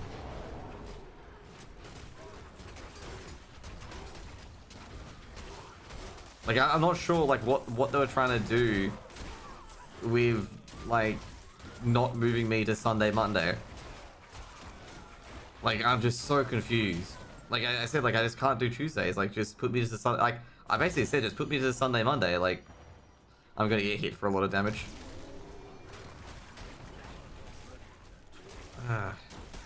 It was so frustrating. Like, it just didn't have, like, I'm gonna say right now, it just didn't have to be this way, okay? Like, it just, to be honest, it just didn't have to be this way. It was so, it's just so dumb.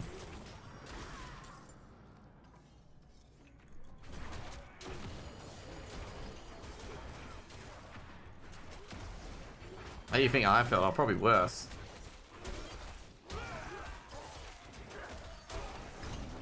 Like, I just... As I sitting here, I still don't understand. Like, they could have just put me to the Sunday, Monday run. Yeah, 30. You lose 30 minutes to an hour, but hey, you got like more progression, kind of like I don't know. And like, I don't think they have a reliable. They don't have a reliable 3% damage either. Just an FYI, because I talked to people in the Sunday group. They don't have a reliable 3% damage. Like it's confusing. Like, they don't have a reliable person that can give 3%. They have to get a mage, I believe, to respec arcane. And it's just like, what is going on? Like, that is dumb. And it's not like I'm not prepared either. Like, as a tank, I have a full frost resist set for Sindragosa.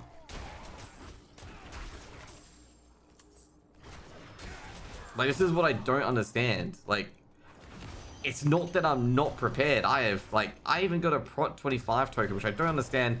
Like, they'd be like, oh yeah, you can go prot, and then want me ret after spending my tier on 25 prot.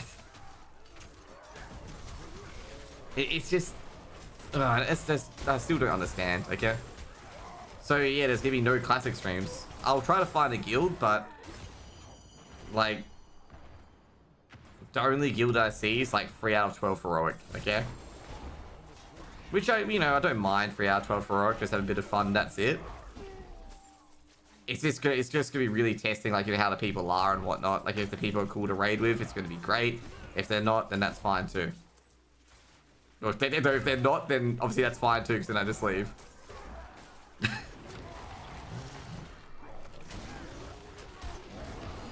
Moves? Yeah, I just don't get it. Like I really don't get it. Dude, I got DMs from like some of the guys that are in that Sunday Monday, and they're like, "Oh, why aren't you not in the Sunday run?" I'm like, "I don't know." Like, pretty much it. I've asked to be in the Sunday run multiple times. Like, they just don't understand. I don't understand either. Anyway. Like, there are a lot of good guilds that are just not my time. Yeah, as you said. Like, yeah, a lot of good guilds.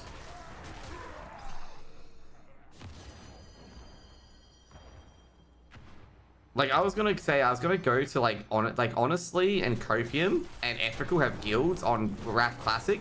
I was gonna ask them if I could just be a social in that guild, but it's not gonna bother them, because they're doing, world first progression.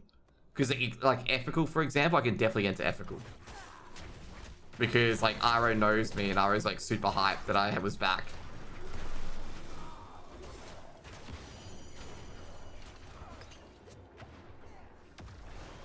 It was just, yeah.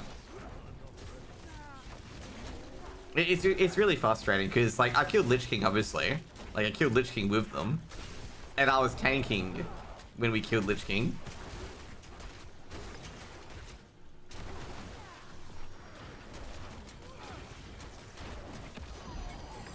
So, yeah. Do you get any uniques? No, I did not. We must be one off to not get Fang and Claw done. Yeah, one off.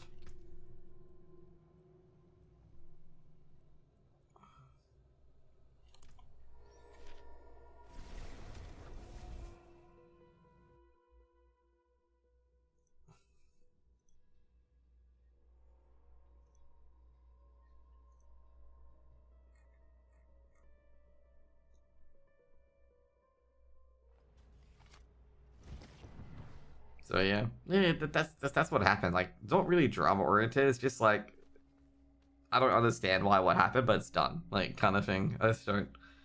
Anyway, like, I didn't like maybe I was not really good at the game, but I don't really see an argument for that either. I can break that down. Like, you can't, like, I was gonna say, like, honestly, from my POV, I don't know from anyone else's POV, but I don't think I'm that bad at the game, like, as opposed to say, like, I'm not top tier ret, like, I'm probably 70 to 80% top, in that ret area, like, 70 to 80%, obviously not top 90 or top, 1%, but I'm not that bad where you want to sub me for not being able to do mechanics and whatnot. Like, if anything, I paid more attention to mechanics and sacrificed my DPS to make sure we got through fights. Like, for example, like, I would use Blessing of Sacrifice on tanks and stuff like that, and bops and stuff like that, just to keep people alive and not to pad meters and whatnot.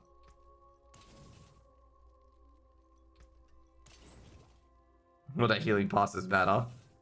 Yeah, they don't matter too much. Because healing passes are all basically cheese.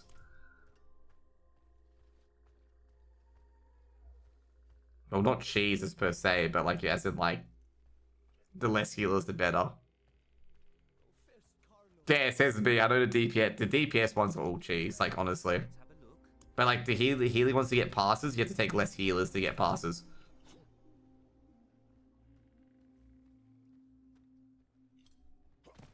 Competing against methods and small. What I mean is like, not that part, but to get passes, you have to do like, you have to have bad healers or no healers. Let's see what you got. Crap. Oh shit, I gotta check if there's any second rare gloves that are good. I didn't realize that either. But yeah, like, we had a really good guild there. It's just, I just don't understand why it ended the way it did. But, that's life.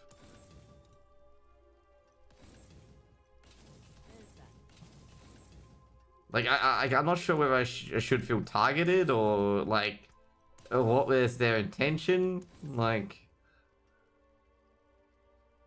let's just put it this way. Okay, Shadow.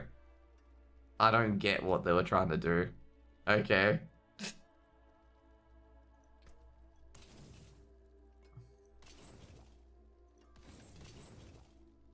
You're a small cock of what happened? Oh yeah, pretty much it, but it's just, I don't understand why it had to happen to me. It's confusing. That's actually really good. Ah, fuck, I wasted such a good, thing into this, gloves for it. Because that gets attack speed. We can get rid of crit strike chance to injury for something else.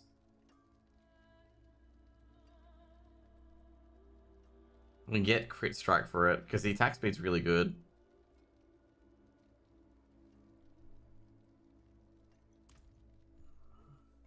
Yeah, just strange thing called a job. Well, talking about job, by the way, I got referred a whole bunch of fucking clients.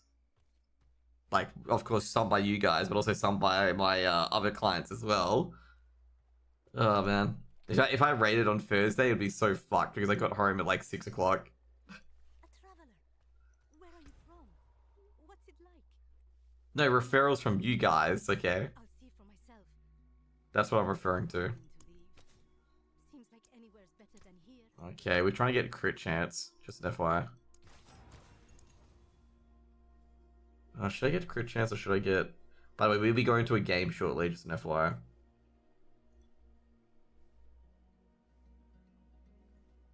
Oh, no, I'm from my clients, not from your clients. Like, from my clients, those referrals. Like, not from your clients in particular, like, my clients referring me more people. So you want crit strike chance or willpower? What do you want?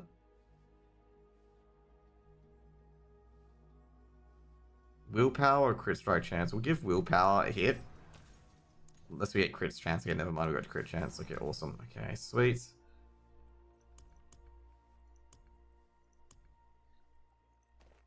Oh shit, someone's destroyed it. Don't want to destroy it. Then they do 3 others. Oh, that's pretty much how it goes. Like, oh yeah, what's this one? This is the Grizzly Rage. So not that one. 3 seconds. Yeah, we'll just do 3 seconds for Grizzly Rage. Yeah, that's pretty much it. Like, and one of the ones is like the client is a lot bigger than I expected. Okay. Oh, do we have inactive powers? Oh yeah, we do too. Didn't even realize it. So we need to put ferocity on one of these, and we need to put the eternity on the others.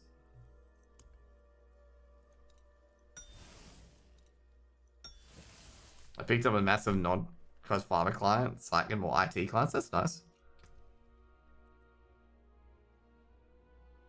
Okay, now we got to upgrade the gloves here so we can get full shred.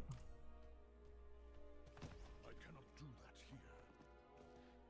What time is it? 9:46. Okay, let's just ask this guy for forever for this one.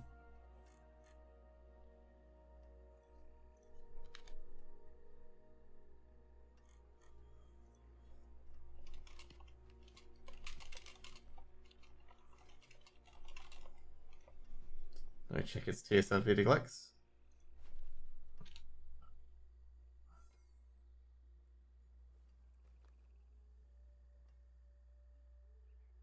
It is. Okay, awesome.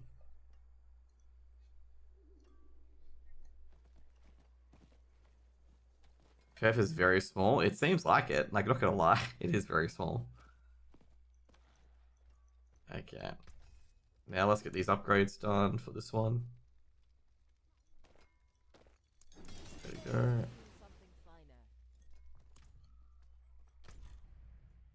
Okay, what we do is we can probably get a whisper done quickly as well. Like, we can get one of these ones done. Probably this one. My claim to fame, 708 Gen, oh yeah, Shane Warren's.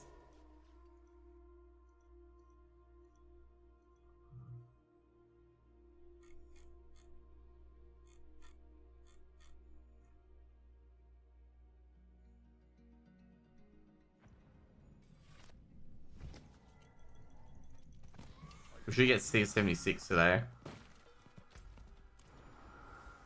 Oh.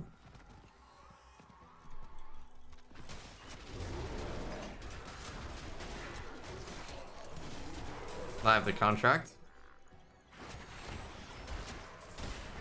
That's nice. But yeah, it's just been insane. Like, I've been in and out of meetings for referrals. I've been trying to get one referral in for a meeting, but like they've been just putting it off for a bit. But I've been telling, like, you know, like, come for a meeting, we'll see if it works out. If it doesn't work out, it doesn't.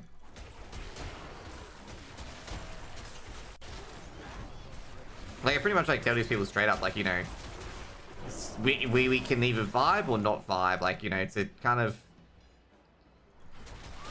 whether I'm the right fit for you or not.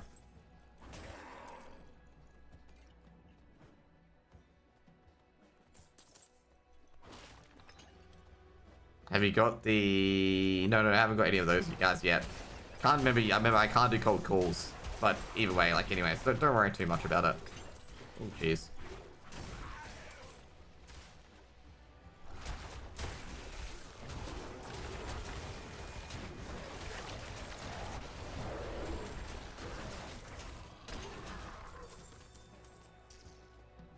Where are these fingers?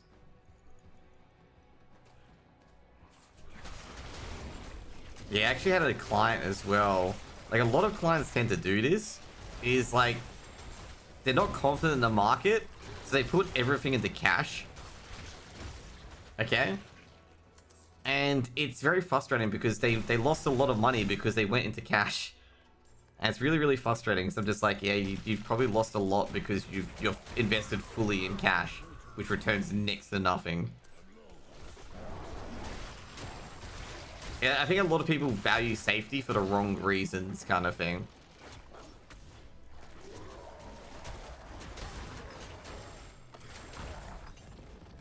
Like, you can't be getting a return and having a safe investment. Well, deflation, which happens never exactly. Like, I'm not saying, like, you know, it doesn't happen. I'm just saying it's for the wrong reasons why they're playing safe. It's like, oh, so if the market goes down and I don't lose so much, I'm like, yeah, but you're not going to sell out when the market's down, are you? Like, we're going to have a strategy for it. Bonds? Like, with bonds as well, like, with our strategy overall, is that we're going to have bonds in there. We're going to have, like, you know, a finger in all markets. It's not a popular tool, but it's getting more popular with every interest rate rise. It's actually very popular with us at the moment, like bonds and whatnot, because their fixed interest return is quite high. And the volatility in the market. What's the average return? I've seen a few floating rate notes go for like 4.65. So that's still very good, considering, like, you know, you get some sort of security for it. I've seen some longer duration ones. Like, there's obviously government bonds, by the way, not, you know, not heavy risk ones. Like, it's not like, for example, like going to a tier 2 bank where you'll get, like, you know, probably get about 8 or 9%. But that's not what you're trying to go for. Like, a lot of people forget that as well. Like, you know, you're not trying to shoot the moon when you're trying to go for bonds. You're trying to just protect your assets. Like, if you're trying to shoot the moon with bonds, you're just going to get punished. Like, there's a hybrid that's out at the moment at 10%, 10.5% on a hybrid. Okay, and it's got a, I think it's got an 8% risk fixed premium. Which is insanity. Which just means, like, you shouldn't be, like, if you're investing in that, that's considered an equity, I feel. Because, like, a bond is just, you keep something, get some income on the side, but realistically, you try to preserve your capital. And if you need any capital at any time, you just basically refund your, you just basically sell your bonds. What draw? I have Malignant Heart, okay.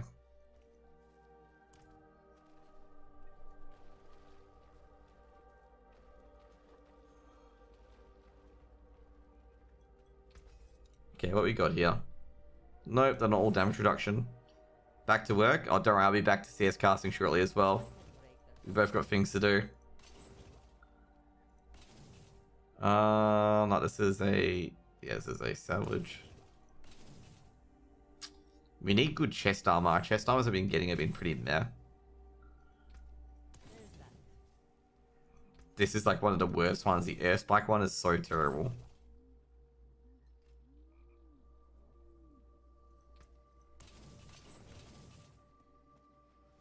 Okay, that's good. That is good. Wait, what? I didn't realize you could get a 4th rank of Shred. Oh, never mind. This is the fully upgraded one I've got. Okay, we need to get rid of that. Never mind. I did not pay attention.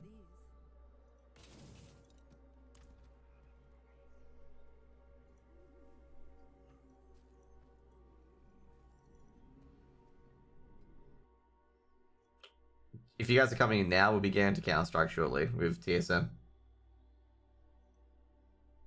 Just completing these last few things in Diablo 4. But yeah, as I said, Shadow, it just really sucks. Like, you know, I did want to complete, obviously, like, get into, like, finish Heroic off. But yeah, it's not gonna likely happen now. And that's the end of my classic journey. I'm not gonna play Kata. So I should actually preface that now. I'm definitely not gonna play Kata. If I wanted to play Kata, I'll just play Retail. To be completely honest.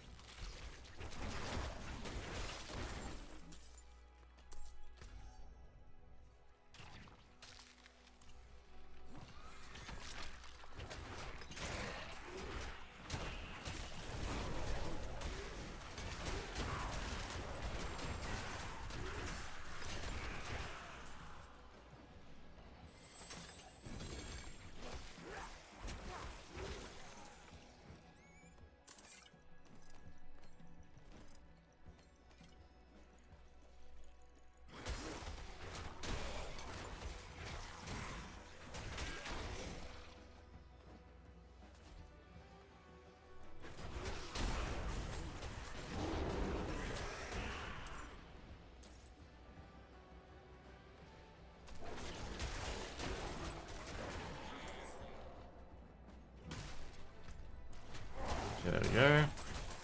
It's like we don't have to get through the Bloodseeker. If we had to do the Bloodseeker, but we don't. It's the ghouls that we have to do. And the destroying shit.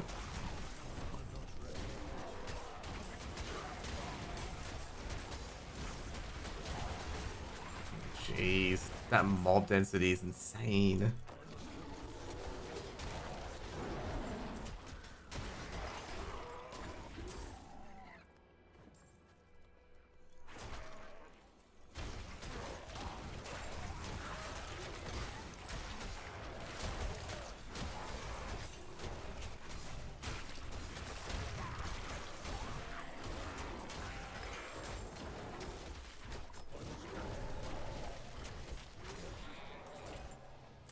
Holy shit. That's what I'm gonna say with the amount of damage I just did just then.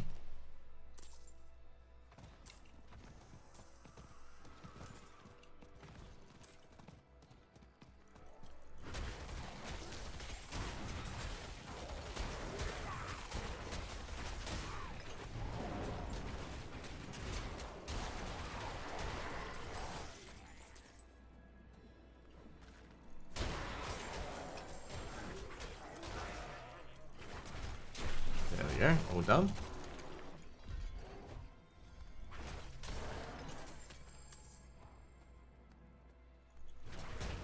I'm not sure if I get all the fiends and stuff done. Yeah, I don't think I will. I get this last secret key and we'll go into the game.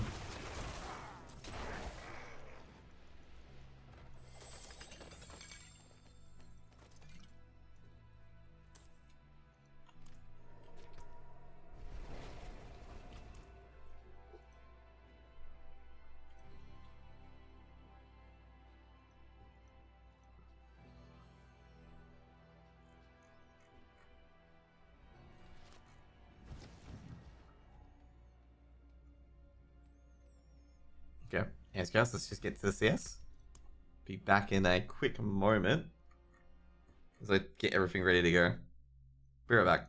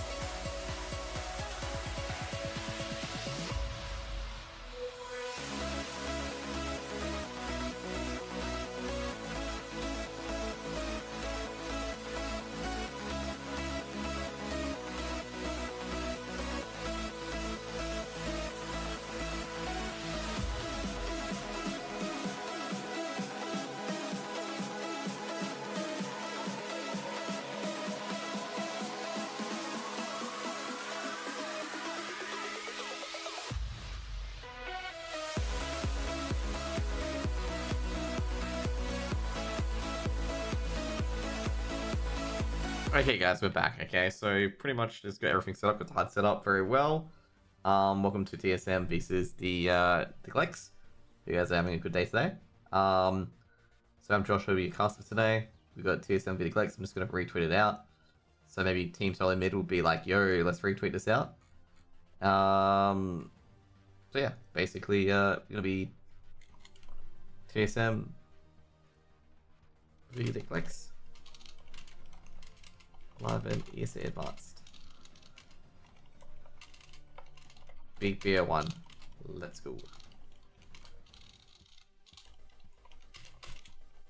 Okay, there we go. So, pretty much, like, I do expect TSM to win this. Like, I'll be a bit surprised if TSM do lose this, given that when I look at the Glex team, and I don't know many of their players, so obviously they just got up from main. They still have something to prove, however. So, you know, just coming out of main doesn't mean that they, you know, are useless and will not win a game. But, like, you know, they're not favoured to do so, so they have a lot less to lose. However, on the other end, though, with Team Solid Mid, you got some great names in there, like Lambert, Valde, Inters, Jax, Cypher, Moto. You got a lot of really good players in that lineup. And, you know, some misaligned players that, you know, fallen out of teams, been the unfortunate 6-person that has to go and whatnot. And you got some really good experience heads in there, being Jackson Lambert as well. You know, experienced a lot of IGL roles and definitely tournament vibes and tournament pressure as well. And yeah, you got your Inters. Obviously, of course, Inters has been floating around ever since he got kicked from Gambit, which was one of the silliest decisions I've seen.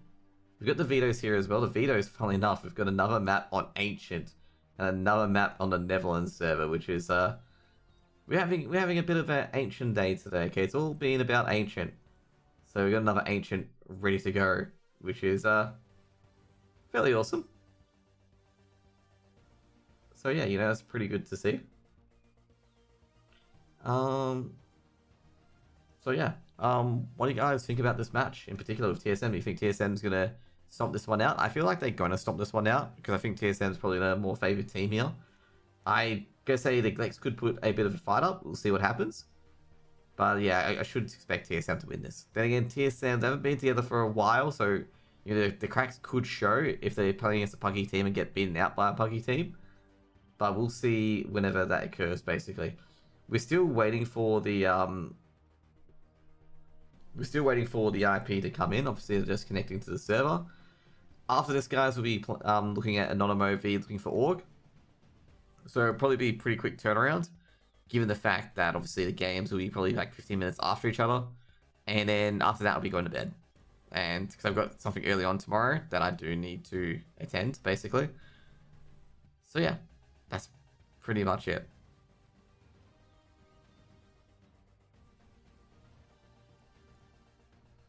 I'm just trying to look for the IPs for you guys currently. Have we got anything at the moment? God, getting a bit tired already. That's not ideal.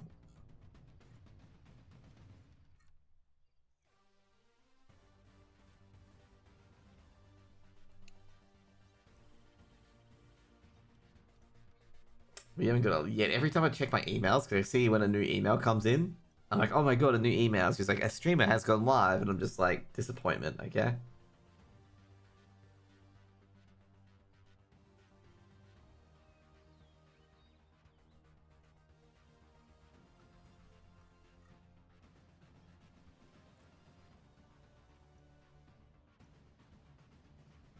I was gonna say, looking at Brawl Stars, so the talent is this is at DreamHack Winter, I believe. 14 days away. Yeah, it's at DreamHack Winter. Oh, so Frankie's gonna be at DreamHack Winter. I did not know that, so I can probably see Frankie actually.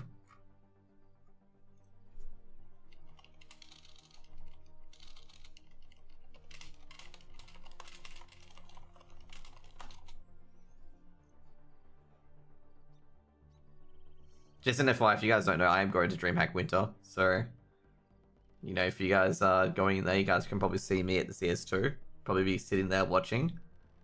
And you guys be like, who's that guy watching the CS2? And I'm like, oh, that's the caster guy that fucking said he would be there. Okay. I'm not casting it, just an FYI. If you think I'm working talent there, I'm not working as talent.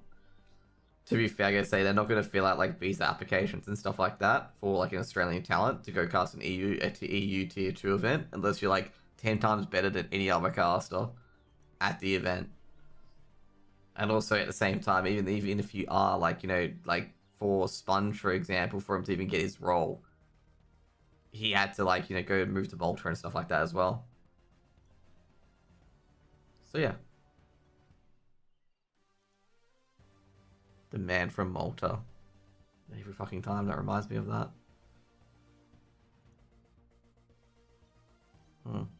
I think Forever like does go to work eventually.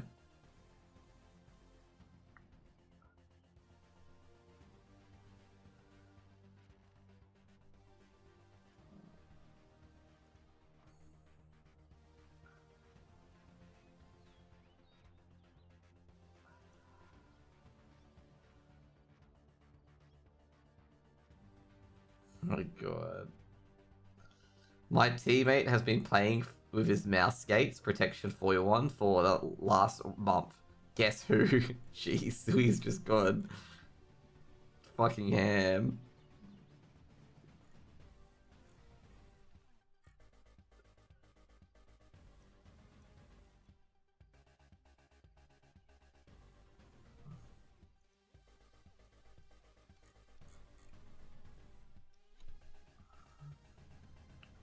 Might be the same one, or I'll check the relay, see if the relay's still the same.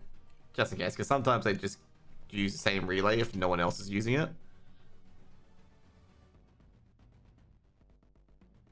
Because they're in the server.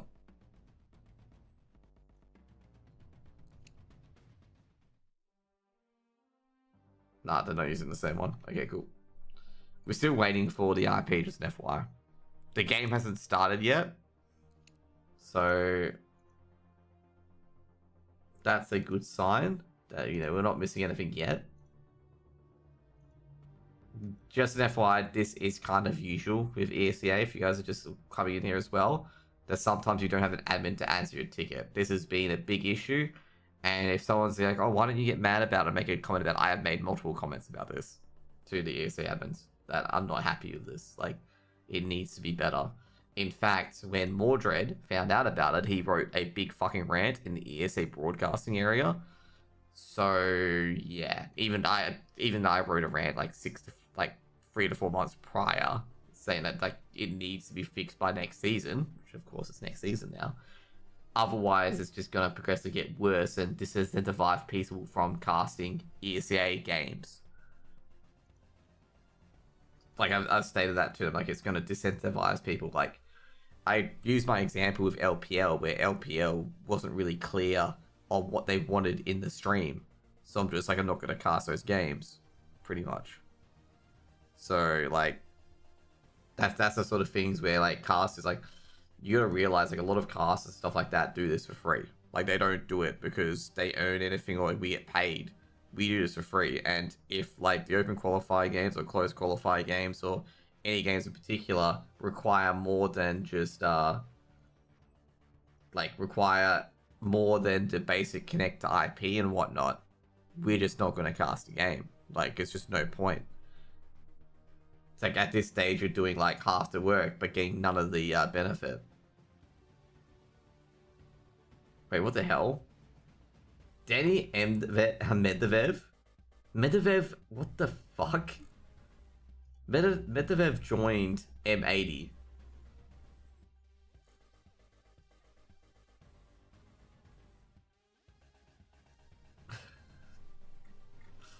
That is nuts. That is actually legitimately nuts.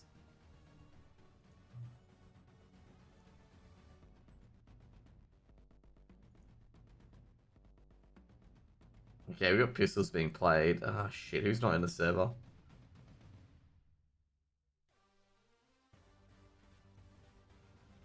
I haven't had an answer, by the way, from any of the admins yet.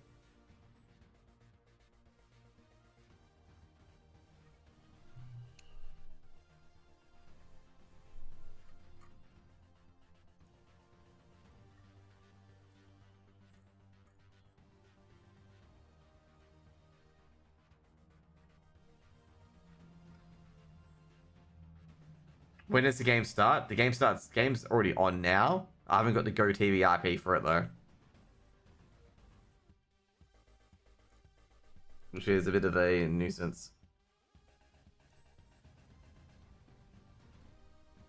I've tried the relays I've had previously. They didn't work. There's no game that pops out of it. I am going to just bump my ticket up.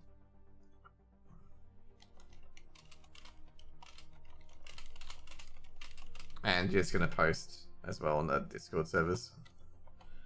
Just going to make sure the link that I've got works as well. To make sure I'm not linking a game that's already been done. Okay, cool. So just to give you a heads up, because most of you guys don't know how this works, because yeah, you won't understand how this works. So pretty much to get an IP from a game, it used to be just on the ESEA website. You could just get the IP, that's it. It was public. Now we have to do this support ticket. We have to submit a support ticket to get the IP, but you can only submit the support ticket for the IP when the game has started. Like the game has connected and stuff like that.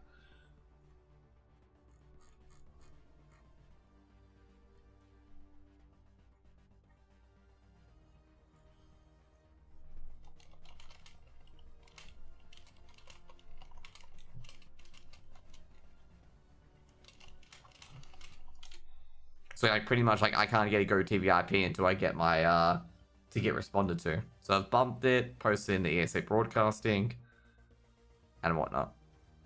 Kind of can be a bit annoying and frustrating. Fortunately, I've not played a pistol round yet, which is good. So yeah, it's basically they've just done the knife round, just an FYI.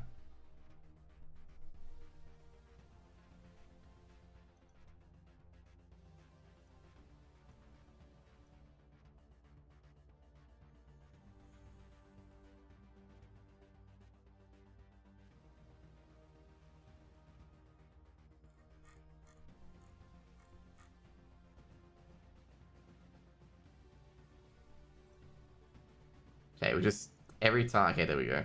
Cool. Awesome. Okay, guys, we have the Go TV relay very shortly. Sorry about this. It's just like I think what happened is that Forever's gone off, to do his stuff, and a new admin's just coming on. So, yep.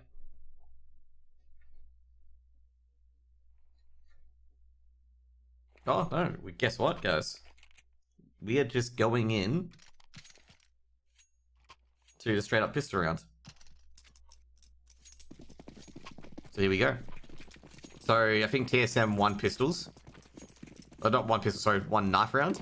So it'll be on the CT side. Actually, it would depend, actually. No. Iron Golem. Just going down to A main.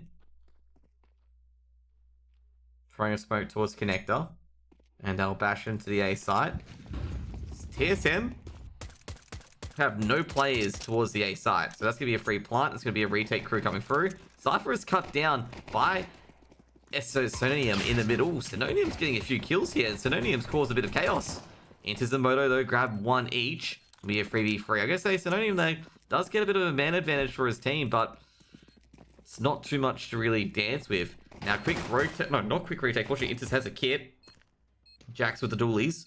They've really got to start pushing the issue here because they don't have time. Moto pushing the issue. They don't get a 1-for-1 that they definitely need. They find all three, but basically Jax has been hit in the back. Now Intis can't connect the headshot, and Unique will punish Intis as he peeks out. That's going to be a first round by the Glex. Yeah, they kind of just had to force the issue. They had to force the contact play. They had no utility. They had to get the initial pick. They're all hiding around. And the Glex slowly but surely just able to eke out around there. Got close. Got quite close. Should be able to win this anti-eco quite easily.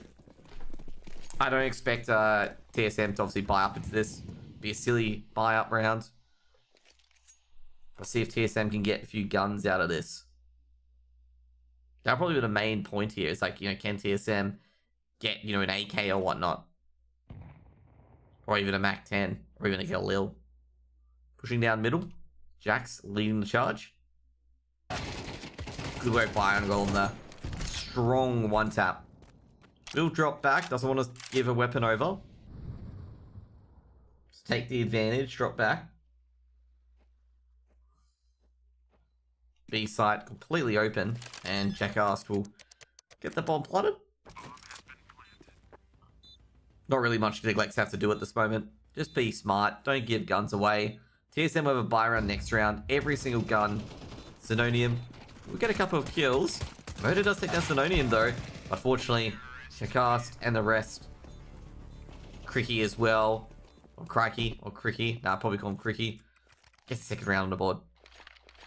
Also, very good protection of weapons as well. Basically, TSM went unable to escape middle once they got the initial picks.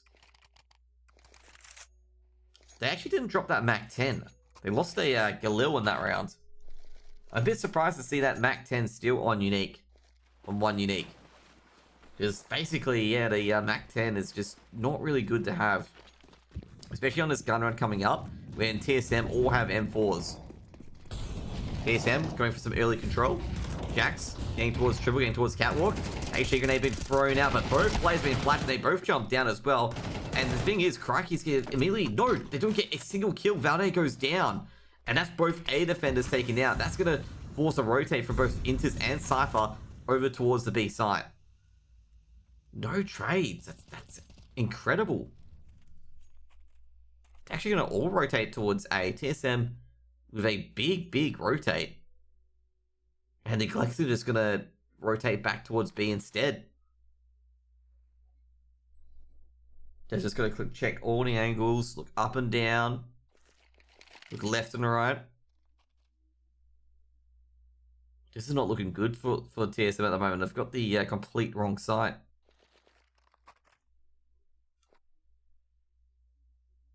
Enters deep in towards CT spawn. Very deep, as you can see on the minimap here. It's not even on the map.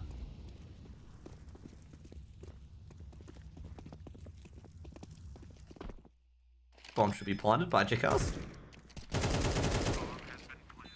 think they're a bit surprised there that was a free plant. Not really much TSM are going to do. Crikey though, he's lurking around. Could get a couple of kills here. Crikey, will he spot anyone? Taken down by Cypher. And that should be potentially an AK picked up if it is an AK. Cypher waiting for a player to go for a T-spawn. Doesn't see anyone. So he's going to drop back himself. Try and play exits so you guys can see.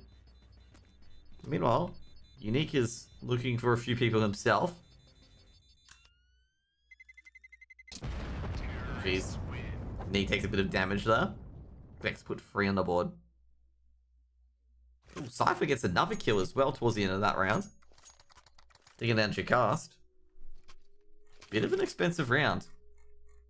Just a bit of an expensive round.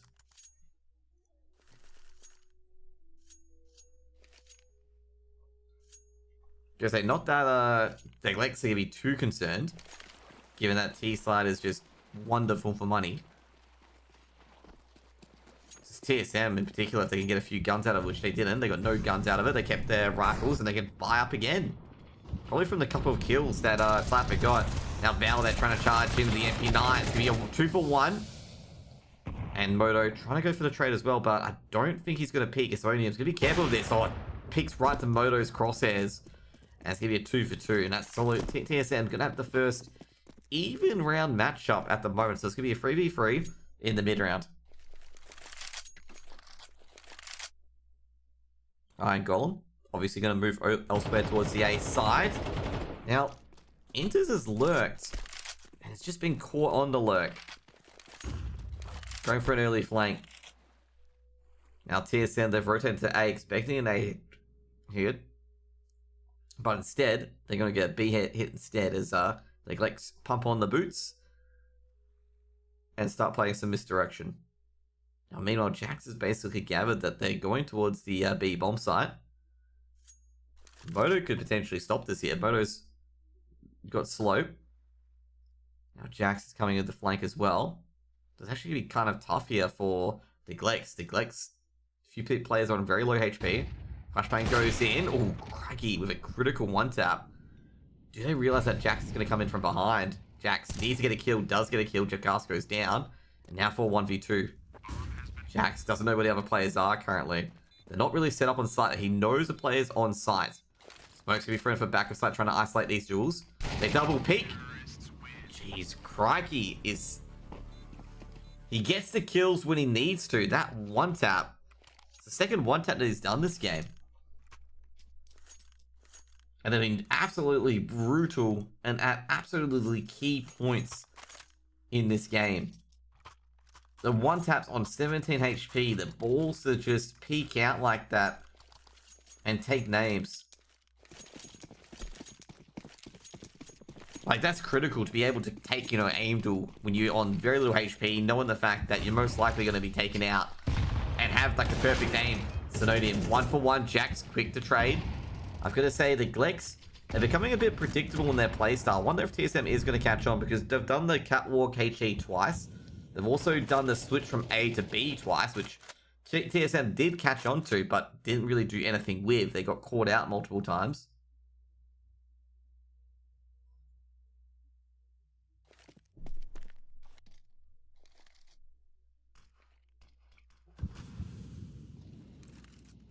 Glex on 4, doing very well at the moment. Keeping TSM on nothing. Glex are switching up player though. They're playing a lot slower.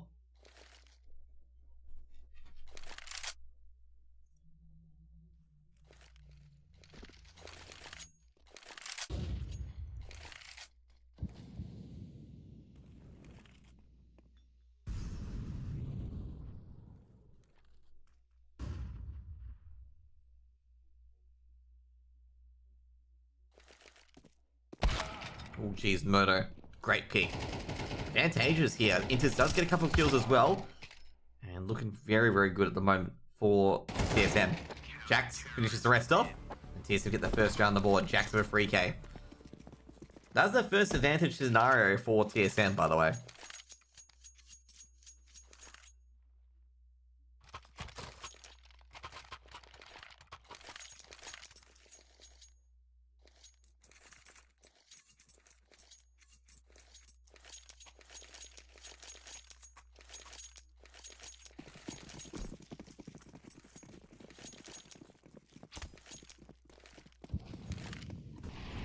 Crikey, trying to push in. A lot of nades being thrown in. And both teams, both players have just dropped back. They've been like, okay, we'll throw our nades and then we won't bother at all.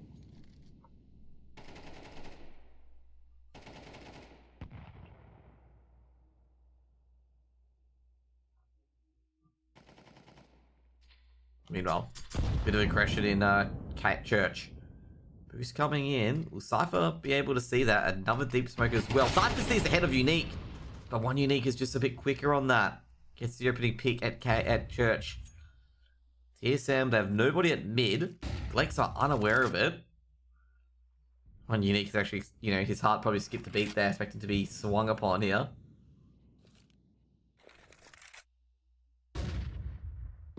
Another flashbang as well.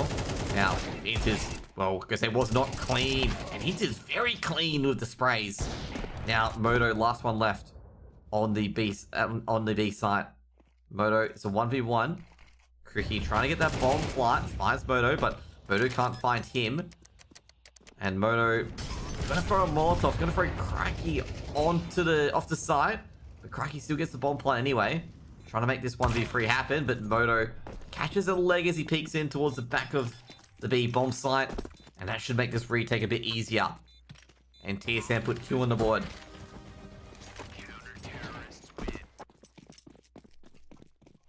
TSM starting to breathe a bit of life here. 2 rounds in a row.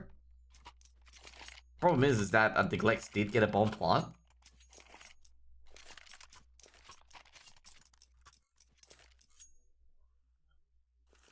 So should be able to get a few buys in.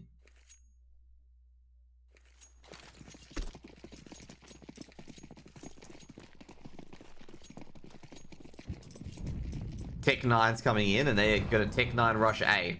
Which means Jax, you have got to do an amazing job on holding this. Jax vision. Jax go for a HE, he's expecting this. Tech 9 comes in, that's only 1 charge so far. Valde does get the opening kill. And the rest are coming in, streaming in after. Valde gets a second. And the 1 dig's occurred. One Unique does get the trade as a 1 dig, but Nothing else at the moment. Fortunately, Cypher on Donut, he holds. And it's just up to one unique. They do fend off the Tech 9 rush. And Jax, well, he gets one in the end, Jax, after me expecting him to get about 2 to 3 kills, given the fact he was only one on Cypher. Valde able to get a quick 2 himself.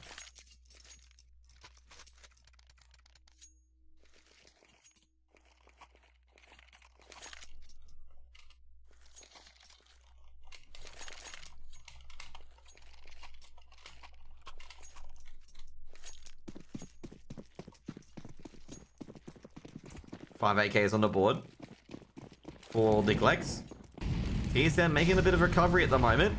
Deep HGs. I'm going to say right now, like, TSM and the Glex, both of them are being very, very aware that the other team could be throwing nades. As you can see here, like, they're always backing off after throwing an initial nade. Moto heavily tagged up. Will be taken down, but Valde with the trade. It's a 1-for-1 trade.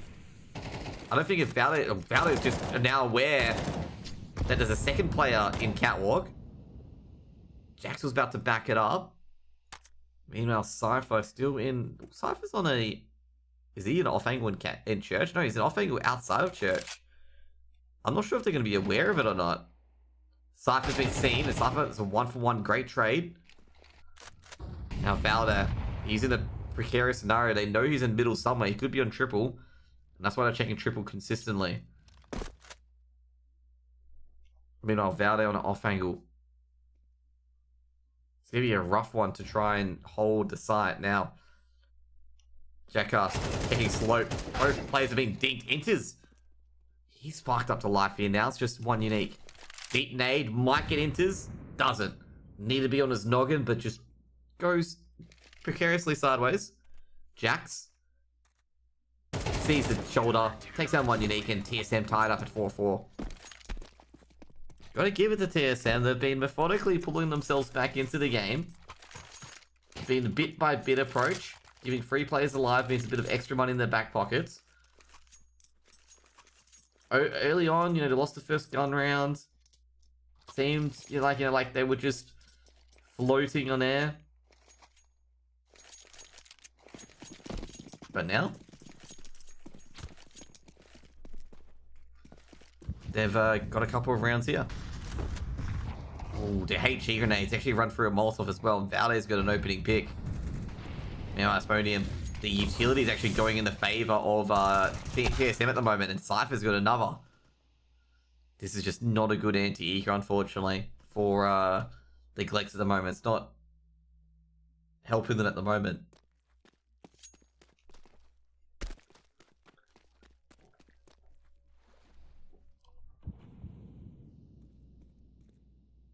Jackass, can he get a 1D? Doesn't get it. Valde drills him to a wall. They're just hoping for this anti to get a bit of damage on some of the players, but the utility damage dealt early on pretty much dealt a heavy blow to the Glex. However, these are two players that have not been hit by it, so unique with a Deagle, P250 on Iron Golem. Might be able to catch off Cypher here. Cypher once again going the off angle. Did I expect it to be on this sort of angle? He's isolated both jewels, but one unique has answered back with a 1D. Will pick up a grenade. Doesn't pick up the M4. Doesn't want to check down towards triple because he knows that wasn't Valde, and Valde's been in middle quite a bit. So he doesn't want to check down towards pit just in case he just bumps into Valde. Unique. He's got to be careful here because Moto's holding one of the angles. And he may be baited into aggressing and he'd just be picked off by Moto. Looks towards back of sight. Moto. Quick on the trigger. 5th round on the board for TSM.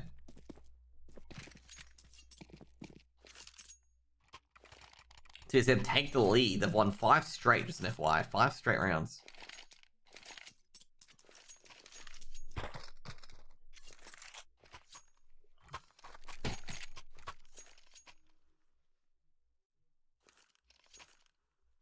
The Glex haven't really been able... I don't think the Glex have got a bomb plant in the last 3 rounds. So this buy is not looking terribly strong for them. A lot of utility being thrown in. They're trying to get some damage early. Cypher's taking a lot of damage as well. He's got to the bottom of ramp. Lex are going to be careful here because basically Cypher's in a very strong position. They've taken control of mid. But they've lost ramp as a result. A lot of all they hear is just AK bullets. Intis takes a bit of damage. Cyphers, he does get his man eventually. Deep HE grenade. Cyphers taking a lot of... Or Cyphers taking a lot of damage. Skirmish is exploding across Mirage, Ancient at the moment. Now they're gonna re-smoke. Donut. It's gonna be a deep smoke. Will he be expecting a player to be in this smoke? Hasn't heard anything yet. The guns coming out they can't hear, by the way. So even though you're hearing these guns being loaded up, they can't hear that. Valde's got another smoke on him. And it's going to keep buying time.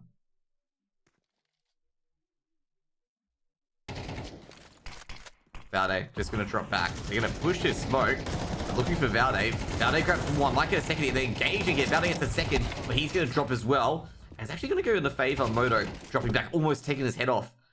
As Iron Golem tries to peek it, but Iron Golem straight in the ribs. And Moto will get 6 on the board. Valde, what a hold from Valde there, given the fact that he was able to hold, you know, off for a few for about 10 seconds or so on a really, really weak angle in a one and done position. He's able to just hold on, try to buy a bit of time.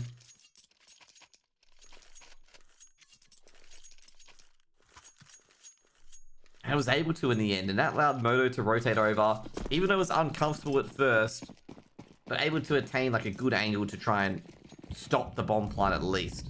And TSM are on 6 and they're close to winning the half. Charging in, Crikey gonna charge in overall, but they just meet a brick wall known as Moto and Valde. And Valde, he's trying to hold on from ramp. So Nonom's got 2, taking down both Cypher and Moto, and the bomb might be planted here. Valde has quick to react towards Cubby, takes down Synonym. Actually, it was Jax's Molotov that did the job. And that was a bit of a brain buster, but it doesn't matter too much as TSM roll on to 7. They've still got the money for the rest of the half, so that doesn't matter too much that they lose a bunch of guns. Well, it's really good to see that TSM, you know, they lost the first 4 rounds. They're recovering very well to end this half. Like, we're expecting TSM to absolutely, you know, kill this map. But they didn't look really good at the start. They looked pretty awful, looked pretty ordinary. But now they're looking very, very good. They're looking very informed, maybe shaking off the rust. A lot of nades being thrown in. Now, I'm going to say here for the Glex, they've just got to find the match bullet. They're going to find out what was winning them the rounds previously. Now, Synonium. Trying to look for Cypher. Ooh, good work by Synonium. Great instinct there, because Cypher's been doing that every goddamn round. And for Synonium to realize what sort of play, what sort of crunch they were doing, they take down Cypher for no loss. And also, not to mention, they also make sure that TSM use some of their utility. They have not much left. Hot Flash going to church. You got a minute to spare. You can clear out all these positions bit by bit. 2 players on each site for TSM. 2 players in particular and towards Cave. They got to realize that that's a fake. On towards Cave. Oh, geez, Moto. Threading the needle from Donut this time again. Now they're trying to charge from the side. Jack's holding firm. Man, this is just not all going well at all for the Glex. Moto misses the first shot, but just drops back. He can drop back and then gets the second, taking down Crikey. Swings it around, gets the third, and Moto just swatting them down like flies and makes it 8 rounds in a row for TSM. And TSM in the half on 8-4. And I'm just going to say, TSM just swatting the Glex like flies at the moment. The Glex have just basically lost all rhythm.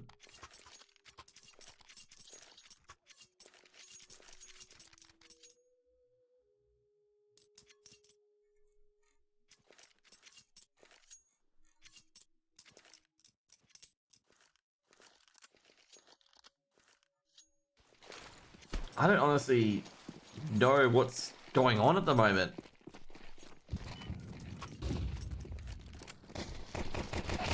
Charging in. Well, this is the Glex looking very good at the moment. Enters, doesn't have the bomb. Bomb's dropped at Catwalk. Probably the jolt in the arm that the Glex needed. A 1 pistol round, hopefully. Enters trying to grab this bomb from Catwalk.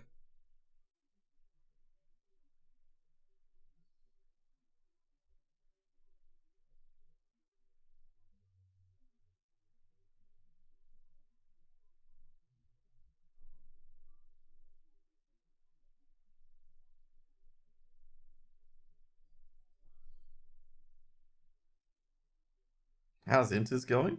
I'm alright. Inters is going alright, but he's just gonna get pinged off here. There's no way they're gonna win this round. Glex have won both pistols, by the way. If you guys are keeping stats there, they've won both pistols.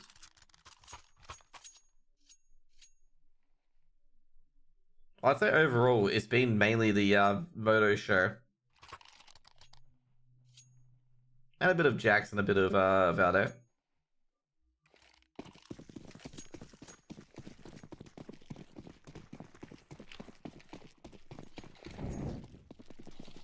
Charging in with blocks again. And great nade. I'm not sure who did the nade, but I think it's Iron Golem actually. Iron Golem's nade's pretty MVP.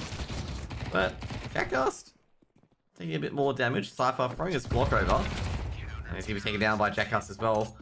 Oh, not sure. Not letting the MP9s get the kills there, but a bit of damage dealt by Team TSM. But the Glex get 6, and they're going to be walking into gun rounds coming up next.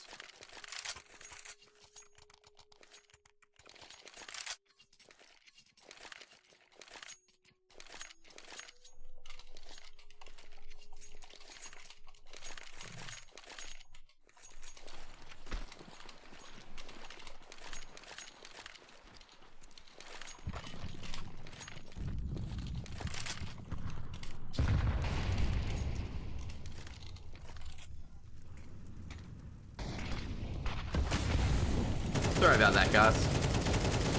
I am actually just a bit sick of Loba just fucking whinging, okay? Honestly. About the game.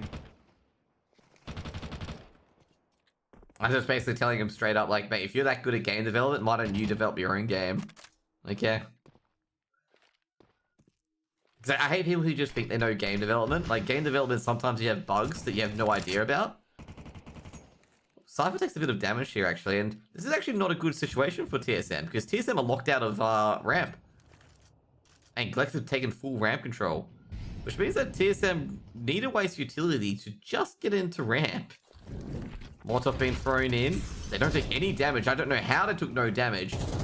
And they've managed to retake ramp without dealing a single point of damage to the Glex. Sometimes, you know, sometimes to get territory, you don't even have to fire a single bullet. Sometimes. Now the Glex, they have no utility. They have they have 2 flashes in the smoke. That Jack smoke's gonna be too deep. He might get swung. He is swung upon, but they don't act. Hot flash going in. They know a player. Oh, the cubby player's got himself flash.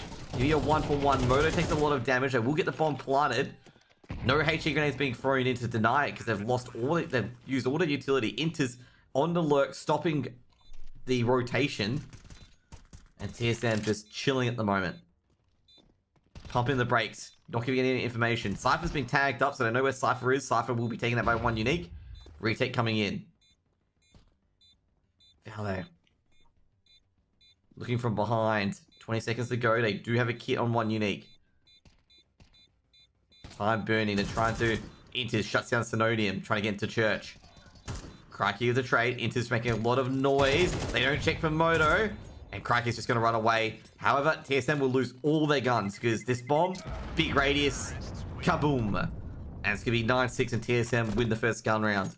I was not convinced that TSM were going to win that first gun round. It seemed like the Glex having control early. Like, when you get control over ramp... and the church and cave area, it is very difficult to get back onto the site. Like, very, very difficult, okay?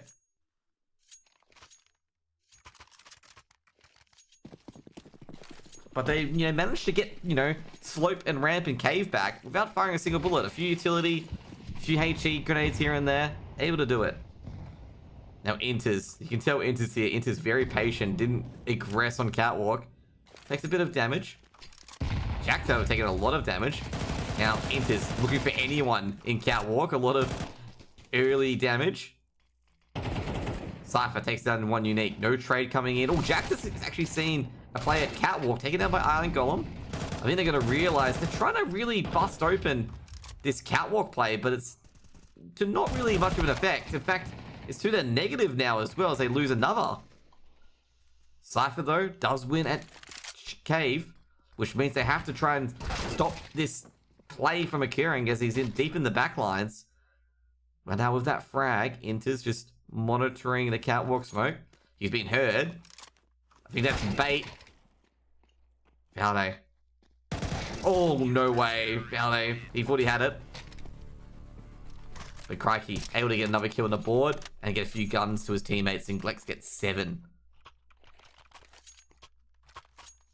The Glex did force up into that, and that force up yielded some dividends, and they'll be exceptionally happy with it.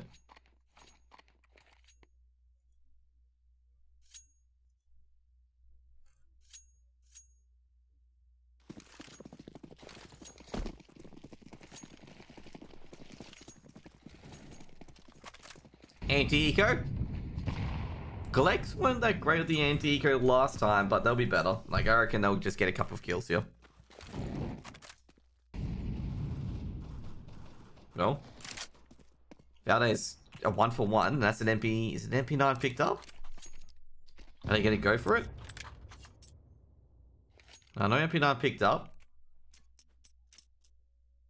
They're hunting in the pack at the moment. I don't think that's going to get them much. They really need to get a weapon there. But they'll keep pushing along. The Glex haven't done that great at anti-ecos. They've lost a few players on anti-ecos. Not as much to completely damage their economy, but they've lost some, at least. Synonym? Or Somnium? What's one? Great burst. Jeez, did he get dinged? No, he's actually teaming with a great Molotov. And they're gonna charge him over that Molotov in Synonym. Well, he'll get a few kills delivered to him on the silver platter, as well as the bomb. Moto with the Deagle should get the kill here. Well, no, he won't. Might get the one dig. Both players are severely injured. He knows the players to the left now, but he's being flanked from too many different sides. He might as well just reload. But Iron Golem shift walks into it. The Glex put 8 on the board. I was going to say, I won't be surprised if a timeout occurs here for TSM. Because this is going to be a very weak buy going into this round. Like, none of them will have full utility belts, given the fact none of them planted the bond. So it's just a part where it's just like, oh, hang on a second. We gotta see what we're gonna do here, because we're versing the Glex, who are gonna have a full buy. Well, close to a full buy, okay? There's only one missing nade. And Iron Golem, beautiful utility. But the aim's just not there. It's a 3-for-1 trade in the favor of TSM. They did so much damage with those nades. It gets worse. Moto's got a 3K, he's got a 4th. Just gobbles up Unique. However, Jackass is just like, yo, I'll do some stuff from Temple. And basically TSM are like, fuck, he's Temple. Doesn't matter. We can just go to the B-bomb site, which will definitely be empty. I think Moto has heard a noise as well. So he knows that a rotation is coming in from Jackass. Jackass is under a crossfire, basically. If he can untie this crossfire, it'll be a 1v1. But that bomb's going to be planted quickly. And TSM going to start that 40-second timer. Jackass, unlikely to go for it. He knows that Moto's low, but he has no idea about Valde and Jax. Takes on Jax, he wins. Can take on Moto, but he's not sure if Moto's holding him or it's Valde holding him. So he's just going to back off in the end.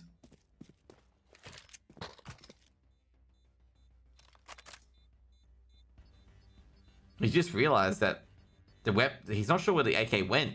He's trying to pick up that AK. Yeah, that is a strange one, because where is the AK at Temple? TSM get 10.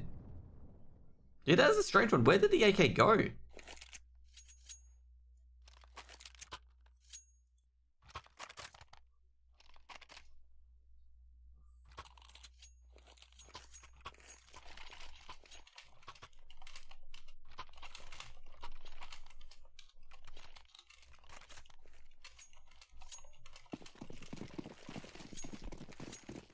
So I'm just typing nice things to the admins, okay? For the next game coming up after this. A lot of utility being thrown in. I'm gonna say, TSM have just stayed behind and just watched utility play out. A lot of teams have been doing this, like in the opening like 10 to 20 seconds of Ancient. They throw an entire arsenal of HE grenades at ramp and the cave entrance, or no, so the church entrance, to try and get some damage. Now, a lot of T-sides, what you can do, you can either, you know, take the hits with the HE grenades, or you just chill back outside door, where their nades do no damage. But the problem if you risk doing that is that you have to keep checking ramp and church to make sure that nobody's advanced. Because if there's a player in the ramp and church area and you don't check them, they're going to get a 2k. So you can see here, they're just rechecking these angles to make sure no one's there. The Glex, even after using all that utility, didn't advance their map control too much. Cypher just checking the church angle, making sure nobody's there. And slowly but surely making the entrance to that B bomb site. A few smokes moving to Donut. There's a flash moving to Donut as well. And they're trying to force that Donut player off the guard. I think they're trying to bait an A hit as well. Meanwhile, Jackass lashes the smokes being thrown. It's actually a B hit. And Jackass is looking towards... He's not sure whether to look at ramp or look at cave. Such a tough one. He just needs to rely on his teammates to just get something done. Jackass, he's been seen. Cypher's got another as well. The rotations are coming in. Jax, then he's relying on his teammates to just do the rest. And Jackass just got caught in 2 angles at once. Now, Valde, a bit of an aggressive push. Probably not the smartest of moves, trying to keep that 4v2 alive. Now it's a 2v2. Iron Golem has done a bit of damage to taking down Jax. But Iron Golem, he's walking wounded himself. Cypher. Using Moto as bait. Do they know he's in cave? Flashbang mid thrown in. Do they check the right? Oh no, they checked the wrong side. And Moto, he's popped out on site. Made it at 11 for TSM. Great play here. Like, basically, Cypher plays this angle here, knowing that if they're going to go into cave, they're going to throw a flash. And then waits that extra second after the flash when he hears the movement going in to peek. Fortunately, he catches Jackass looking this way. Well, not Jackass, catches, I believe it was Iron Golem looking this way, which means an instant kill. The trader's going to try and come in. Moto peeks, nullifies the trader. Easy 2v0.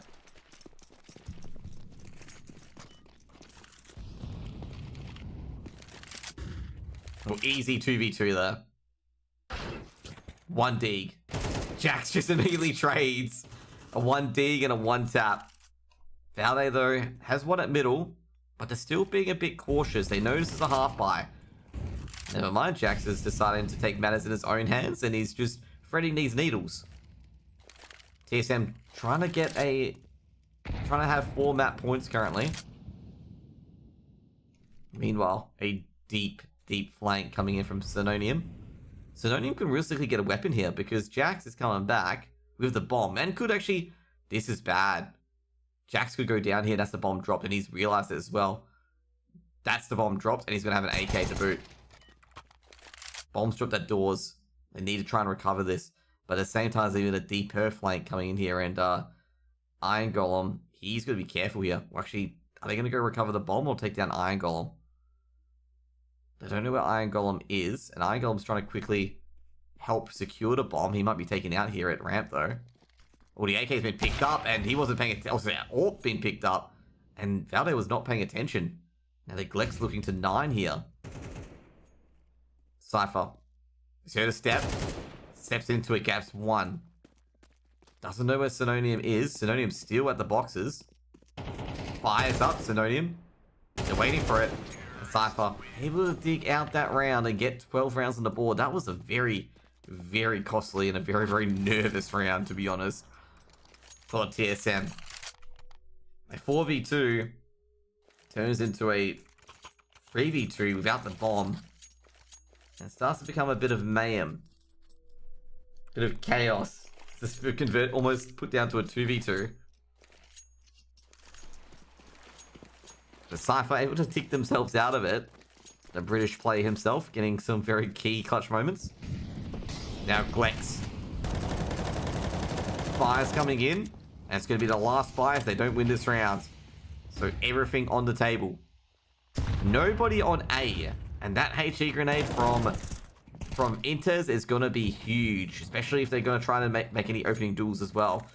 This is the problem here for the Glex. The Glex have nobody on A. And with nobody A, this means that TSM could have a free sight, and they may be forced to fight early. Now, Cypher. Got to be prepared for this. can't win the duel. Bomb is going to be planted though, but this is not looking good for TSM at all. TSM only has one per player on site, which is Moto. Moto gonna abandon his position. Just has to drop back currently. Intis has to go for that late flank. But the problem is that he's gonna probably be smoked off. Intis lurking. They're ready for Intis actually here. Intis needs to win this duel. Sees the elbow, but traded out by one unique, which means Moto needs to peek, and Moto grabs one. Tries to grab a second. He's being held at bay. Needs to check the diffuser. Does take them diffuser. Can they defuse in time? That's the main problem here. Jackass gets on the bomb. Should be just making it or just missing it. And no, he's going to be just missing it. And that's going to suck. And TSM are going to win 13-8. Crucial intervention by Moto there to keep TSM alive and winning. And winning that advanced game in particular. Given that TSM, just an FYI guys, TSM went down 4-0 early. And they weren't pretty rounds either. And they were able to deal 10 rounds in a row. Or not 10 rounds in a row, 8 rounds in a row. And then sealing the deal with an extra 4 rounds in the end. We're going to get to the next game, which is going to be, I believe, it's going to be Anonymo versus Looking for Org. The French org, not the Australian org. Just in case you guys are like, oh, you know, we're going to, watch Savage and stuff play. No, we're not, okay? It's going to be the other Looking for Org, okay? It's going to be Looking for Org, and I believe this was 0 instead of a O or something like that. And yeah, we're going to have Anonymo versus these guys. I'm going to get the IP as we go along. So just updating the title. So close. It was actually a very, very close game. Like a very, very close game, given the scenario there. Anonymo v... Fuck, I keep forgetting the team names.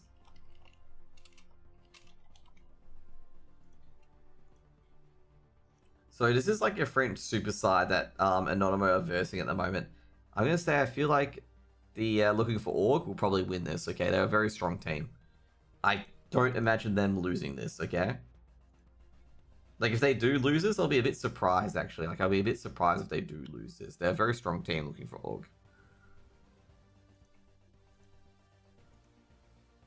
So the match is going to be up in 6 minutes, so I'm going to take a quick break. Actually, I just realized it isn't the Looking for Org that we're thinking about. It's a different Looking for Org. It's basically a main team. Alright, I thought it was the French team. Oh well. Oh yeah, the French team Looking for Org is actually in the ESEA. So we're just going to keep their name, which is like LF0. Sorry, let me update the things, guys. I thought it was Looking for Org, the French team, but didn't actually read. It's not. Anyways, be right back. I'll take a quick break and we'll get to the next game very shortly. Be right back.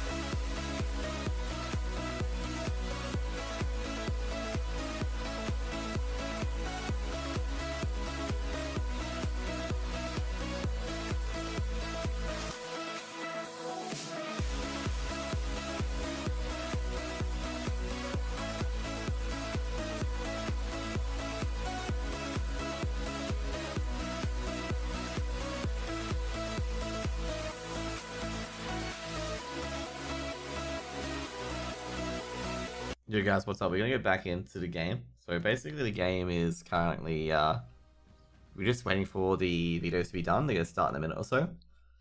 Anonymo obviously coming back from, I think I'm actually gonna check if they won their first game earlier today. I believe they didn't win their first game. And I don't think they were expected to, or I didn't expect them to in the end. Let's double check. I've got all the room IDs here as well. Yeah, it was like Gen 1 played a lot more complete game than Anonymo. And Anonymo obviously coming off a loss. They're probably versing an easier team this time, if I'm going to be real, with Anonymo. Most of these guys, I'm just going to be nice. Okay, they've come from Maine. So, yeah. That's where they've basically come from currently. The maps aren't done yet. It's not a BO3, so don't worry about the map or anything like that. The videos haven't been done yet. Like, we're waiting 20 seconds for the video to come in. So basically, the videos start, like the game start time's about 10 minutes after when the videos are done, and the videos start in 10 seconds basically. So we're just waiting for the videos currently. And we have a GoTV IP very quickly as well. We're just doing the vetoes at the moment. They're doing the vetoes on the server. Just gonna be quite interesting, like, you know, which server they're gonna play on. Most likely the Netherlands, okay? Given how all the things have been ending up, we have always the Netherlands being the server it has to be. The last 3 vetoes we've had is just Netherlands. So why not a 4th? Could have the UK scene as well, you never know.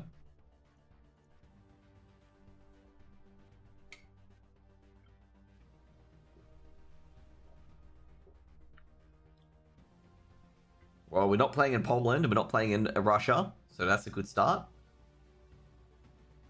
I'm going to be playing in the UK, though. That would be pretty funny if we just, like, you know, it's the UK scene. I've actually had some... There's actually a funny one. I wonder if it was a forfeit, like, the other team just didn't turn up. Like, that would be quite funny. I've actually had that before in the AU Open, where the team did all their vetoes and whatnot, and they didn't log into the server, and another team got a forfeit win. And I'm just sitting here being like, why did you do all the vetoes just to not turn up?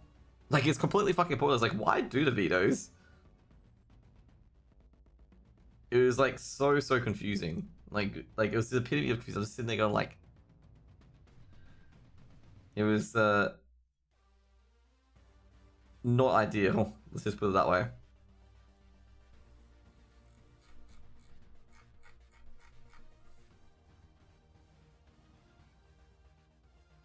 Please open a new ticket for each ring. I send it when the video's over. Okay.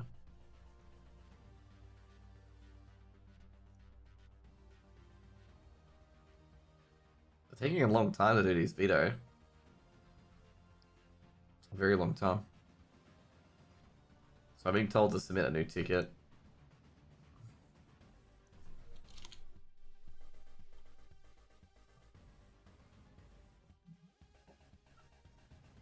How do you do a new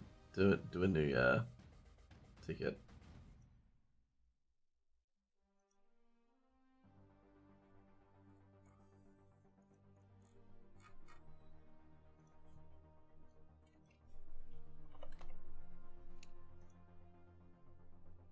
So we haven't got the videos done yet. I'm just trying to figure this out quickly.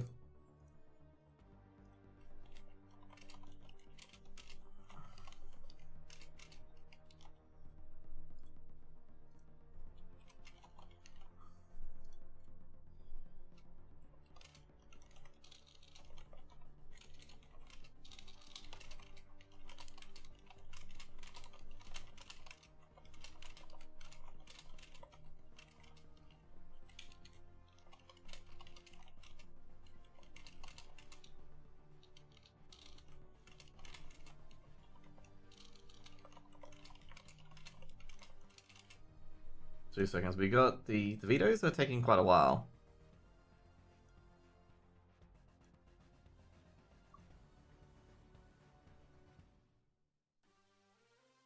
Kind of interesting, actually. The videos are taking a while.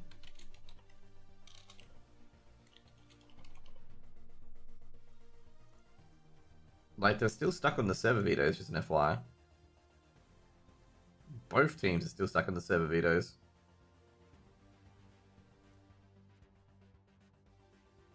Once again, it's between Germany and the Netherlands.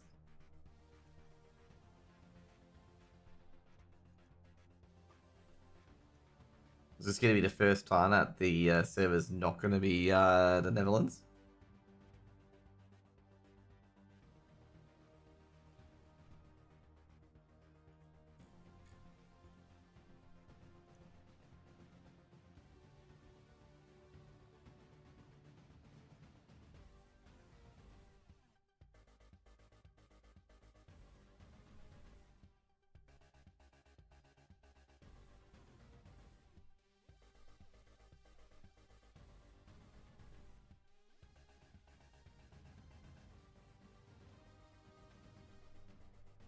So, server hasn't been done yet. The veto, they're playing very slow on the vetoes at the moment. Like, they're letting it time out, which is incredible for me, okay?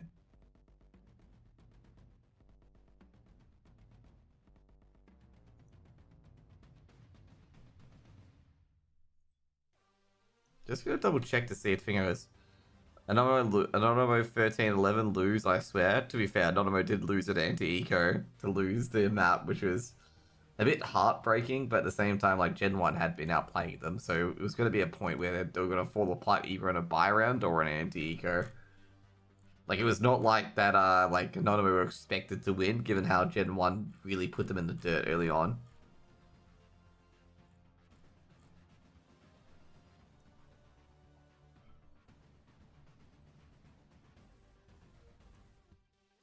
So yeah, we're just waiting for the vetoes to come in now. So basically, the map vetoes are coming in. Anonymo choosing to be Team 2, by the way, so they'll ban first.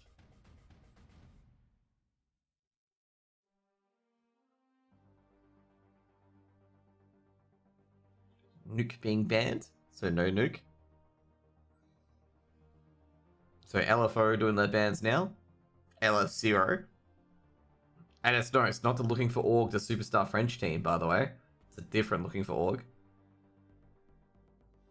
So it seems like a team that's just got out of main, basically. Ancient being banned. And now trying to get the second ban as well.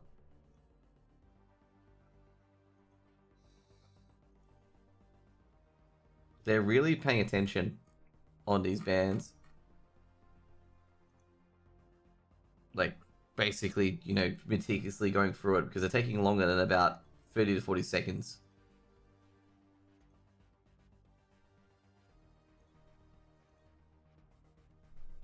Which generally means that they're definitely discussing and thinking about it. This has actually just been the longest veto today. In general, actually.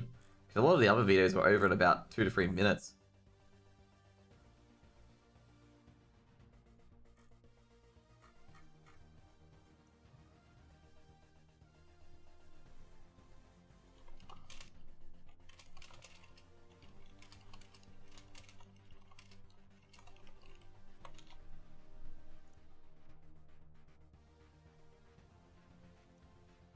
Just telling you guys in the videos as well. So Overpass has been banned as well. So LF0 are just targeting team-based maps. So basically Nuke, Overpass, and Ancient are out. I wonder if Anonymo will just turn up the heat and just basically make him pick, never mind. Anubis and Mirage being banned. So it's a choice between Inferno and Vertigo for LF0. I think they're going to pick Inferno, straight up. Because LF0's bans have been directed at team-based maps. So Vertigo obviously being the one to cut the corner here. I'll be surprised if Vertigo is the one picked. Just an FYI. Like, not picked for the ban, but just take it out.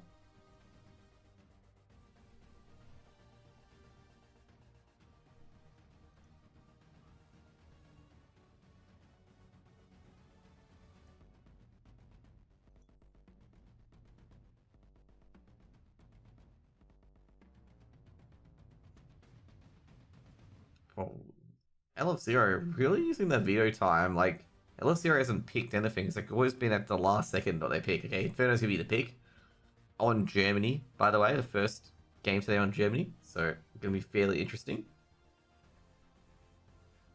And we're gonna submit that new ticket.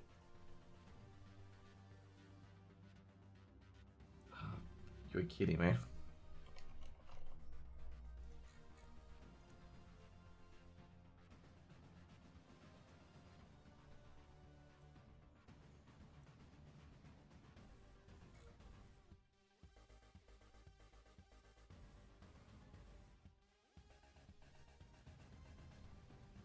Okay, anyways, we're getting ready for the game. We're getting the GoTV IP shortly. Sorry, guys, by the way, because I'll just tell you, I'm a bit tired. It is 11 p.m. my time, and every extra minute they do videoing makes it a bit, not harder, but makes it a bit, yeah. Let's just say I'm just getting a bit tired. Let's just put it that way, okay? If it ends up being 13:11, you'll be seeing midnight Josh, okay? When Josh is at midnight and he's, you know, the discipline is held back a bit, and my observing just goes to shit, okay? Because observing and casting is very difficult, by the way. It's very difficult. Especially when, like, one of the players DC. Like, it's the worst when one player DCs. Because all your hotkeys, like your hotkeys for observing, are all out of whack. Because you can't target one of the players. And all the players are basically up a number.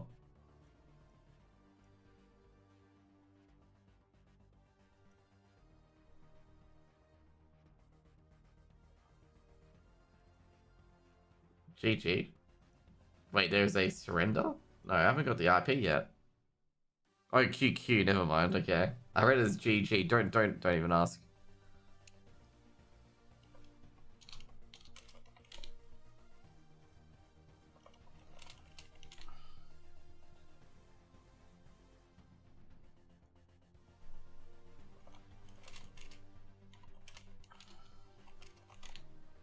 Just therefore, I'm trying to get the CSTV, like the IP from the IP.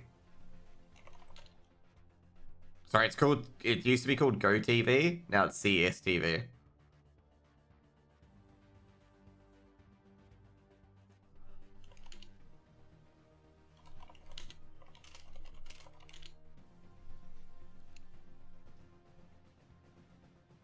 I'm just typing in chat. Yeah, they just finished the vetoes. I have no idea what Spazzy Bow means. Do I want to know what it means? Oh, Maps Inferno. No, he's Russian, so he doesn't understand what I'm saying. So, like, Russian English is a second language. So, just gotta try to indicate what it is to him, like, you know, try to indicate, like, terms or whatnot. Because I don't think anyone's familiar with the term CSTV, because it usually is GoTV. But they've changed the term to CSTV. But I've got the ticket in, and the ticket has been responded to. That's good. It's the same relay that I had before. Maybe I should have stuck with it, but anyway. We'll get in. The pistols hasn't started yet. The players are just connecting, so don't worry too much, okay? So, yeah.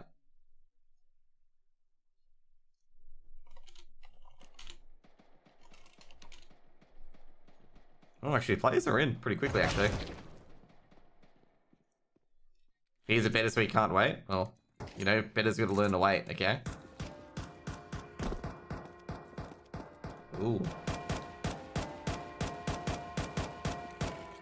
I'm liking this, actually, I'm not sure. Okay, I'm gonna say that Reiko is better at playing the bells than the rest of his team, okay? Oh, that's actually pretty good. Someone was playing Baby Shark there. Okay, I think that was Keller there playing Baby Shark. Okay, you didn't hear that?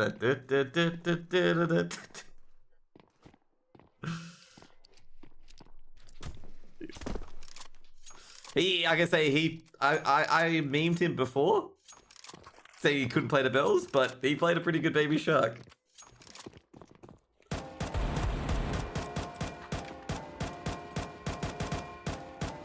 Dude, he's nailing it. He's even nailing the team. He's like, oh, dude, he missed the middle bell. But he's nailing the rhythm as well. Like, he's nailing the rhythm.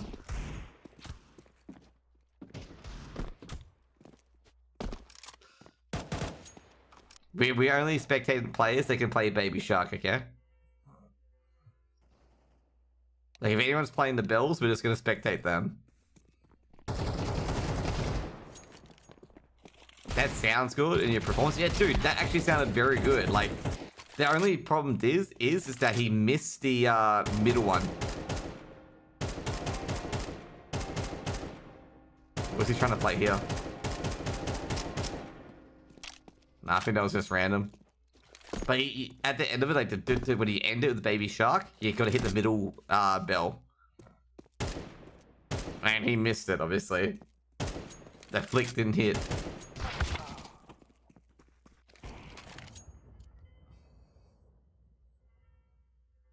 I gotta find Reiko's Twitter out and just be like, you played a pretty decent baby shark, mate. Let me see if I can find his Twitter. Let's give him a bit of a compliment on that.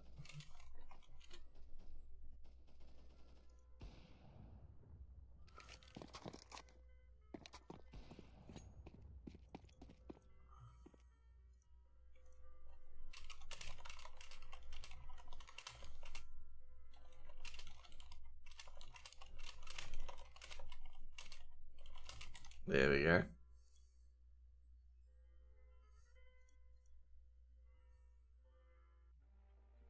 Oh, that's not good. Is that DC from everything? No, I didn't. Okay, well, that's not good. Let's just check if there's Oh, that was really odd. DC from the server.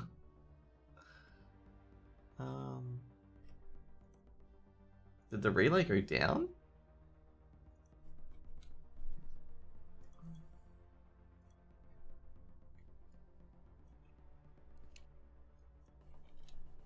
Just gonna check if the relay went down or not. This is the relay I got from the admin. So let's just check, you know, if it's maybe me or if there's a new server.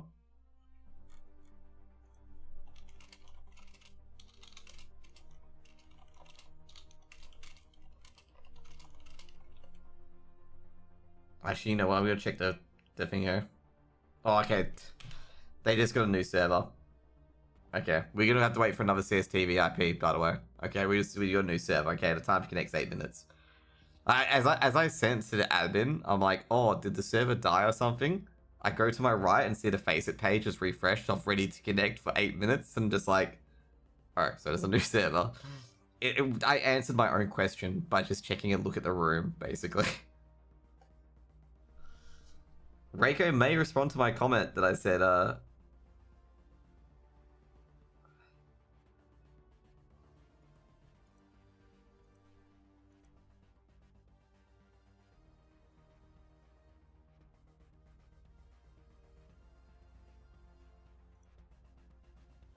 So, we'll get a CSTV shortly, okay? I guess out of all the tech issues that happen, it has to be a server issue on my final game of the night, okay? Has to be a server issue on the final game of the night, okay?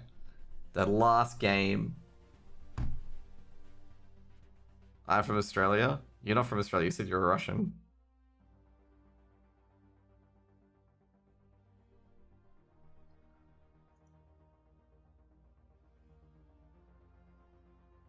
But live in Australia in Adelaide? Oh, jeez. Damn, how you finding Adelaide? Because left it since the war? Okay. Were you in Australia or not?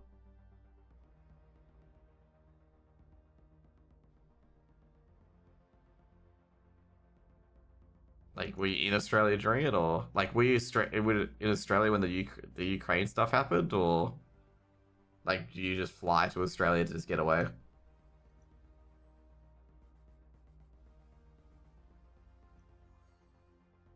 Oh, you speak fast? Oh, like, were you in Australia there already? Okay, yeah. No, like, were you in Australia when it all went down, basically? In, like, 2022? Or was it, like, after the fact?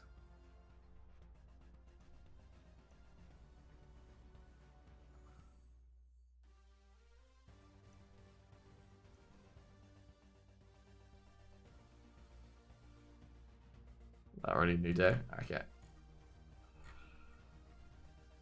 Okay, cool. Everything's all good. Okay, just gonna get back into the game. I can't dare because here, okay, yeah. I gotta say, like, Australia's like really... BC is Expo player for Exile 5. Okay. I gotta say, like, overall, like, Australia doesn't really get affected too much by wars. Like, it's... Like, Australia is, like, such a non-factor in any war whatsoever. In general. Like, I think the only 2 times that Australia has been threatened in a war has been just by Japan during World War II.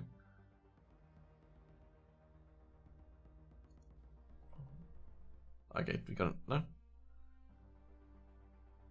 Okay, we're just waiting for the relay to work, by the way, guys. Australia really country has really better quality of life? Yeah, pretty much, yeah. Like, we got a lot of our systems really sorted out a lot earlier compared to other countries.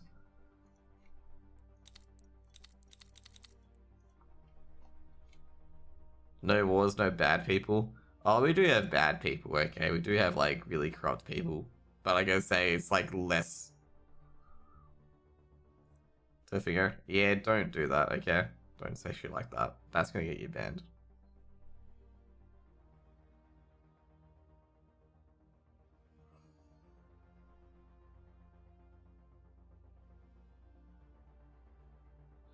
Yeah, it's the indigenous, basically, obviously here.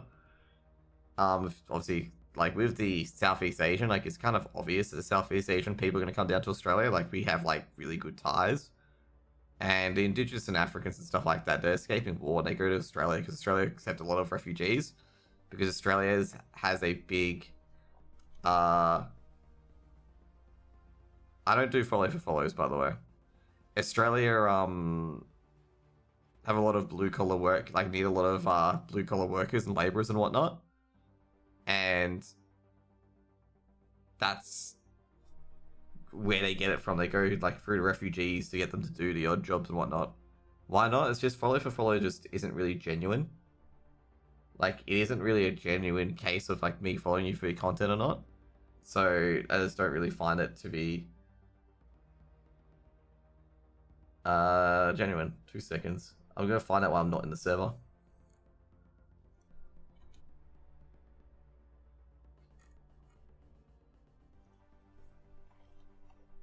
Okay, maybe just check the IP. Maybe I've done something wrong.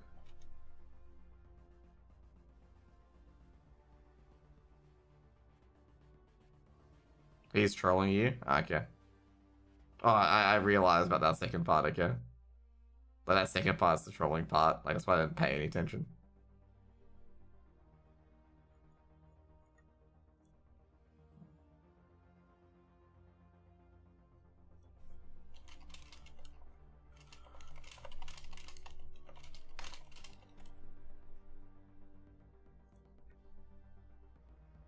Jesus Christ, mate. Just stop trying to post the N-word, bro.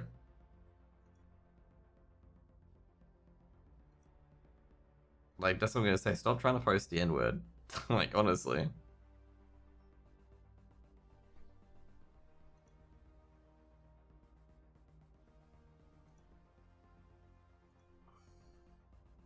He wrote a banned word?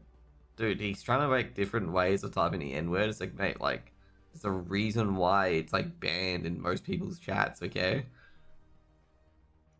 You do know, like, if like, let's say, for example, if a streamer left it up, you know they get banned. They can get banned because of that. It's a violation of Twitch TOS. That's why they ban it outright, because, like, people like to drop it because they think they're funny. And then they're like, oh, people are so soft. I'm like, yeah, mate, like, you know, if your living was on Twitch and stuff like that, and you got banned because, you know, someone, like, typed the N-word or whatnot, like, that's your livelihood and income stopped. Like, that's a sudden shock to the income nerve, so it's just like, please don't.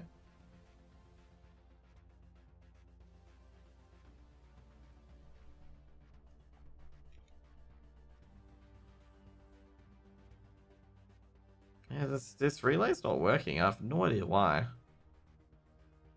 So I've got the relay. I've mentioned it saying the relay isn't working. It's annoying me. .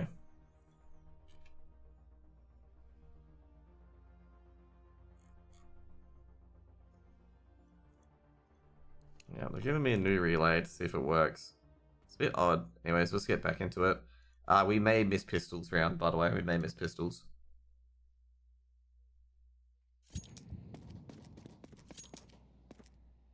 Never mind. Get in at pistol carry. They cruise into the side, but not really successfully as the bomb drops. But geez, Celestial just swung in. We'll pick up a USP and a 1v2. Bombs dropped on the site. I think he's going to realize at this point that he's going to be the aggressor because none of the Anonymo players are going to peek him. They know where the bomb is, so then they're just going to dig deep. So Leswill's going to have to find a way to get into that bomb site, and they're aware that he's at brackets. He's in, I was going to call it library, but it's a winery now.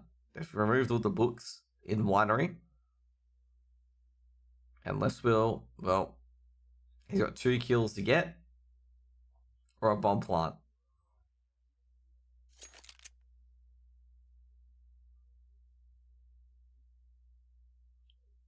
Checking site, checking brackets, gets a pick onto Sobel. Now he's looking towards pit for the crossfire. And Leswill, big 1v2 clutch, unexpected. Pins the nail on the donkey there. Pins the tail on the donkey. Anonymo, that is not a good look, being basically poked just like that. 3 bullets, 2 kills, just an FYI. To be fair, I gotta say the first shot was a don't argue. The second shot was so-so. Like, I think Leswill made that play more than the Anonymo lost that. Like, that's my opinion there, okay? That Anonymo didn't lose that. I feel like Leswill was definitely the better player there than one taps.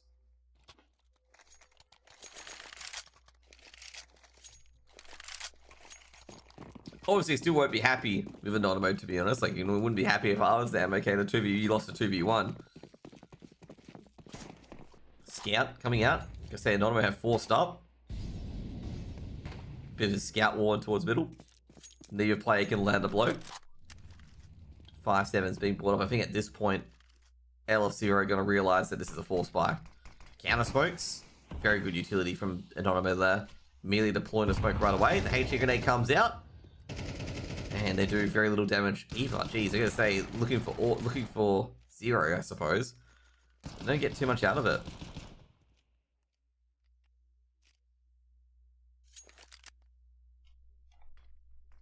Zerison, just playing cubby. Now they're going to rotate over towards the A bomb site. Test A. Checking in brackets is Huckler. So we'll check the apartment's a bit clearer. The apartment's looking pretty good. So you can check boiler. No, he doesn't check boiler. Being tagged up by Sobel. LF0 haven't been able to just find a site at the moment. They've been going back and forth, back and forth. Now going back to B. When going to A fails, you got to go with plan B. And they might run into an anonymous stack. No movement has been made on the B bomb site, by the way. So they haven't heard any movement whatsoever. Well, they're going to hear some movement now. They have a feeling that there's only 2 players at the site, but that's going to be completely wrong. There's 4 players at the site. Counter smoke being thrown in. They're going to push it. They're going to run into a whole bunch of 5-7s. And this is not going to look too good here. Now, Virtuoso is going to stop the bomb plant, and Anonymo are going to win a force buy. But they're only going to recover an AK out of it. They're not going to recover any nades even, than as LF0 is just basically thrown onto the site. And Anonymo have won a round that they shouldn't have really won. Yeah, good to say. I think the big thing here is that they heard 2 players here. So he's calling there's only 2 on site. But he's not aware that neither of these players on Dark and First Box have moved. So there's in fact 4 players on site, and he's not aware of it. He's thinking that these 2 players have gone back and boosted the person in Garden's bed, and there's only 2. But he can't confirm that until they rush to the site. They go through the smoke. Reiko gets about 2 kills here. The rest just even trades, even Stevens, and Anonymo get the round. So I think, as you can see there, I think it's just a misplay for L0. They believe there's only 2 players on site. But they run into a 4-man stack on B. And they're versing 5-7s. And 5-7s, they sting. They hurt. And they are just like rifles if they connect. Virtuoso with a deep nade could be... Oh no, that's too deep. But he's seen someone in the open. He's seen the shadows too. And Virtuoso does get the opening pick. Now Survivy. Trying to go for the kick 9s. The kick 9s. The kick Ws as they call them. Because you just hold W and you keep kicking along with the tech 9s. Can ride over people. Meanwhile, crossfire being set up for Anonymo at middle. Just an FYI, if they inspect the gun, they can't hear it. Xerion trying to charge on the site. Sobel, good for one. Sobel looking towards pit. He's seen a player go across. Stops the apartments burst. And Virtuoso with the 5-7 grabs another. Leaving just Less-Will. Less-Will has won unfavorable situations before, but he goes down this time. And Anonymo able to fend off a half by putting the second round on the board.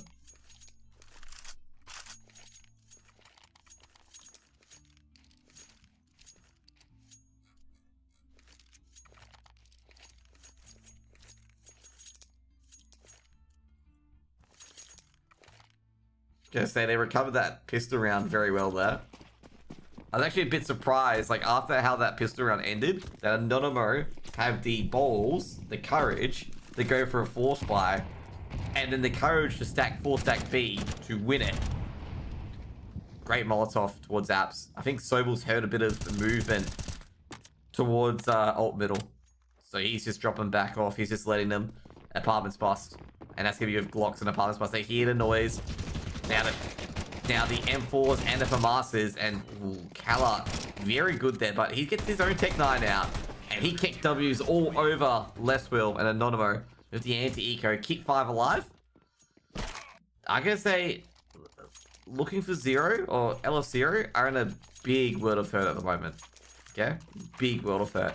The reason why I'm saying this is look at the money on Anonymo. Okay, just look at that money. That's why it's a big issue.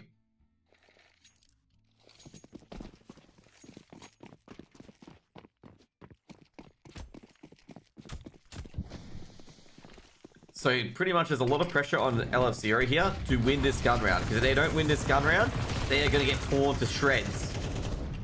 And obviously Lunatic T1 gets the opening kill. And the nades are just hurting basically LF0 at this point.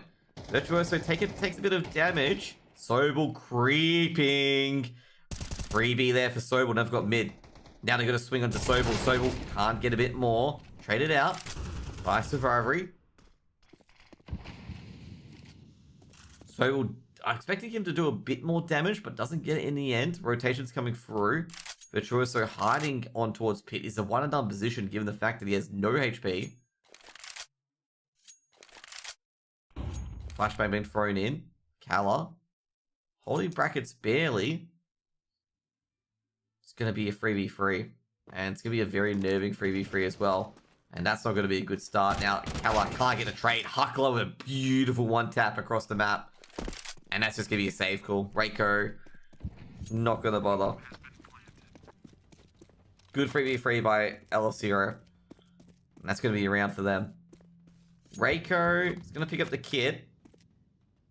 Wondering if he can get some frags after round. No, probably not. I think he's trying to keep this M4.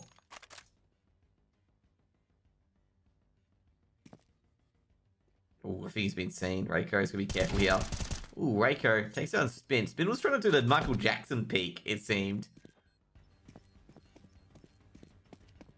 They're aware of where Reiko is, but will they go after Reiko? That's the main question. They don't have the money to hunt either. So, LF0, they win a critical round. They needed to win that round. Because if they didn't, they were just feeding the coffers of Anonymo. And at this stage, I'm going to say early round, they don't want to be feeding it at all.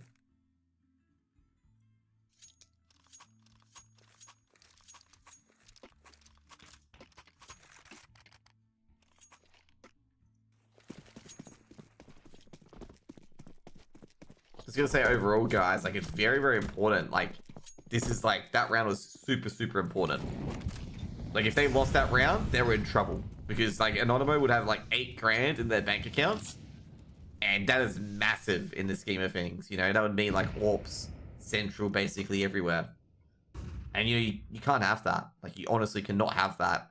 It's just going to send the CT side just scurrying away, and just your Anonymo could be up to 6 or 7 rounds on the CT side of Inferno. Flashes and smoke's being thrown in. Virtuoso with the HE grenade. Looks spot soon, might get a second, does get a second. Huckler takes us down his own teammate. And well, Virtuoso, he's going to burn.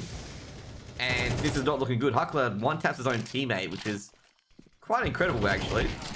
And it's going to be very easy from Lunatic to make it 4 on the board. And I'm going to say that HE grenade being thrown down completely cut the legs off. Basically, Virtuoso just throwing a casual HE grenade, just getting information.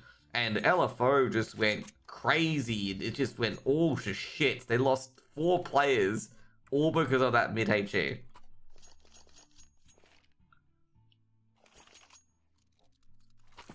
Anonymo, you know that meme where the guy's like poking a domino? And like how there's a bigger domino to fall? That's Anonymo. You know, Virtuoso just throwing a HE grenade, you know, on a smoke in middle. And it's just like LF0 falling apart, you know, that sort of stuff. That's the meme, okay? Huckler takes a bit of damage from that deep HE nade in apps. Anonymo playing a bit passive at the moment. They don't need to play super aggressive. You let the pistols come to them. Just don't give them a good angle for those pistols. They're having a few deals, so they notice there's a half buy at least.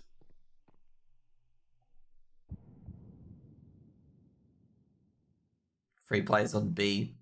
The A site's definitely a good site for LF0 to hit. Also, not to mention as well, one of them's an AWP. Misses the first shot. They may hit the go button here, given that this is an AWP on the site. But they need to find out if there's a third player here. And most likely that's what they're trying to ascertain. It's like, is there a third player here? Because if there's a third player here, that means there'll be a second rifle. But it's not going to be a second player here, but it's going to be a second player if they do try to wrap around. Virtuoso already there. Do they check brackets? If they don't check brackets, they're going to line up and give Virtuoso a few free kills here. They take on Virtuoso. Virtuoso, they line up for him. Virtuoso grabs one. They're trying to snatch at the third, and unless we're able to get that third, he's got the bomb. He's got an M4 on hand as well. Now they're trying to charge onto the site. Kala, last one on the site, misses the shot with the AWP. Drops into secret. Trying to take out the player on default, but Severy is going to get the bomb planted. And basically T1, which is Lunatic, is going to try and save the round, but he cannot. And Anonymo have lost to a half buy, and that is absolutely crushing. They're not going to like that at all. That's not a round you should be losing.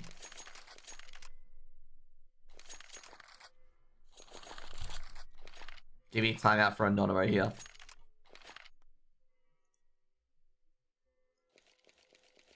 That's a bit of a tilting round to lose. Like if you want an example of a tilting round, is the losing a round like that.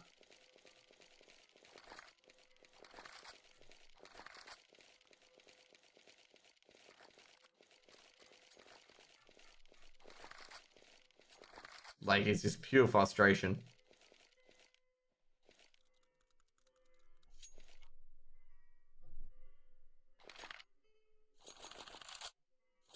Anonymo, do you have enough to buy up though? This is what I was talking about, having that bank balance in their account. Like I said this earlier as well, like, this is what they needed, like, huge.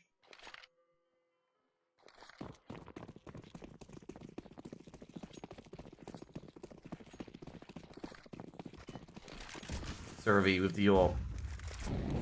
I'm not sure if LF0 are aware, or they're gonna be aware now of the amount of nades being chucked towards Banana. That Anonymo have a buy coming in. Survey doesn't see too much. A lot of HE grenades being thrown in. Not too much damage done. Actually, in fact, Kala gonna go for the... Oh, Kala's gonna burn as well, actually, on the Molotov. Doesn't matter too much for an AWPer. Deep HE does a bit of damage. Kala gonna hold the AWP from CT. They're gonna be careful with approaching CT in this manner. I don't think they believe that an AWP... Oh, they should know an AWP's there. The AWP fired. I'm not sure if it's a good idea to really walk naked without a flash or a smoke at CT here, because If he's here at CT and he gets the opening pick, he can just dive back into construction. They've got to be throwing a flash here. If not, Cal's going to get a freebie potentially. Getting ready for the execute on the B bomb site. There's 2 players, one on first box, one in front of first box. Oh gee, that's a bit reckless. And Cal gets the freebie, as I said. Now it's all going to be up to T1 on site playing anti-flash, and they're going to retreat straight to the A bomb site. They are not going to make the site. Now Sobel, he's going to be aware of the possibility of this occurring. And he's going to be like, guys, we got to switch over. So he's going to grab one, so we'll immediately traded by Surovi, and they give you onto that side. Now, basically, Reiko, he might have to try and stop the bomb from being planted. He's spraying, but he goes down as well. The bomb will be planted with a few seconds remaining on A site. And Virtuoso trying to stop the bomb plant, but he's been gunned down himself. Now, just checking middle, no one's there. Now, oh, jeez. With the knife out as well. And that's going to be a save call on Anonymo. That's going to be very, very tilting as well. There was no, like, everything that could go wrong for Anonymo did go wrong. Because, like, with Sobel, if he delays them for about an extra 2 to 3 seconds longer, he saves that round and wins it. That's going to be 4th round on the board for LF0. Anonymo not going to be too happy about that at all. What are these over rotates? Well, to be fair, they were convinced there was going to be a B hit, given that they threw every single nade and then went for it and then backed out at the last minute to hit A. So, like, they ran through the thingo. Geronimo, do you know why you got banned, bro? Like, I fucking told you, like, right after. I could just ban you outright and just that's it, okay?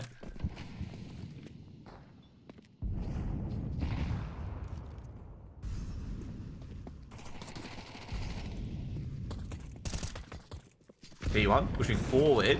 Going into the middle here. I'm going to say LF0 got to be careful because they could lose a couple of plays here and lose a couple of guns if they're not careful. Fortunately, I'm able to keep everything on the straight and narrow. You talk to me like a child, yeah, because maybe you are a child. That's the point. Sobel? How is Sobel getting away with this? Or they're just ignoring Sobel? They are really ignoring Sobel here. Sobel gets an AK. Will he be able to save it? That's the main question. I mean, Reiko's got an AK as well. Don't tell me they win this round. This game has been so strange. Like, these teams have been winning rounds that they really don't deserve to be winning. Oh, Sobel's made a bit of noise. A re-smoke.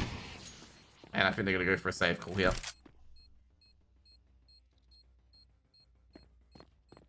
They got 2 AKs out of this, which is fairly decent. LF0 take the lead. Anonymo got, though. Like, this is going to be annoying so much to them because they've lost 2 to 3 rounds that they really shouldn't have lost, okay? Like, they've lost 2 to 3 rounds that they shouldn't have lost, period. And whether this is going to bite them in the ass is yet to be known.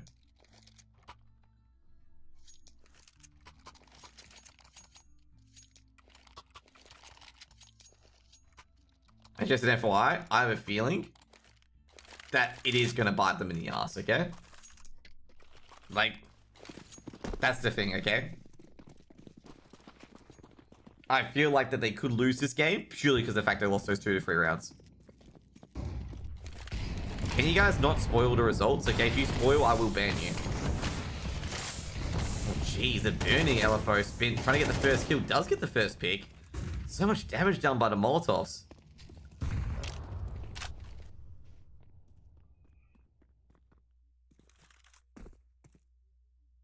I wonder if anyone can translate Russian for me. Is he spoiling? Because, like, people prefer to watch a game, not a scoreboard. If you want to go watch a scoreboard, don't mean a Twitch chat. That's going to force them to completely retreat from B. Anonymo have a chance of winning this round, but... oh, no, not like that, though. I think they're grabbing the nades at spawn. Yeah, there's a whole bunch of nades at spawn. They really need to move that set of nades a lot closer.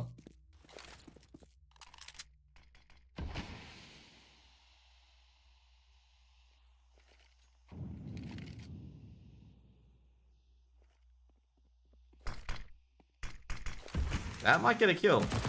That does get a kill. It's a Kobe, a double Kobe.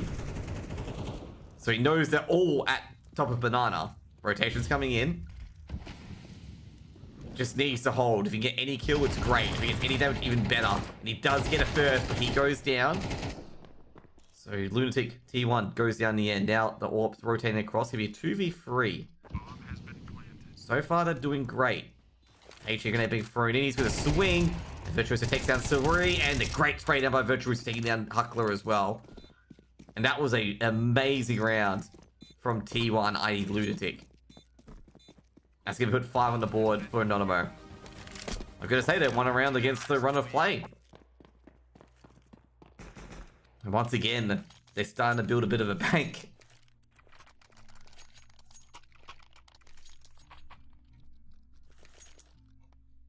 I'm just gonna say this is one of the worst, one of the worst best halves I have seen. Where a team is so healthy in the money, Anonymo, it's 5-5, and you look at their money and they're super healthy. But you look at the scoreboard and you're like, how the fuck are they tied up at 5-5? Like, it's the most strangest scoreline. Asura gets the opening pick, and they're just gonna get the opening pick, and pretty much Anonymo were super aggressive, but they dropped back, and this is not making it any better. Virtuoso, only one on site, and he's going to be executed on very quickly. Now, Lunatic trying to stop the aggression, can't really stop it. Reiko is making sure the wraparound doesn't come in, and giving Virtuoso only one area to look at. Lunatic does go down. Now, Virtuoso, they know he's around here in Cold Zero. HG going to be thrown in, and that is going to be an easy 6th round. And Anonymo just absolutely blasted away. Reiko is not going to be saving this M4 either. So it's going to be 6th round to LF0.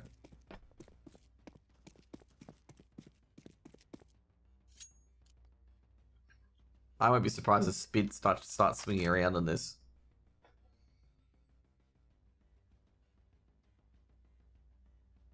Oh, jeez. Reiko gets a freebie there onto Spin. I'm gonna say, that's not good at all. Oh, jeez. Reiko should be taken out in coffins. Don't think he can get out of this alive. Does take down a less will. But Zerison will eventually poke him aside. Yeah, I don't think he was saving that weapon, unfortunately. I think it's largely optimism if you think he's saving that weapon.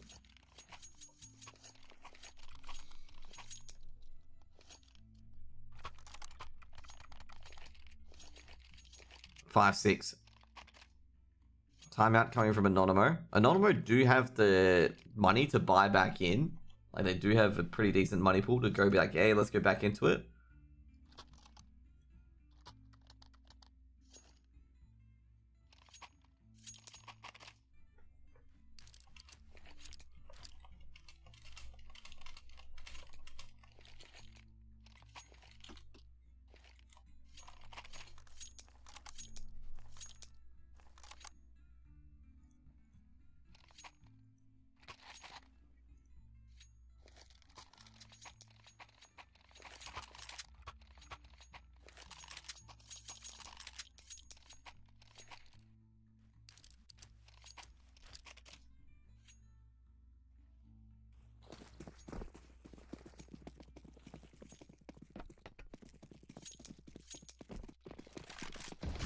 Big round here. No AWP at all. Just 2 M4s, 2 MP9s, and a FAMAS. Sobel does get the opener. Sobel rushing down towards T-Apps. Guys, can you like not try to spoil the results? Thanks.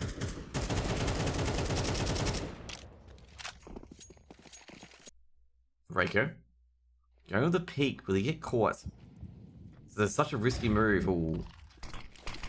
He's going to throw a smoke out. Will he spray through to try to get some information? Doesn't see anything yet. Thinks his own teammate, and that's bad because they know the 2 players are here now. But they know nobody's on site, given that they try to spray through. Bomb being planted. It's going to be a 4v5 retake. Or 5v4 retake. Oh, jeez. Beautiful headshot there. Another Molotov being thrown in. But that's going to be extinguished quite quickly. Rotation coming through Banana as well. Sobel. Can he grab another? Making a bit of noise. I think he's seen the helmet. And it's going to be a bit of a problem. Zerison does win the first duel. But Sobel can't win a second. And it's going to be a 2-for-1 trade in the favor of actually looking for 0 as well. Now 1v2, but Spin is going to end it. Make it 7-5 in the end. And the 5v4 retake just falls apart out of the seams. And LF0 have taken a 7-5 lead. I gotta say, given the bank that Anonymo had, they lost so many rounds this half due to just poor timings.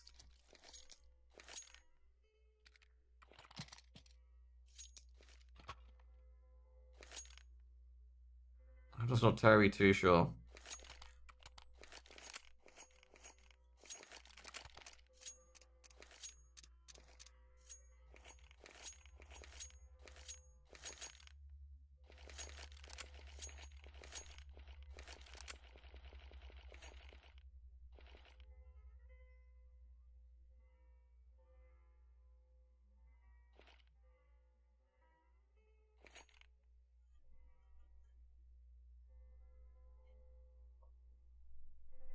Tech pause coming in. I guess I think LF0 could potentially win this now. This is like 3 or 4 rounds that Anonymo have lost because of themselves, okay? Not because LF0 did some remarkable play. They've literally lost it because of themselves.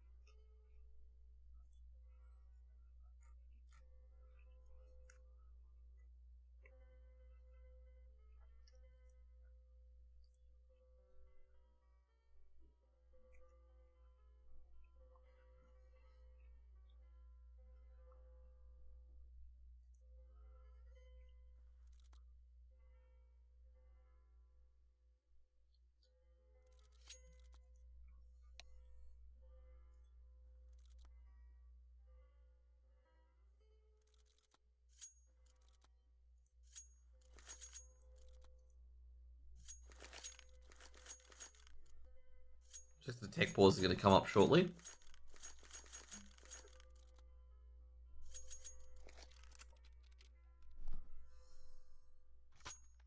Obviously, you're winning that T-half 7-5, but we're just going to say right now that Anonymo lost a lot of these rounds here.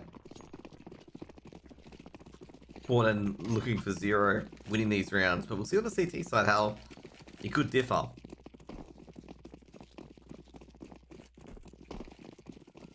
Now, they're hearing a lot of these noise. There are some of the dualies, but they don't go to him. So he knows they must be facing his back to him, though. And charging in. What? That's a nasty peek from Lunatic. Lunatic with the dualies, and oh, geez, what's going on here? Anonymo winning a pistol round. Bit with the dualies, missing most of the shots, and he's going to be punished for it as well, but looks like Less Will and, well, Suravivi's going to give up now as Less Will does go down in the trade.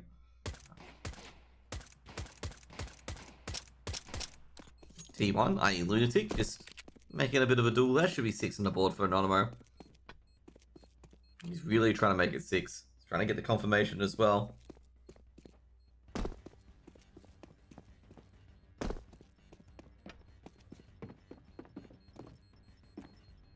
No full spike coming in. Did T1 get baited? T1 got baited. Survivor's going to escape, but I only really escaped with armor.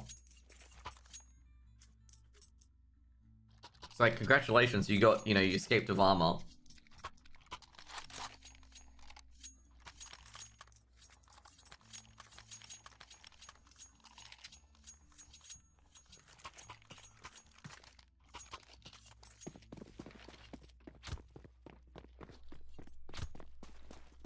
Sorry, guys.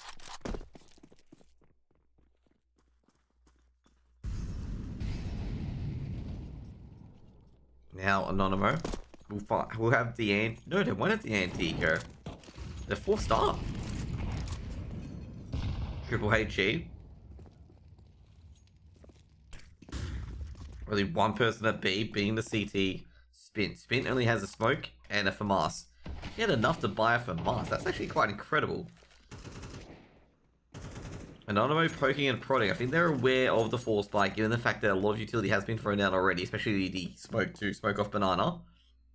So they're like, hey, we know that they probably have a few buys. They have a 5 buys at least. Could be a force buy. Got the information available to them. 4 players towards the A site. 1 at winery, which is library. 2 under apartments, and 1 at brackets. They're looking to hit the site. Deep smoke towards wineries. Now, D1 checking the brakes, but no, a double kill from Spin. With the FAMAS, he's going to keep going, and the Scout able to hold the execute. Now, Anonymo are just falling apart. They've just given weapons over. Kalla's got to retreat, but at this point, they can just all pick up these M4s and AKs. Kalla, he'll go 1 for 1, and all these Galils will be picked up. 3 Galils, 2 Galils, an AK that FAMAS has picked up. And Anonymo are just literally shooting themselves in the foot repeatedly.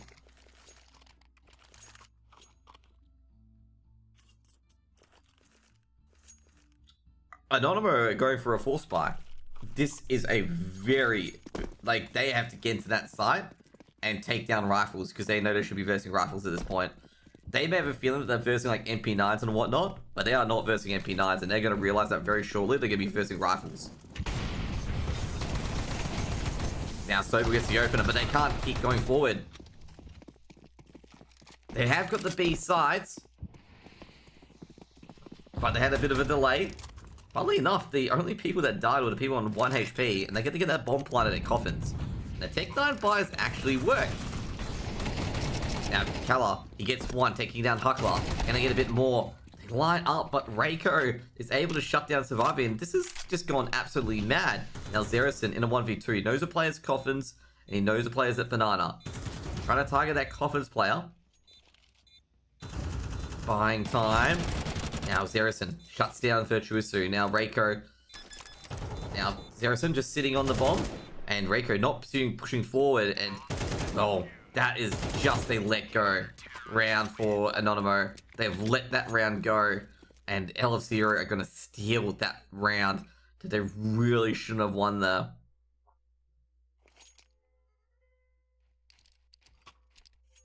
Nothing's going right for Anonymo. Like, this is probably the first bad luck round that they've had. But just nothing's going right. I'm surprised that that smoke wasn't pushed. Just in case that player wasn't on the bomb. Because, you know, pushing that bomb there, pushing that smoke there, and the player is, you know, doing a 1v1, he wins that round. So it's not knowing the timing on the bomb. Obviously going to be a tech pause as Huckler DCs.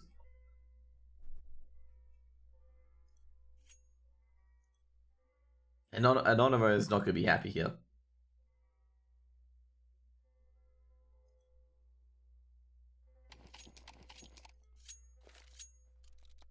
Yeah, I think at this stage, they've lost about 5 to 6 rounds due to themselves. Like, literally due to themselves. Like, the only reason why they lose this game is themselves. Okay? Literally themselves.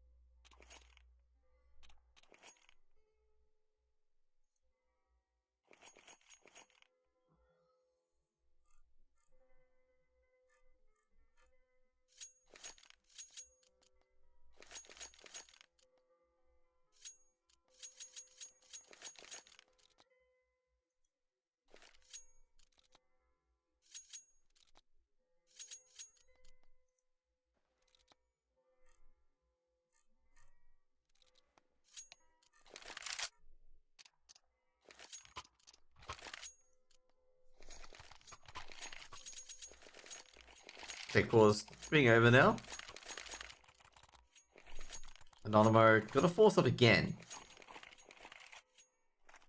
And I think this is another one where they're just running into a pretty decent buy. But then again, LF0 didn't look very convincing on that first buy, basically. Deep smoke and Molotov.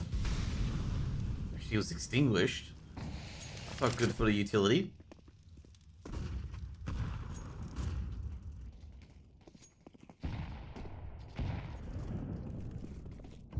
Execute's being thrown in. Sarabi with the orb is just waiting for the peak. Takes down T1's ribs. Reiko to trade at Banana on the other side. It's going to be a 4v4.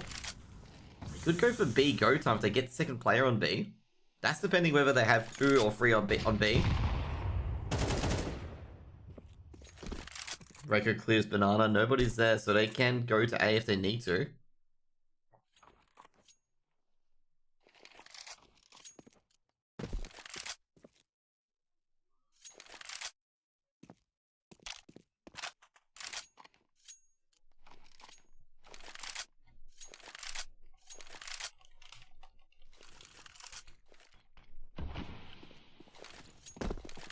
Smoke's been thrown in, going for the A side here. Virtuoso just basically deletes Hakla. Carla shuts down his Zarison as well. And there's just nobody on site. The Brackets player just retreating almost immediately. And given some absolute disaster, Anonymo should have 7.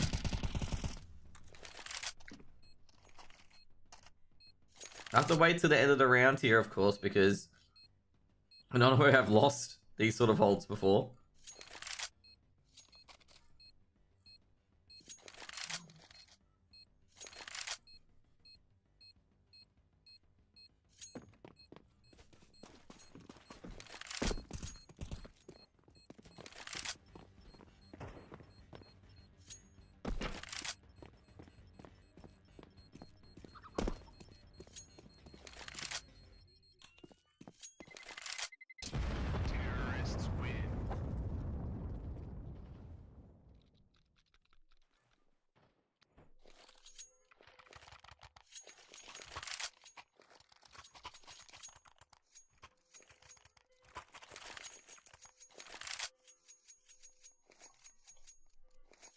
Nine 7.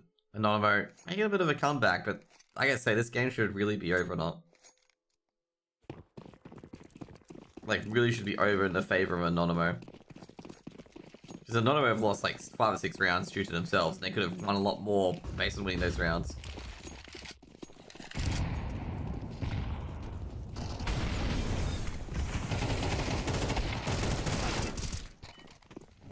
Charging into the site. And LF0 quite successful in fending it off. Now the versus of MP9, so. Kala will get the bomb planted. No, doesn't get the bomb planted. Or will get the bomb planted in the end, unless some freak of nature a shot hits in the face.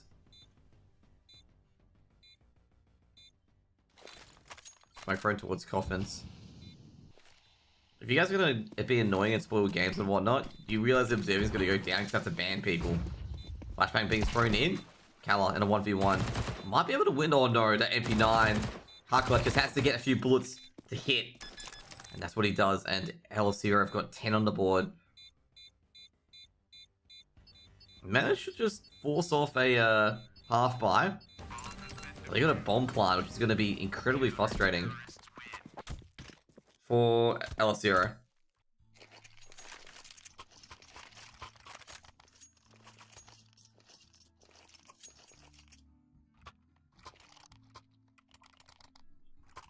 I don't know, we're not going to be too happy about that. They've got a buy though. They've got a big buy with that bomb plant. A huge half buy, and LF0 have to dig into the bank account. Only can have a few for Masters and an MP9. It's not going to help him too much. A deep smoke, but Reiko may not respect it. Reiko does see less wheel and spin. Does a bit of damage, but not too much. Jeez, Reiko's been legged. Does heavily damage to Vervi in exchange, though. And I gotta say, Vervi doing that peak, and he was doing a lot of damage, actually, to return the damage that Anonymo did earlier. And a bit more. Now Zerison does severe damage to Virtuoso, but they're going to go onto that A site. Huckler. That's called 0, only good for 1. Now Zerison can't do any more though. It's going to be a 3v4 on the site. They are spamming through the smoke to try and do any damage at the moment. Rotations are coming through as well.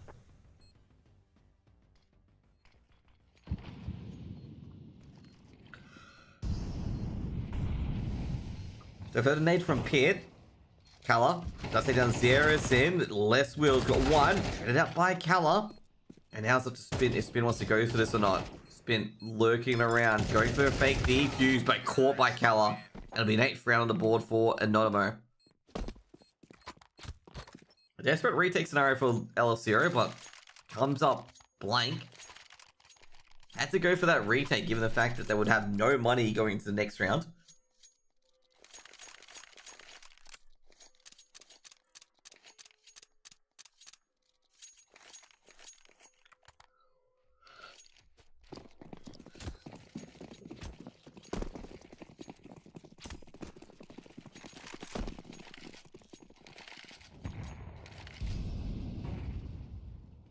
Meanwhile,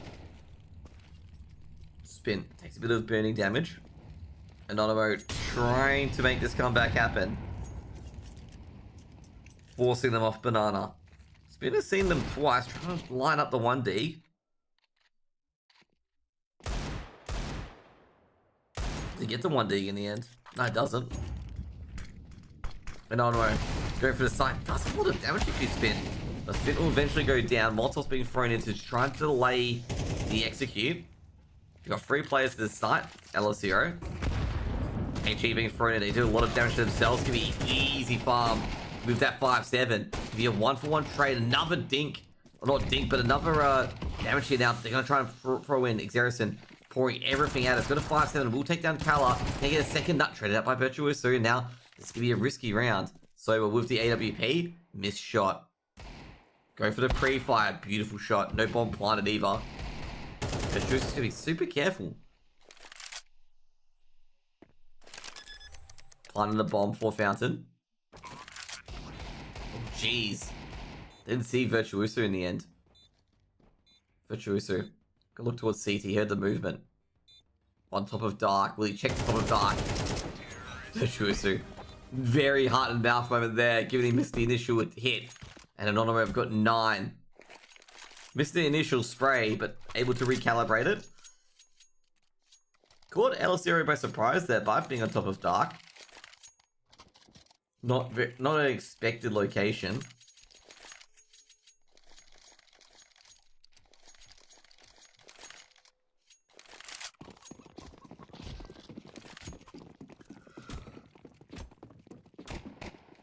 Should be an anti-eco here for LF0. Oh no, it's for Anonymo.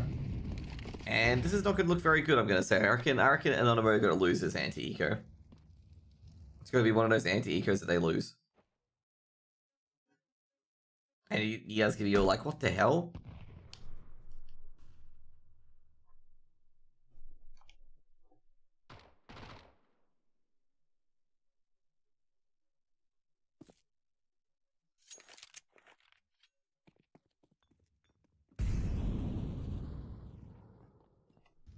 Zerison. Ooh, Virtuoso just absolutely deletes Zerison. Beautiful shot. Anonymo playing very, very cautious. They've got all the map control that they need.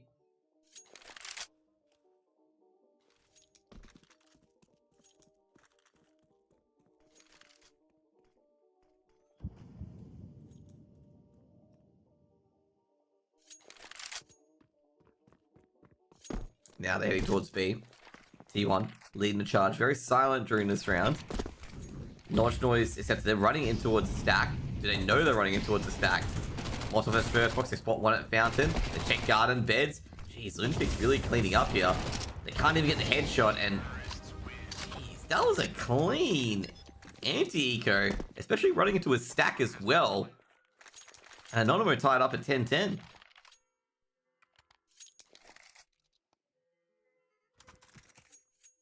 That was such a clean anti-eco. Like, considering how awful the anti-ecos have been from, like, really awful from Anonymo, it's good to see that, that an anti-eco actually worked well, and it wasn't absolutely diabolical like it has been previously.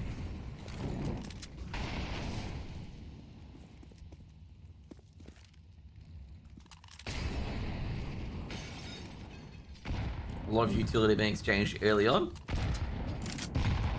Reiko pushing up forward. That HG actually helped Reiko out. Now, swinging in. Flashbang's been thrown in. They seen an elbow. We'll grab one. Great transfer on towards Spint. Just a small readjustment. I don't think they realize that there's only one player, no more players on site. And they can hit that B bomb site. And I think that's going to be a save call almost immediately for LF0.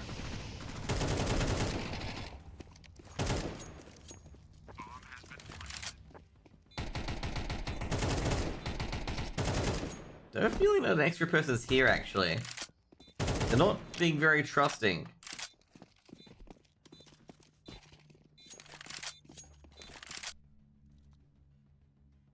Like, I don't believe that there's only 2 people on that site.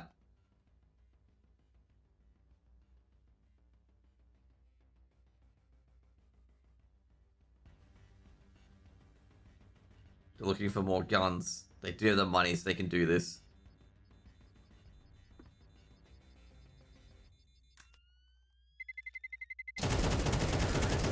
Don't get the kill there. However, Huckler is able to trade. And I think they're going to stop this towards the end of the round. Oh, jeez. They spam it towards Cold Zero, trying to find anyone in particular. Anonymo, unable to get any additional kills. But we'll be in the lead of 11 to 10.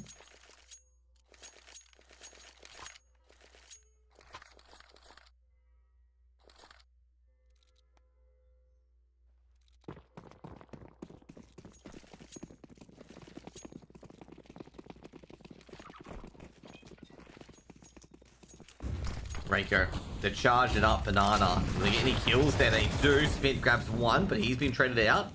Meanwhile, Leswell, he's trying to push a bit further as well, but he takes a bit of damage, and they would have heard that as well. Both players would have heard each other being hit by nades. Leswell, who's going to fire first? I believe it's the MP9. Now, they'll check close by. 1 for 1. But a 1 for 1. Pop flash is going to come out. Kala is going to be 2 for 2. And they'll be on the B bomb site. Deep Molotov towards Coffins. And that's going to be a bomb plant for Coffins. Anonymo in a horrible 2v2 situation. Actually, in a pretty good 2v2 situation. They don't know where the retake's coming from. 10 seconds have already elapsed. Huckler and Survivor got to go pretty quick, actually. Molotov towards Dark. That's going to force Sobel potentially off the angle. Actually going to re-smoke it to buy time. Deep smoke towards CT. Or missed shot. Kala might get taken out for it. Will get taken out for it. But Sobel actually stops the bomb. Or the HE grenade from being utilized. And gives Anonymo 2 match points. A game-changing intervention from Sobel. And Anonymo have got 2 match points to play with. And LF0, this is it. They just buy up and see what they can do.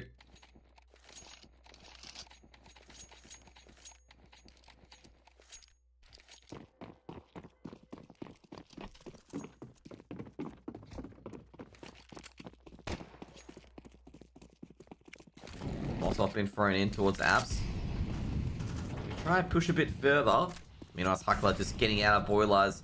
The fire starts to get a bit too hot. Reiko's not trusting that anyone's at Banana's going to throw a Molotov towards the top of it. Just opening the door of the HE grenade. Huckler, what can he do? Basically with LF0, they've got to win against 2 buy rounds, just an FYI. 2 buy rounds, given that next round will be a buy as well, given the money in Anonymo's pockets.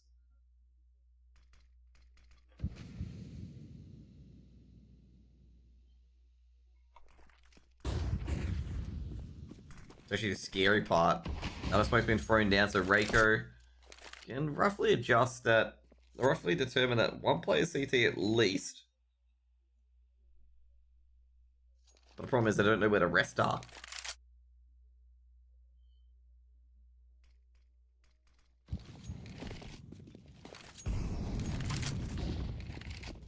Going for the A bomb site. One chance, one opening to win it all. Servi wasn't actually ready. Does take down Versuso. Does a quick snapshot. Tries again. Can he get another? Needs to get the bomb play. Does it. Sobelcom drops down. He grabs one. And Huckler's just farmed the rest off a cold zero. And LF0 hold the A bomb site. All the distractions that were needed were there. And LF0 on 11. And Anonymo have got one match point to go with. Match point. And they can buy up. As I said before, they have the money. And that's exactly what they do. Just buy up immediately.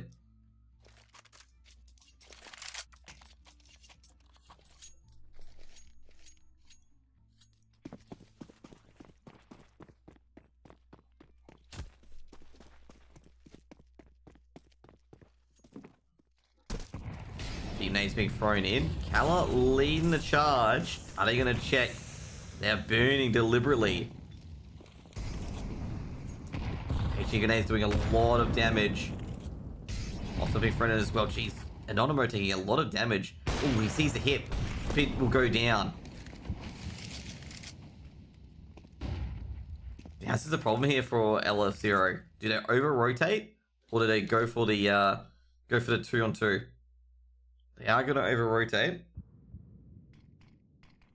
So if he clears his sight, this could be bad. He's heard a player drop from quad.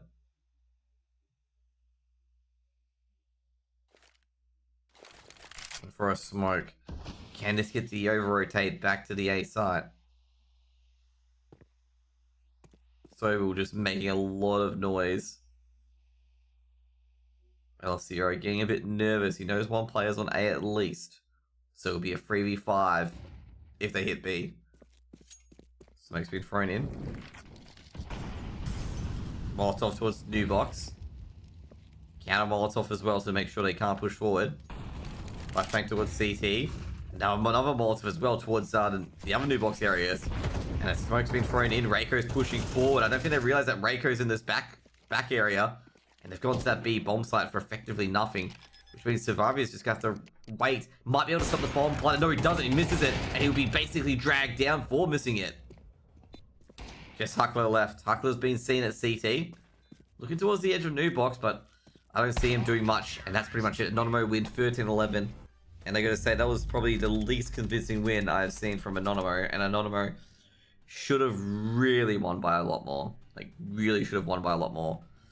The fact that it was 13-11 is, like, not really representative of how dominant Anonymo were in that game. And, like, their own mistakes were essentially killing them. Anyways, guys, this could be it. You guys have a great day. Obviously, with the ADR, like I say, obviously, Virtuoso, 23 kills, 15 deaths, 6 assists. Definitely high. Well, definitely the main player in that game. But I'm just going to say, like, Anonymo outperformed them in all the main facets. Looking at ADR, kills, KDR, and whatnot. But, geez, they did not. They could not close out rounds. And they lost rounds that they really shouldn't have as well. And realistically, it shouldn't have got this close. Like, it shouldn't have been a 13-11. It should have been like a 13-4 or 13-5. But Anonymo are literally their own worst enemy. They are literally their own worst enemy. And it just crushed them so many times. Anyways, guys, I'll be off. Hope you guys have a great day. See you guys later. Peace out. Bye.